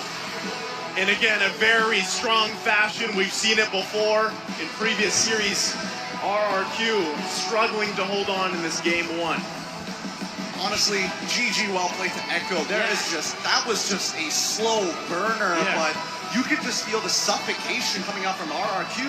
So the moment they got control of the early stages, the moment they got the first blood, they continued to go on. They made sure that the XP lane was also being destroyed by the Sanji and Sanford combination, double petrified between the Yuzhong as well as the Kadida. They made sure that R7 will not have good amount of farm in the early stages, which kind of means that R7 will not have an influence in the mid game, which they kind of needed. Skylar needed the farm. They weren't able to give it because the escalated her was also shut down. You just saw, I mean, across the board, again, the boxes being checked here all around from Echo. And even though it looked like there was moments where RRQ could hold out a little bit longer, it was just still, it was the economy factor. I mean, what, 8-9K gold ahead for Echo there towards the end. It was just too much for them to really deal with. And as the game transitioned, I mean, you can see a total domination from the Orcas. Echo taking game number 1. I think a big part of this that RRQ wants to go into the next game is really not allowing all those angles of attack, right? Sanford, Sanji specifically, the Yuzhong, the Kadita, those are very troubling heroes to deal with. So they'll have to figure that out. I know the boys on the analyst stand will have more to say that. Before we get to that, we do want to mention that the M4 Battle Pass goes live tonight. And don't forget to check it out. There we go. Okay, this January 21st, expect loads of events and rewards up for grabs in game. First off, complete battle tasks in game on January 21st to get a skin choice chest. You can choose the skin you like most from the chest, and aside from that, the battle bonus awaits you on the same day. Play matches and you'll get team star protection for 3 matches. Double BP, double stars, everything else, protection points, double XP, double BP for 5 matches. We're not stopping there. Free access to all heroes and loads of epic skins will also be available. So save the date. That's January 21st. Let's all celebrate the M4 Championship together and with our friends, of course.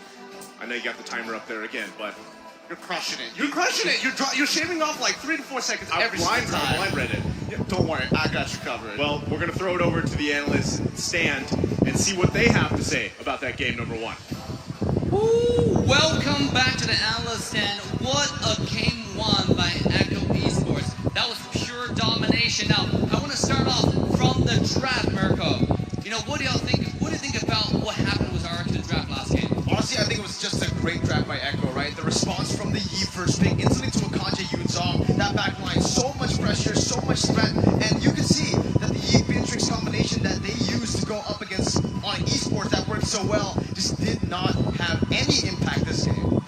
When you come to a level of MLBB, that is what Echo is employing this time around. It all comes down to geometry, right? And with every single hero they're playing with angles, they're playing with just concepts that on the map, if you're able to find them, you will. So you have Yaoi, who just is a straight line, right? You have Benny Cutie, who's kind of like a triangle. When you say that the fight happens here, it's going to happen here. And you have Sanji and Sanford, who are, again, say what you will about double petrify, but it's almost an absolute, especially since, I don't know, Mirko, how you feel about this, RRQ did not employ any purify at all. Yeah, and I want to point out, regarding the item page right here, Sanford on the Yuzhong only have 1 damage item, the Hunter Strike. You know, other than that, it's all defense. How is he able to break away the HP from the backline? Just one-shot Skylar like nothing to leg it. Yeah, on top of that, right, I do want to answer Leo's question here with the purifies. I think, there you go, I think, at this point, it's like, they're just gambling on the fact that they're trying to actually flicker out to safety before the petrify hits. But when you have 2 petrifies, when you have 2 people that can gap closers so easily on the Yuzong, on the Kanita, on top of that as well, Yaoi on the Kanja is just so lethal. They need to put some respect down. Some purifies in, right? Also, I think the way that they played here was a bit weird. It wasn't the RQ we saw up against Onyx Esports that waited for the power spike to hit on Skylar. They kept on fighting and fighting and fighting, and in the end, they just gave over Echo so much opportunity to actually take the snowball. You know, I think a lot of it is why RQ didn't take a Purify is because Echo has the Cadre, right? The Purify doesn't really help. And a lot of the initiation come from Yaoi's Cadre as well. You can see right here, the Forgotten One, Yaoi has 11 total assists, total 76% kill participation. Leo, why don't you go ahead and walk us through some of the combos that Echo had the last game? Yep, so there's at least 2 surefire ways to cut right through RRQ's lineup, right? You have the Kadita combo, and then you have the Black Dragon Form combo off of Sanford, which again, I think saw 1 or 2 one-on-one kills across the map, right, in 16-minute battle. That aside, you also have Benny Cutie, who is a just threat to deal with. Again, a lot of you will wonder, why did they pick the Harrod so early? It's because they knew that they were going to battle on through the early to mid, which will open up the map for Benny Cutie. And again, Sanford is one of those tools that allow for it, and he was going off minute 1. On top of that, the X Factor too, right? There are 2 engaged tools, the Kadita, the Yuzong here that got the MVP. Sanford, shout out again. What an awesome performance by this young prodigy. He's a prodigy, 16 years old, was so impressed by this man, but the X Factor, Yaoi, on the Kanja. He finds so many picks, sometimes no one has to initiate. It's just him getting a pick, and instantly RQ needs to back away. A lot of these times, it's Skylar who actually gets targeted down. It feels similar to what Finn was doing against CW. Yeah, absolutely. And I gotta say, Sanford both deserve an MVP this game. Not only do we see Yaoi combo with the Kanja, the Sanford and Kadita, right? If you don't Kadita on the bottom side, I think it happened twice in a row, where they just completely picked out R7. It was absolutely beautifully watched. And let's take a look at the key map right here. Yep, again, this is 5 to 10 minutes approaching mid-game. And you see how he still stayed in the XP lane? It's because R7, the relentless one, really just wanted to pressure that turret. Because if RQ Hoshi weren't winning team fights, which at this point, 5-10 minutes, they weren't, then they were going to try to get some of the map. And Sanford read into that and just said, no, you fight me here, and I will stay. And if you don't budge, then the rest of your team's going to suffer. I love it because Sanford is very team fight. He participates in a lot of team fights previously before this matchup. But then he realized, hey, Beatrix, Skylar, he wants to go for solo farm on the other side of the map, on the weak side of the map to get some trades down as well. He stays there, or he just rotates over back to that lane to punish him. And here, this is the highlights we're going to see.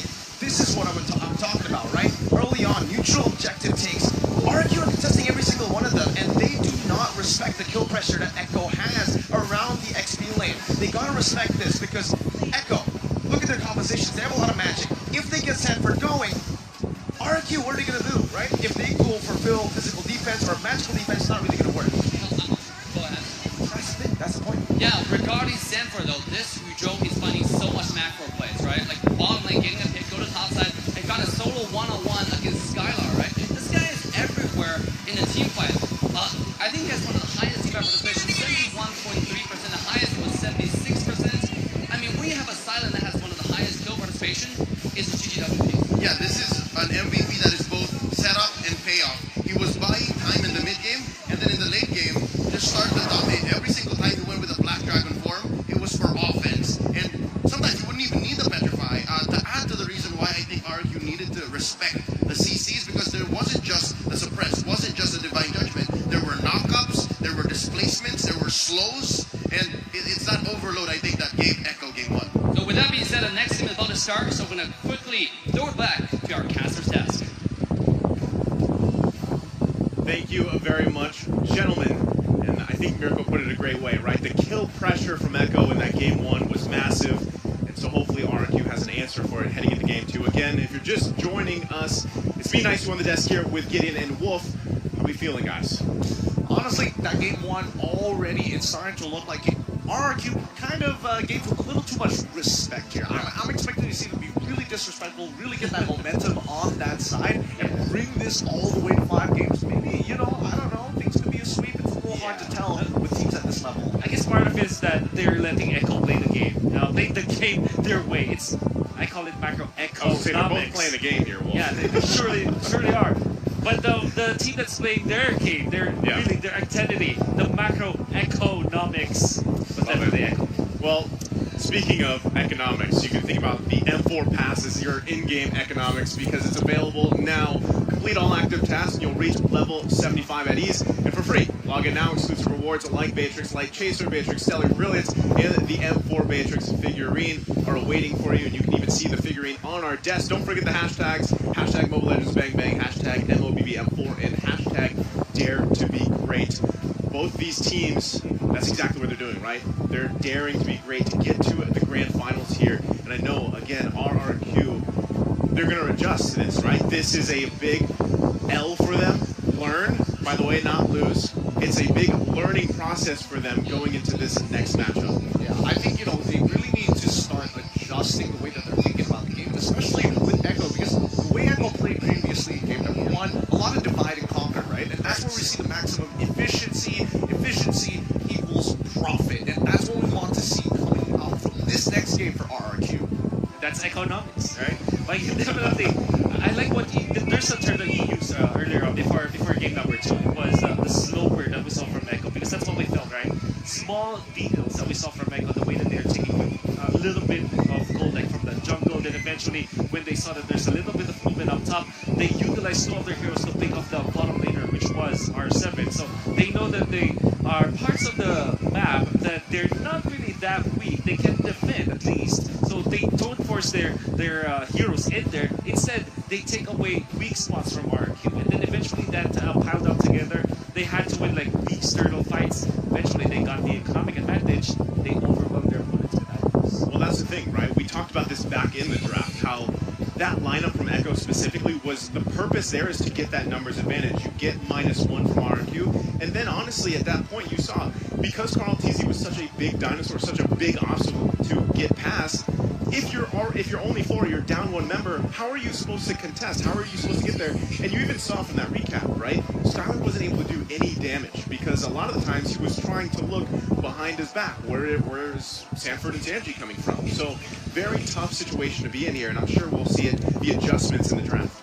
Yeah, but let's talk about specifically the EXP matchup here. Lapu versus the Utah. Overall, you would expect, at the end of the day, somebody needs to jump into the back line, and both of these laners want to do that, but you can tell that R7 is trying to force something out of Sanford every time he looks for those engagements, and maybe it's the wrong time, because then Yaoi suddenly pops up, sometimes it's even Sanji, and then you collapse, and then you're that -1, you are that negative. Yeah, we saw that in the laning stage, we saw that in some parts of the mid game. It kind of felt like R7 is not activated in that previous game, because we know for sure that when you're looking at RQ, the way that you're looking at MPL Indonesia, when they play, and even in the group stages, early parts of the knockout stages, R7 is the player that kind of controls the map, or allows for RQ to control the map. That's why I would have loved to see that glue not be banned out and actually go in the hands of R7. They were first pick there, right? Because when R7 gets his hands on, let's say, the Joy, or it's the glue, he does massive things for RQ as a team, right? A lot of times he is that chaos in the back line for whatever team they're playing against that really just kind of jumbles things up, and then that's where people profit from, right? It's a lot of the times on R7. So I'm wondering, too, if they decide to even go with a different pick priority, if they switch sides here on how that's going to unfold. Possibly. I do feel like the gold lane is in a rather interesting position, because if we're talking about just regular matchups, now you're including the mages, which, the M4 has developed into at this stage of the game. Then immediately, we're talking about supports. That's something that we did see in game number 1 that Echo took advantage of. I want to see RRQ take advantage of it in game number 2.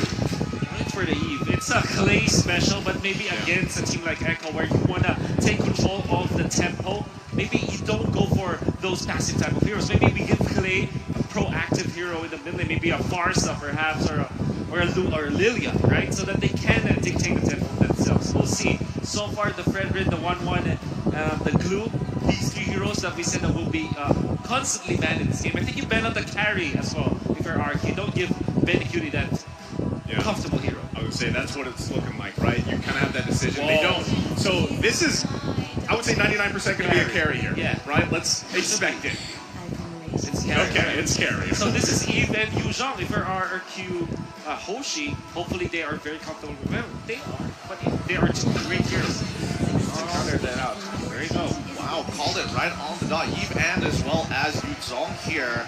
R7's going to have a lot of work on his hands, because again, it does boil down to whether or not he can actually catch QT with Petrify and then look to go for the full combination, chuck her down to half HP maybe, and that would be ideal for the rest of the team to kind of clean them up. But Winds of Nature is such a powerful item. It's rather frustrating for backline divers to deal with such a simple counter.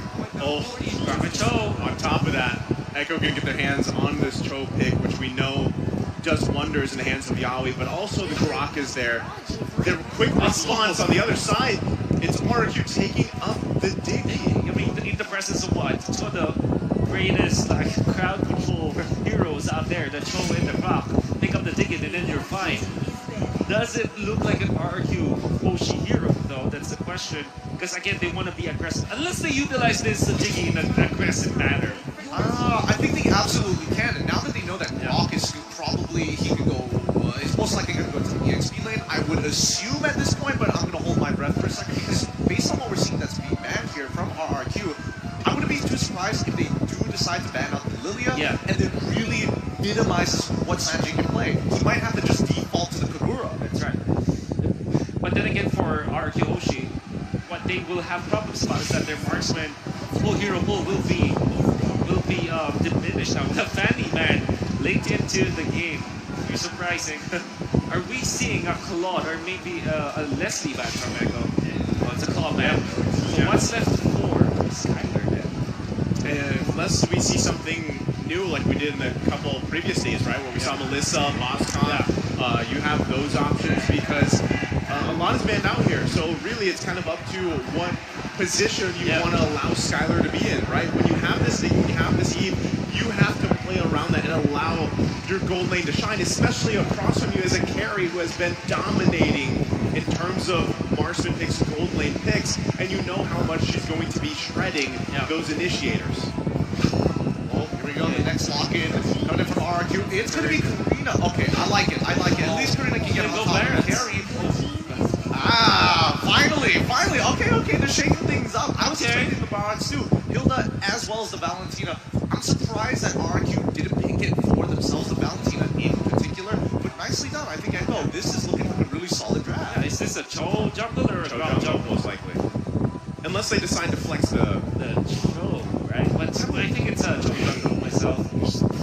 Oh, okay. Well, we haven't talked about Brody much.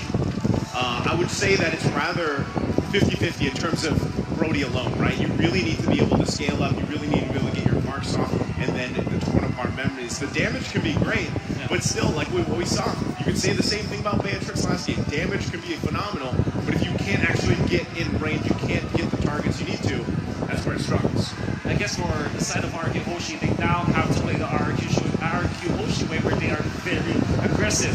Don't let this composition coming out from Echo to build up when it comes to the momentum and the farm. Carry will be a problem in the latter portions of the game. They have to make sure that this Brody Karina duo carry should output the damage in the early to the mid game. Well, we're going to find out in just a couple seconds as we're loading up here. Again, Echo taking the first blood in the series. Best of 5, Land of Dawn beckons. And we're jumping into game number 2. All right, here we go. Let's see how game 2 is going to present itself here, especially with the way the lanes could possibly end up turning around. I'm a little worried because, again, it really depends on where Yaoi kind of wants to go. He can technically help out a lane. He can technically instantly look for these invades. But I think overall, it's better to help out that lane because Brody is going to bully Benny QT for a majority of this game.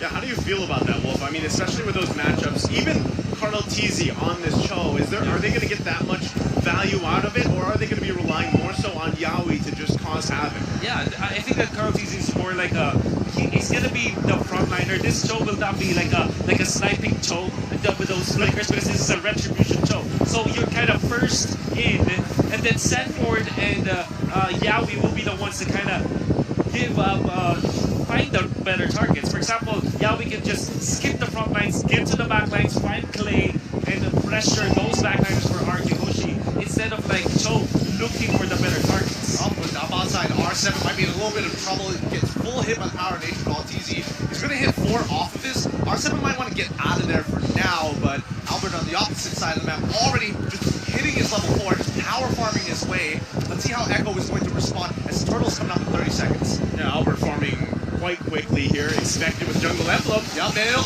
TZ instantly making the play off the Clay so far. Forcing out the flip of it instantly. Albert able to respond. Shadow Mask looking so very good. First blood falls into the hands of RRQ. Great idea coming out from Echo, but unfortunately, RRQ Hoshi are prepared for it. Clay even had the flicker back then, so that's why that play was questionable, kind of questionable for Echo. Surely you will have the damage, but knowing that Eve does have the flicker, so much risk! What a shot! Is he still alive? Here's Kyler might actually get the trade. Now he survived with just 1 HP. Nicely done. On the opposite side of the map is Echo. Starting the turtle R7 Black Dragon form. Sanford instantly getting the knockoff onto Albert, but it doesn't really matter as the real one manipulation has forced them out. Echo has got what they want. Petrified from R7 is going to turn it around, but no! Way of the Dragon kicking the Black Dragon underneath the turret, securing the kill and making sure Sanji's life is worthwhile. Oh, Sanji with a stolen times 30. The entire turtle fight of RRQ Hoshi is based on the fact that they have to be the ones to stun up Echo. They have what? the Dragon form, they have Eve's control, but that was completely nullified with a stolen Diggy ultimate. And RRQ even lost the Retribution battle as TZ and Sanford just made sure that they zone out Albert all the time. Turtle fight is what Echo really banks on the knockout stages. RQ has to be able to win those turtle fights, win those even Lord fights later on here. And as you even saw a glimpse of the items, you see that already Benny Cutie locking in that corrosive scythe, going to be trying to farm up. A lot of attention here. Top side though. Well, let's see how they're going to play it out. TC might be able to make the play again, but Albert is ready for him this time.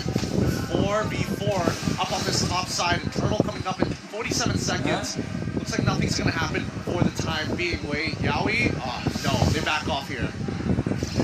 It's very tense now for RQ. We did say that they need to control the tempo of this game. They have to be the ones to get out of the laning stage with a better economy, but it seems like Echo, with just one turtle fight, they now are controlling it.